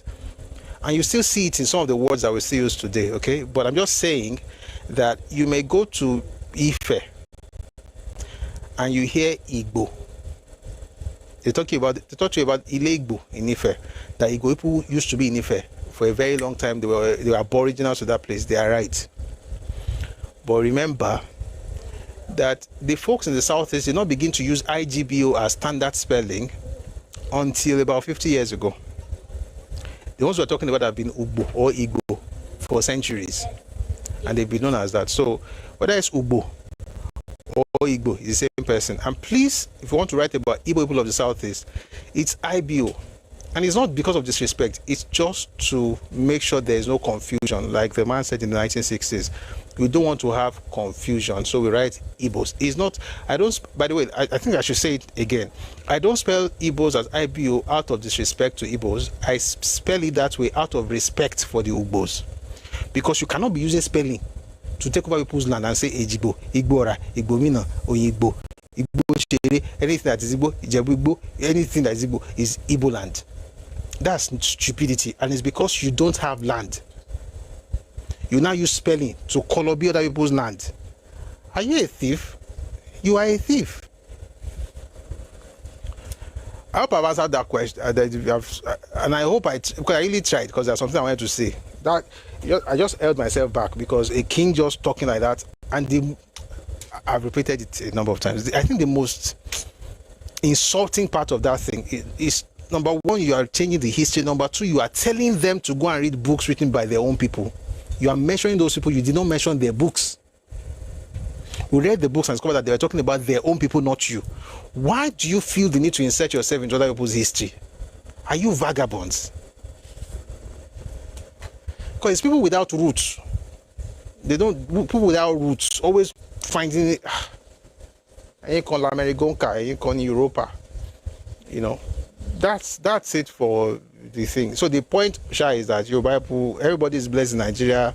We love everybody, but we're not connected to people. And it's not a problem. And by the way, why are they not connected to Hausa people? Are we not all in the same country? They should check their history. The Hausa people are also very close to them. Nonsense. All right. I'm going to read some comments now.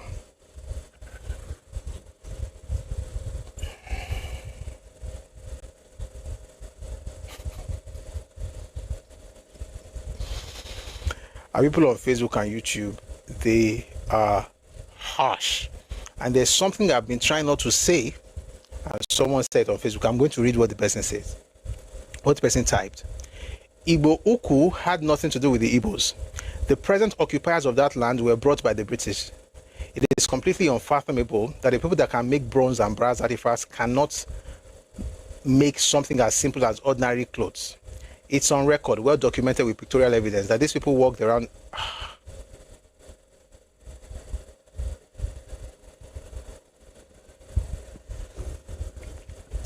I was going to read what you wrote, but it's too heavy.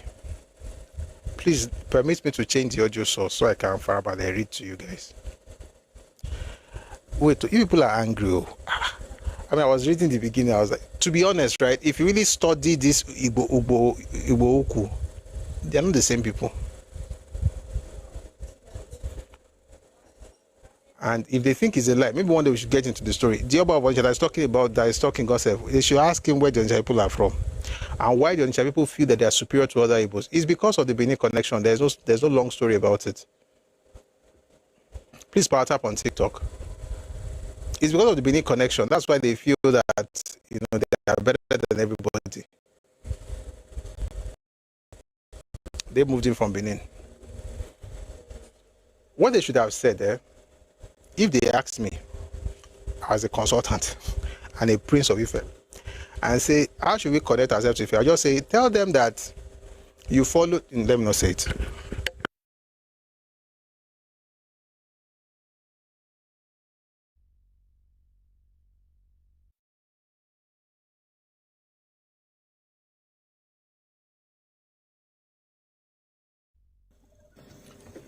You can hear me. Sorry, I had to switch so this thing will not go off. Yeah, I was going to say something, but I don't want to say. I don't give anybody ideas. Someone say, we want to hear. Okay, I won't say it directly. I'll say it in a way that it will be useless for anybody that wants to use it. In fact, it will be useless. God said, could it work more? It could have been that but it's atama pẹ̀lú tó tẹ̀lé ọ̀rọ̀ mi yan kúrò ní Ifẹ̀. I mean, it's all done. If they really understood Yoruba history and they want to force themselves and attach themselves, they would have attached themselves the particular group that left Ifẹ̀ at a particular time. And I know when they left, but we'll not go into it. If they had worked with those ones, would have said, maybe they are the ones that have followed and they now, eventually now arrived in Onitsha. But even if you say that one, what will you hear? You hear that Ezechima was originally from the east. He now went to consult for Oba of Benin before he now returned to Onitsha. Whatever their story is, that's their business. The point is just that they should stop disrespecting Yoruba history. Ibos are not connected to Yoruba people. There's nothing like Odundunwa. You have no kings, so you could not have been the one initiating kingship in Yoruba land, like the man in the video said. The first one we listened to, you could not have initiated kings in Yoruba land. There's Igbo Eweze. You have no kings. when the British arrived, the highest they found in many Igbo spaces, they found the highest person in the community was head of extended family or head of a clan. Yoruba people have been city people for more than 1,000 years. Right? In fact, much more than 1,000. I'm just using 1,000 because I don't want to maybe not be like I exaggerate. We can give you sources for this. Right? So we are city people. We build towns. We have a city of about between 70 and 120,000 people in the 12th, 13th century AD. If you can organize a city of 120,000 people today, okay, then are you? Imagine doing that 1,000 years ago. So people should respect themselves. Nigeria is the one that it doesn't mean you should be changing people's history. It's just disrespectful. It's not Satan, actually, just rubbish. All right, let's see some things here. People on YouTube and Facebook are just insulting. I'm not going to read your stuff. I think they were angry. That's what happened. They were just angry. They're very angry. Very, very angry. I think I get it. Mimi Joseph says, my first time in, I don't know how to pronounce this, to be honest. It's in Virginia in 2002. I called it Roanoke. It sounds Yoruba. That must be Native American. So I think she was talking about the point we made earlier, that if a place sounds like Kinikon, that means it's Yoruba. So if you say there's Adelaide Day in Australia, that means it's Yoruba land. This man, the king, he says there's Onitsha in Yoruba land. That means there's Onitsha is connected. Number one, there's no Onitsha in Yoruba land. So they should go and arrest, I beg.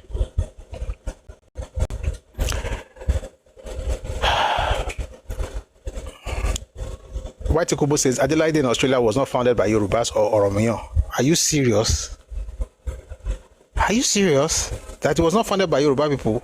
Thank you for the information. Of course it was not funded by Yoruba people. I was trying to draw a parallel between the ridiculousness of claiming towns because of similarities of spelling. Of course it was not funded by Yoruba people. You really thought I meant... Excuse me. You really thought I meant that we were founded as...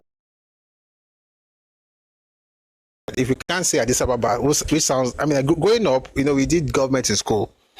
You just be hearing OAU, Organization of African Unity. Everything Addis Ababa, you might as well just claim Ethiopia because they have Addis Ababa there.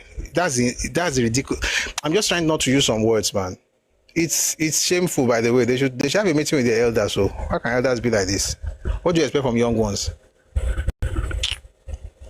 Let's read a few more things. I was say Onitsha is after Ikiron, your way to offer. Thank you very much. My geography was a bit warped, but people also corrected me here. So Onitsha is in Osun State, but it is not Onitsha. And it is not connected with anywhere close to Yoruba land. They should go and find a way to rest. We know the people we are connected with, they are not Ibos. And it's not a problem. It doesn't mean you are hated. It's just that we cannot change history to make you feel happy. People should make history, like do something that will become historical for people in the future, instead of going back to go and change things. You never had it. And it's okay. Oh God. Guys, I'm just keeping. People are insulted. People were angry.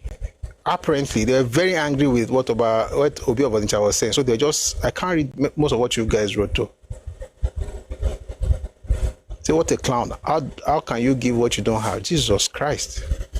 If you don't stop them from spreading all this rubbish, it might be too late. That's Akintayo Shijuade on YouTube. Thank you very much. That's what we're doing. Sinchin says Onitsha is from Europa. You're not a good person, though. All right. Adewale Megbabi on YouTube says, truth is that it is easy to spread propaganda these days than to let people know the truth. It is just an unfortunate way the world is right now. Absolutely. Thank you for that. White Kubo says some of them already saying Yoruba land was stolen from their ancestors by Yorubas and they need to take it back. Biafra will be a child's play. Taiwo Bano sources our Oni is condoning all the lies from Ibos. It is time for Oni to debunk and make statement announcing the lies. Oni doesn't have to say anything. Oni doesn't have to say anything. Oni is a historian. He should say it, by the way, if he, I think he should say it. But even if he doesn't, it's important to actually set the record straight. And I've said it several times. Kings can be sources of historical knowledge, but they're not historians. Okay, so a king could say something, and that's the thing. Onitsha is my father, is our father. As a matter of fact, is a deity. But we can also try and explain some things that may have been passed the wrong way, which says a lot about Yoruba people. Right? He's our father, he's a deity, he's Onitsha. But if I'm in front of Babansi, you get what I'm saying. See, and I'll tell you where Baba was right. He was right in saying that Igbo people are from Ife. To the extent that we're dealing with the fact that the whole world was created in Ife. If that's what we are talking about, he's right. Outside people were created in Ife. Chinese were created in Ife. The English created in Ife. Everybody was created in Ife. If that's what we're saying, I agree 100%. And that would be right. But we're not even saying that story again. Why? Because if you see a person who is looking for a reason to shall come and own something in your house, you were not even created in Ife. You were created somewhere else. Talk to God. He will tell you where you were created. God bless you. Abigail says Yoruba all the way. Thank you. Thank you very much for that. White Kubo says, wasn't it the Osuka's freeborn mentality that gave them superiority complex? Are you talking about the Onitsha people? No, it was the origin story. If you read the book by Nnamdi Azikiwe, My Odyssey, the way he was talking about the fact that he's from Onitsha, you understand why Onitsha people and by extension Anambra people feel that they are superior to other Ibos. Even right now they are complaining about it, and the same crisis happened in the 1960s between Onitsha Igbo and the rest of the Ibos. If you read the book by G.T. Baston, among the Ibos, he said the Onitsha people did not call themselves Ibos. They said everybody to the east was Igbo. Everybody to the west, before Benin, was Enoani. So they didn't consider themselves Igbo. So when they eventually decided to consider themselves as Igbo, based on political expediency, they said they were the superior Igbos. That's their family problem. It's just that whatever they want to do with the history, they should do. They should not change our own history now to make themselves find themselves. White Kubo says, it is baffling that Obi of Onitsha is not speaking like a Benin descended monarch at all. Why didn't he go to Benin and Ife and meet up with historians there instead of making things up?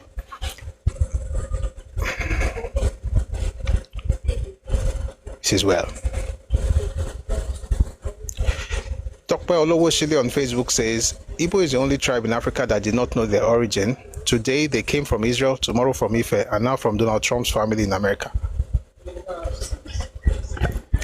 Nisha, White Kubo says, Aide Barista is not from Mount Fuji in Japan, it was from Ibadan. The way you're even writing as if you are telling us. Yeah, although he named the music after Mount Fuji, but yeah, we know that. Thank you very much for writing that. It was from Ayeye in Ibadan. Then White Kubo says, based on your own understanding of history, where would you guess that the Igbo may have come from?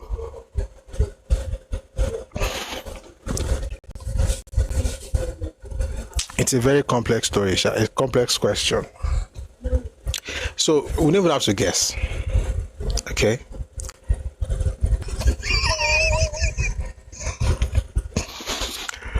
My people are wonderful people, but they can be bad people. How can you write Papua New Guinea, Oceania from the bush, America? So I think, let me find a way. Let me find a way to say this.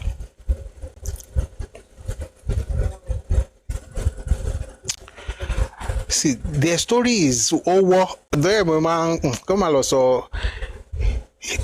You can find them archaeologically around the confluence area, that's the Niger Benue confluence, which is the archaeological origins of most of the groups in the southern part of Nigeria, including us Yoruba people. That's based on science. I don't think they really care for science, by the way. Based on myth, they don't have anywhere they're from. They don't. And the reason is not far-fetched. But the reasons are many. Number one is that there's no common identity. Number two is how some of them got to where they are. Number three, you find in the meaning of the word Igbo. And I don't want to say more than that. By the way, if you're a Yoruba person, we have a scientific explanation of our origins. Okay? That's where archaeology comes in, and that's why I mentioned the Niger-Benue Conference. You can also expand it, using religion, but we're not going to do that today. There's also the collective memory of where we are from.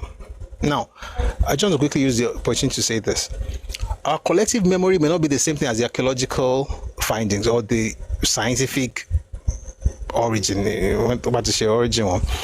The point is, at a particular point in your history, something happened that made you choose a particular place as your source. Okay?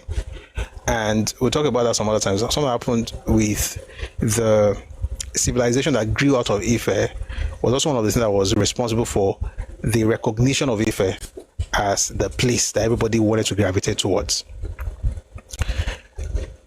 And it's a blessing. It's a blessing because it answers the question of origin. We don't have to look outside to say, where are we from as a people? And people don't understand that thing. It's the reason people is the reason adopted children look for their parents. It's not because the people that raised them as parents are bad people. They are good. There's just something in them that wants to find their origin. Okay? And people say things like, I want to know my birth mother, I want to know my birth father. It's because there's something encoded in their DNA that is longing for the origin, for their source. As a Yoruba person, you don't have to care about it. Why? It's like how we take our parents for granted, or our children take us for granted. See you in the morning, see you in the evening. What's the big deal? When you talk to a person who has spent years looking for their parents, you understand the opportunity or the blessing of being able to actually say, Baba Mire, Yamire. It's the same thing with this whole idea of origins.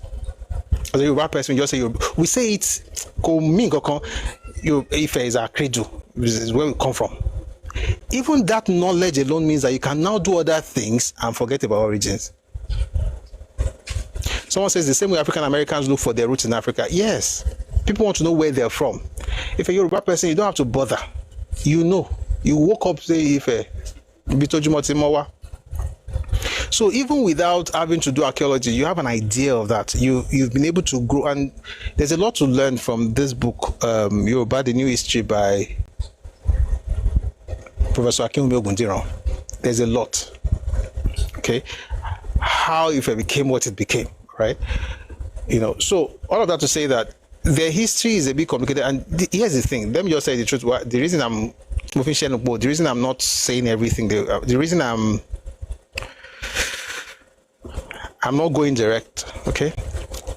There's no way I'm going to tell the origin story of Ibos and the reason for what they are doing right now without it sounding like I'm being condescending, even though that's not my intention. So I'll leave it for them to find themselves. It's going to sound like I'm insulting them. But you see, I'm a Yoruba person. If you tell me my story that way, I'll not feel you're insulting me. I just know that you're telling me my story. For instance, if you come around me and tell me that you Yoruba people, there was a time in your history you guys were just fighting yourself for 16 years. You were fighting. Who does that? That's supposed to be shameful. I don't consider it shameful. Why? It's in the past. My job is to make sure it never happens again. Not to feel shame for that. If you tell me, in Yoruba land, there are some people in your land that were slaves, it doesn't mean anything. Why? Because in my culture, slaves had upward social mobility. They could go higher in life. They could change their status over time. I have examples of people whose fathers were slaves. they are running things in Yoruba land. They've been running things for centuries. I have example of people whose mothers were slaves. They became kings in Yoruba land. I'm not going to mention any names because social media is not the place for those things. But in Yoruba land, we will say it, and it does not mean anything. Why? Because your society does not keep people perpetually down because they were slaves. And so what? Onoloji eruni baba. Ibi oju bi ba se beru la bomo. Omo eru gan le doba. These sayings, these aphorisms tell you how your people think even about that terrible situation. So if you come around and tell me that, hey, somebody's father was a Kiniko, was a slave, and so the many people that we know in different Yoruba towns today whose grandfathers got to Yoruba land as slaves, it doesn't mean anything. Why? Because society does not keep them perpetually there. They are able to move up. It's if in your society, your past should not be something to be ashamed of. I don't know why I shouted. It means you are primitive.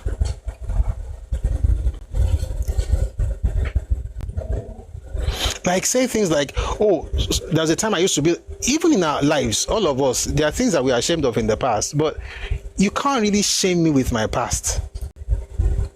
It's done and dusted. We'll move on.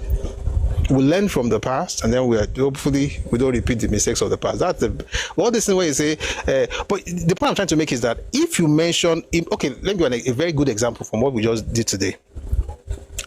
If you come to a Yoruba person and say, can you imagine you guys are celebrating Moremi? Was she not taken as a slave to Ugbo land? As a Yoruba person, I'm like, so? Even if she did not come back to Ife and became the heroine that she became, even if she did not come back, the fact that she laid the light down to do that is enough to celebrate her. But thankfully she came back. The point is, if a society has not developed to that point, this is not about, develop. I'm talking about real development that has to do with mental development, cultural evolution. If a society has not developed to that point, if you tell their history, it could be like insult, and they could curse you. You could come be like, say, I didn't try to help. So it's better for you to also keep your mouth shut. That's why I'm keeping my mouth shut. That's what I'm trying to explain. Because I'm not saying everything. But if you've been here over time, the 3 points I gave earlier will give you an idea. And hopefully folks can actually just be honest with your past. I mean, it's nothing to be ashamed of. It's a very cool past, to be clear. Just saying. And that's why you're always saying, I'm from America, I'm from Europe, I'm from Ife, I'm from Lagos, I'm from this, I'm from that. Where are you from? You don't know. Because you don't want to associate with where you are really from. And we know where you are from. But if we talk now, go be like I say, they cost you. More with a bit more things, a few more things. How am I mixing Pidgin and English? It is well.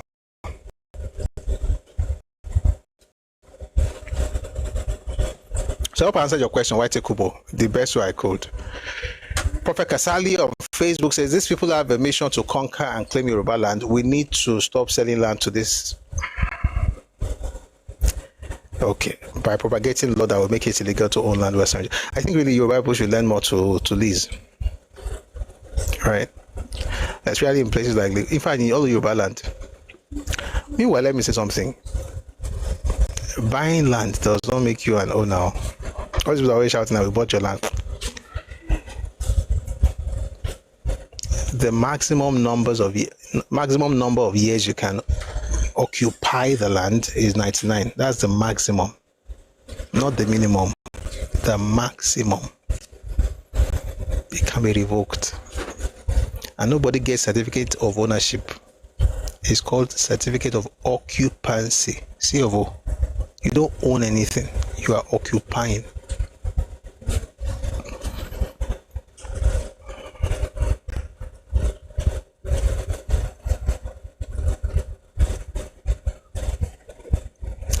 White Kubo says Nsukka was originally an Igala garrison town. Yes, I mean, Igala actually conquered the place. A number of places in Igbo land were conquered by Igala. I don't know why they don't like to acknowledge it. It's not a big deal. It's like saying that Oyo was defeated after a while. I mean, does that change the fact that Oyo was also an empire? Empires rise and fall. Somebody is mad. Abba. White Kubo says they took history and turned it upside down. I'm going to close very soon. They took history and turned it upside down. Even Moremi herself would recognize that story. And Ayotunde says, who is Moremi in Igbo history? They don't even know her. They took Yoruba history and turned it upside down. Moremi is Kiniko. Moremi would not recognize that story narrated here. The danger is Yoruba youths being taught history by these people. Absolutely. You guys have fantastic stuff in the comment section. I can't read everything, but I really appreciate your engagement, and I'm glad that people are also commenting and you're having, conversations in the comment section on every platform. I really do appreciate that. I think the long and short of everything is just that we are good people, we are a great nation, we love everybody, God is with you, but we are not the same people. Nigeria is not a nation in the sense that nations are. Nigeria is a country of many nations, and many of those nations are not connected in any way. The crazy part is that Ibos and Yoruba people we're not even neighbors. We are not neighbors. There are many rivers and oceans between us, and we are not twins. We are not what's an opposite. We are not synonyms. We are to Ibos just as we are to Hausa. Actually, we're not. Let me not lie. We've known Hausa longer. We've known Hausa for like 5-6 centuries. Igbo's just about 1 century. So you're like the latest group that we even met. So please stop being a nuisance, changing our history. It doesn't look good and doesn't make you look like you know what you're doing. May God help folks find their history. But to be honest, I think the real thing is to be.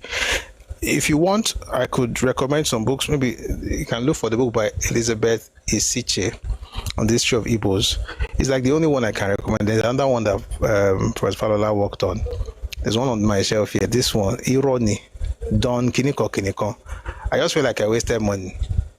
I have some books on Igbo. Even me, all I have to do is read the first few pages. I knew I wasted money, but you know what? I bought those books so that it doesn't look like we're not even trying. But I think the one that's close is Elizabeth Isiche. I don't want to discuss their history. It's sad, and it's not. Please, it's not sad because it is sad. It is sad because of the interpretation they give their own past. They hate that things like that happened, and it doesn't make any sense. In Yoruba, in Ife, for instance, there was a time Ife, as sacred and holy and wonderful as Ife was, there was a time it was deserted. There was war. It should never have happened. The whole place was deserted. It was crazy. This was in the late 19th century. Terrible. By the time the Europeans arrived, there's a particular, the chiefs were at Tisoya at the time, they were not even in town. But when you talk to them, they were the conservators of the world, even though the town was deserted, was in ruins. They went and rebuilt it. That's how you think. Let's not talk about that part of history. The reason I don't talk about some things in history is because I have to find a way to not use it to create division, because history can be like that sometimes. If you're not careful, you have to find a way to steer it, to explain that you're discussing to learn lessons, not to disparage any group. But when it comes to Yoruba history, Yoruba elders will tell you everything. In terms of at least the one that everybody should know. There are some other deeper things that they may not say, but generally speaking, they will tell you now. You don't have to be saying, why did you do that? Why did you do that?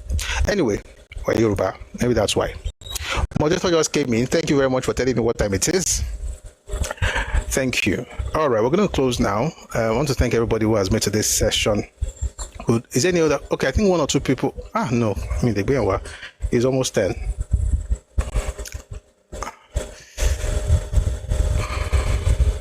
Guys, I'm going to bring just one person. And I'm sure you're going to understand once I do it. Just one person. To be Flower. He's Igbo. Just one person. Because of time, I really have to run. It's almost 10. But he's the only Igbo person trying to come up. So let's bring him up. Hello, Flower. Where is it now?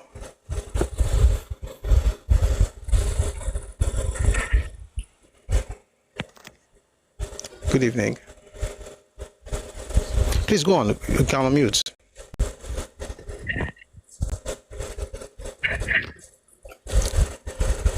Oh yeah, oh, we are waiting for you.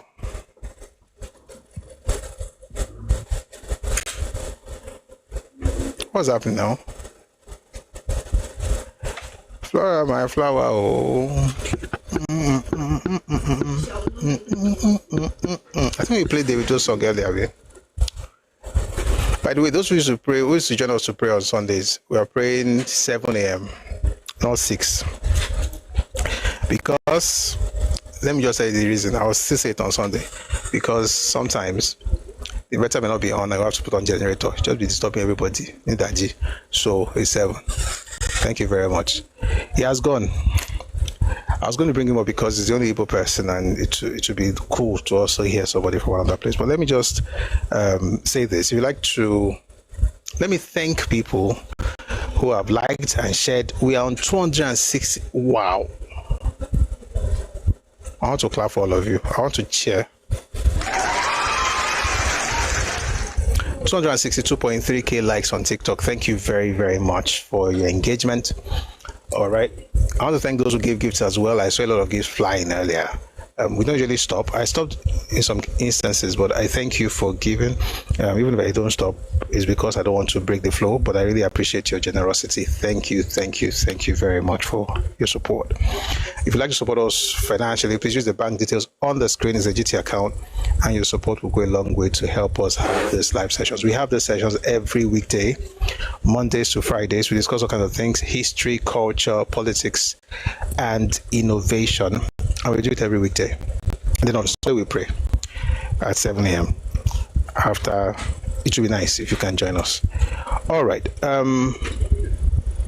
So yeah, thanks for that.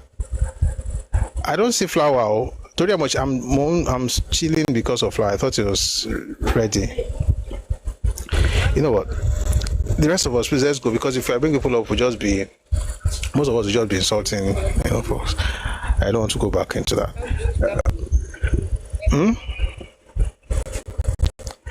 I know you did not know you sent your request to Empress. All right,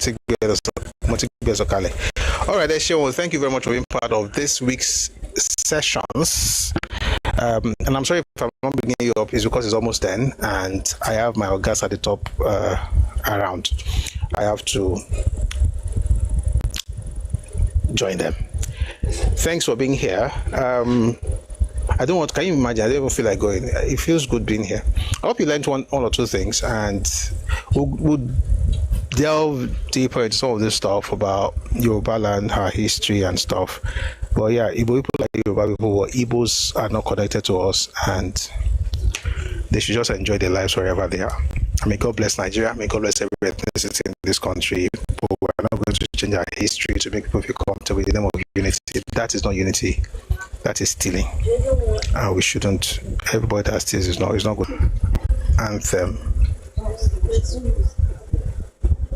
Okay.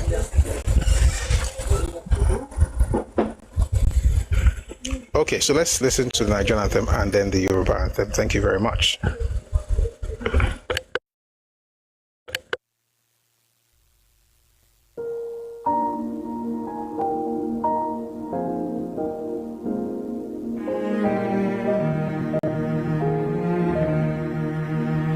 Nigeria, we hail thee, our own dear native land, though tribe and tongue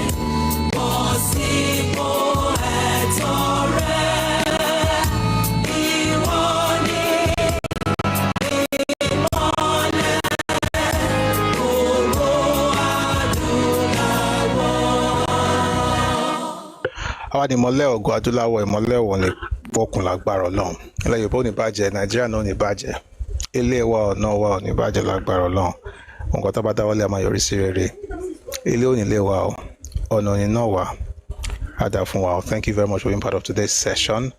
I saw some people on Facebook and YouTube just going at it. Thank you very much for treating the person's mess ups. Someone says they're already here. Oh.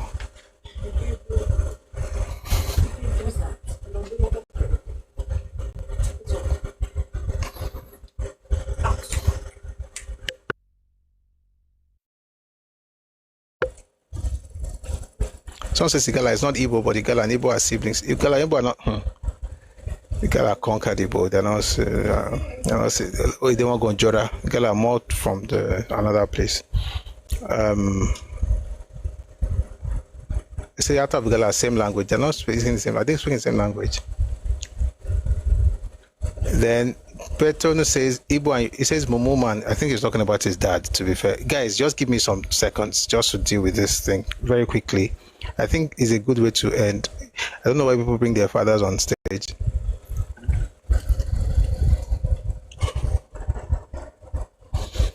Let me do a little. It says Igbo and Yoruba have 4 market days. So why do you people need unity so badly? And why are you not honest about the fact that all of this is because of the scarcity back at home? Why do you need me to have the same identity as yourself? Because it's a need. There are 4 market days, and so what? We have New Yam Festival. You also have, and so what? That's how your Lord and Savior said that some people that have 2 wrapper are all Ibos. I'm like, when did you start wearing clothes? Anyway, I don't want to go into it because some of you just almost so let me just leave you alone. Because the guy just is on a rampage, just insulting Yoruba, insulting. There's no Igbo identity. There's no common Igbo identity before the British. The British created that. And people should be comfortable in your skin. Stop trying to attach yourself. It shows that you have a fundamental problem. May God bless you. I can't even pronounce your name. It's not too good. All right, thanks everybody for being part of today's session. I had a great time. I hope you had a great time as well. We'll be here on Monday. Well, we'll be here on Sunday at 7 a.m. But we'll be here on Monday for classes at 4 p.m. Ife time, West African time. So please join us next time. Do have a lovely evening. God bless you.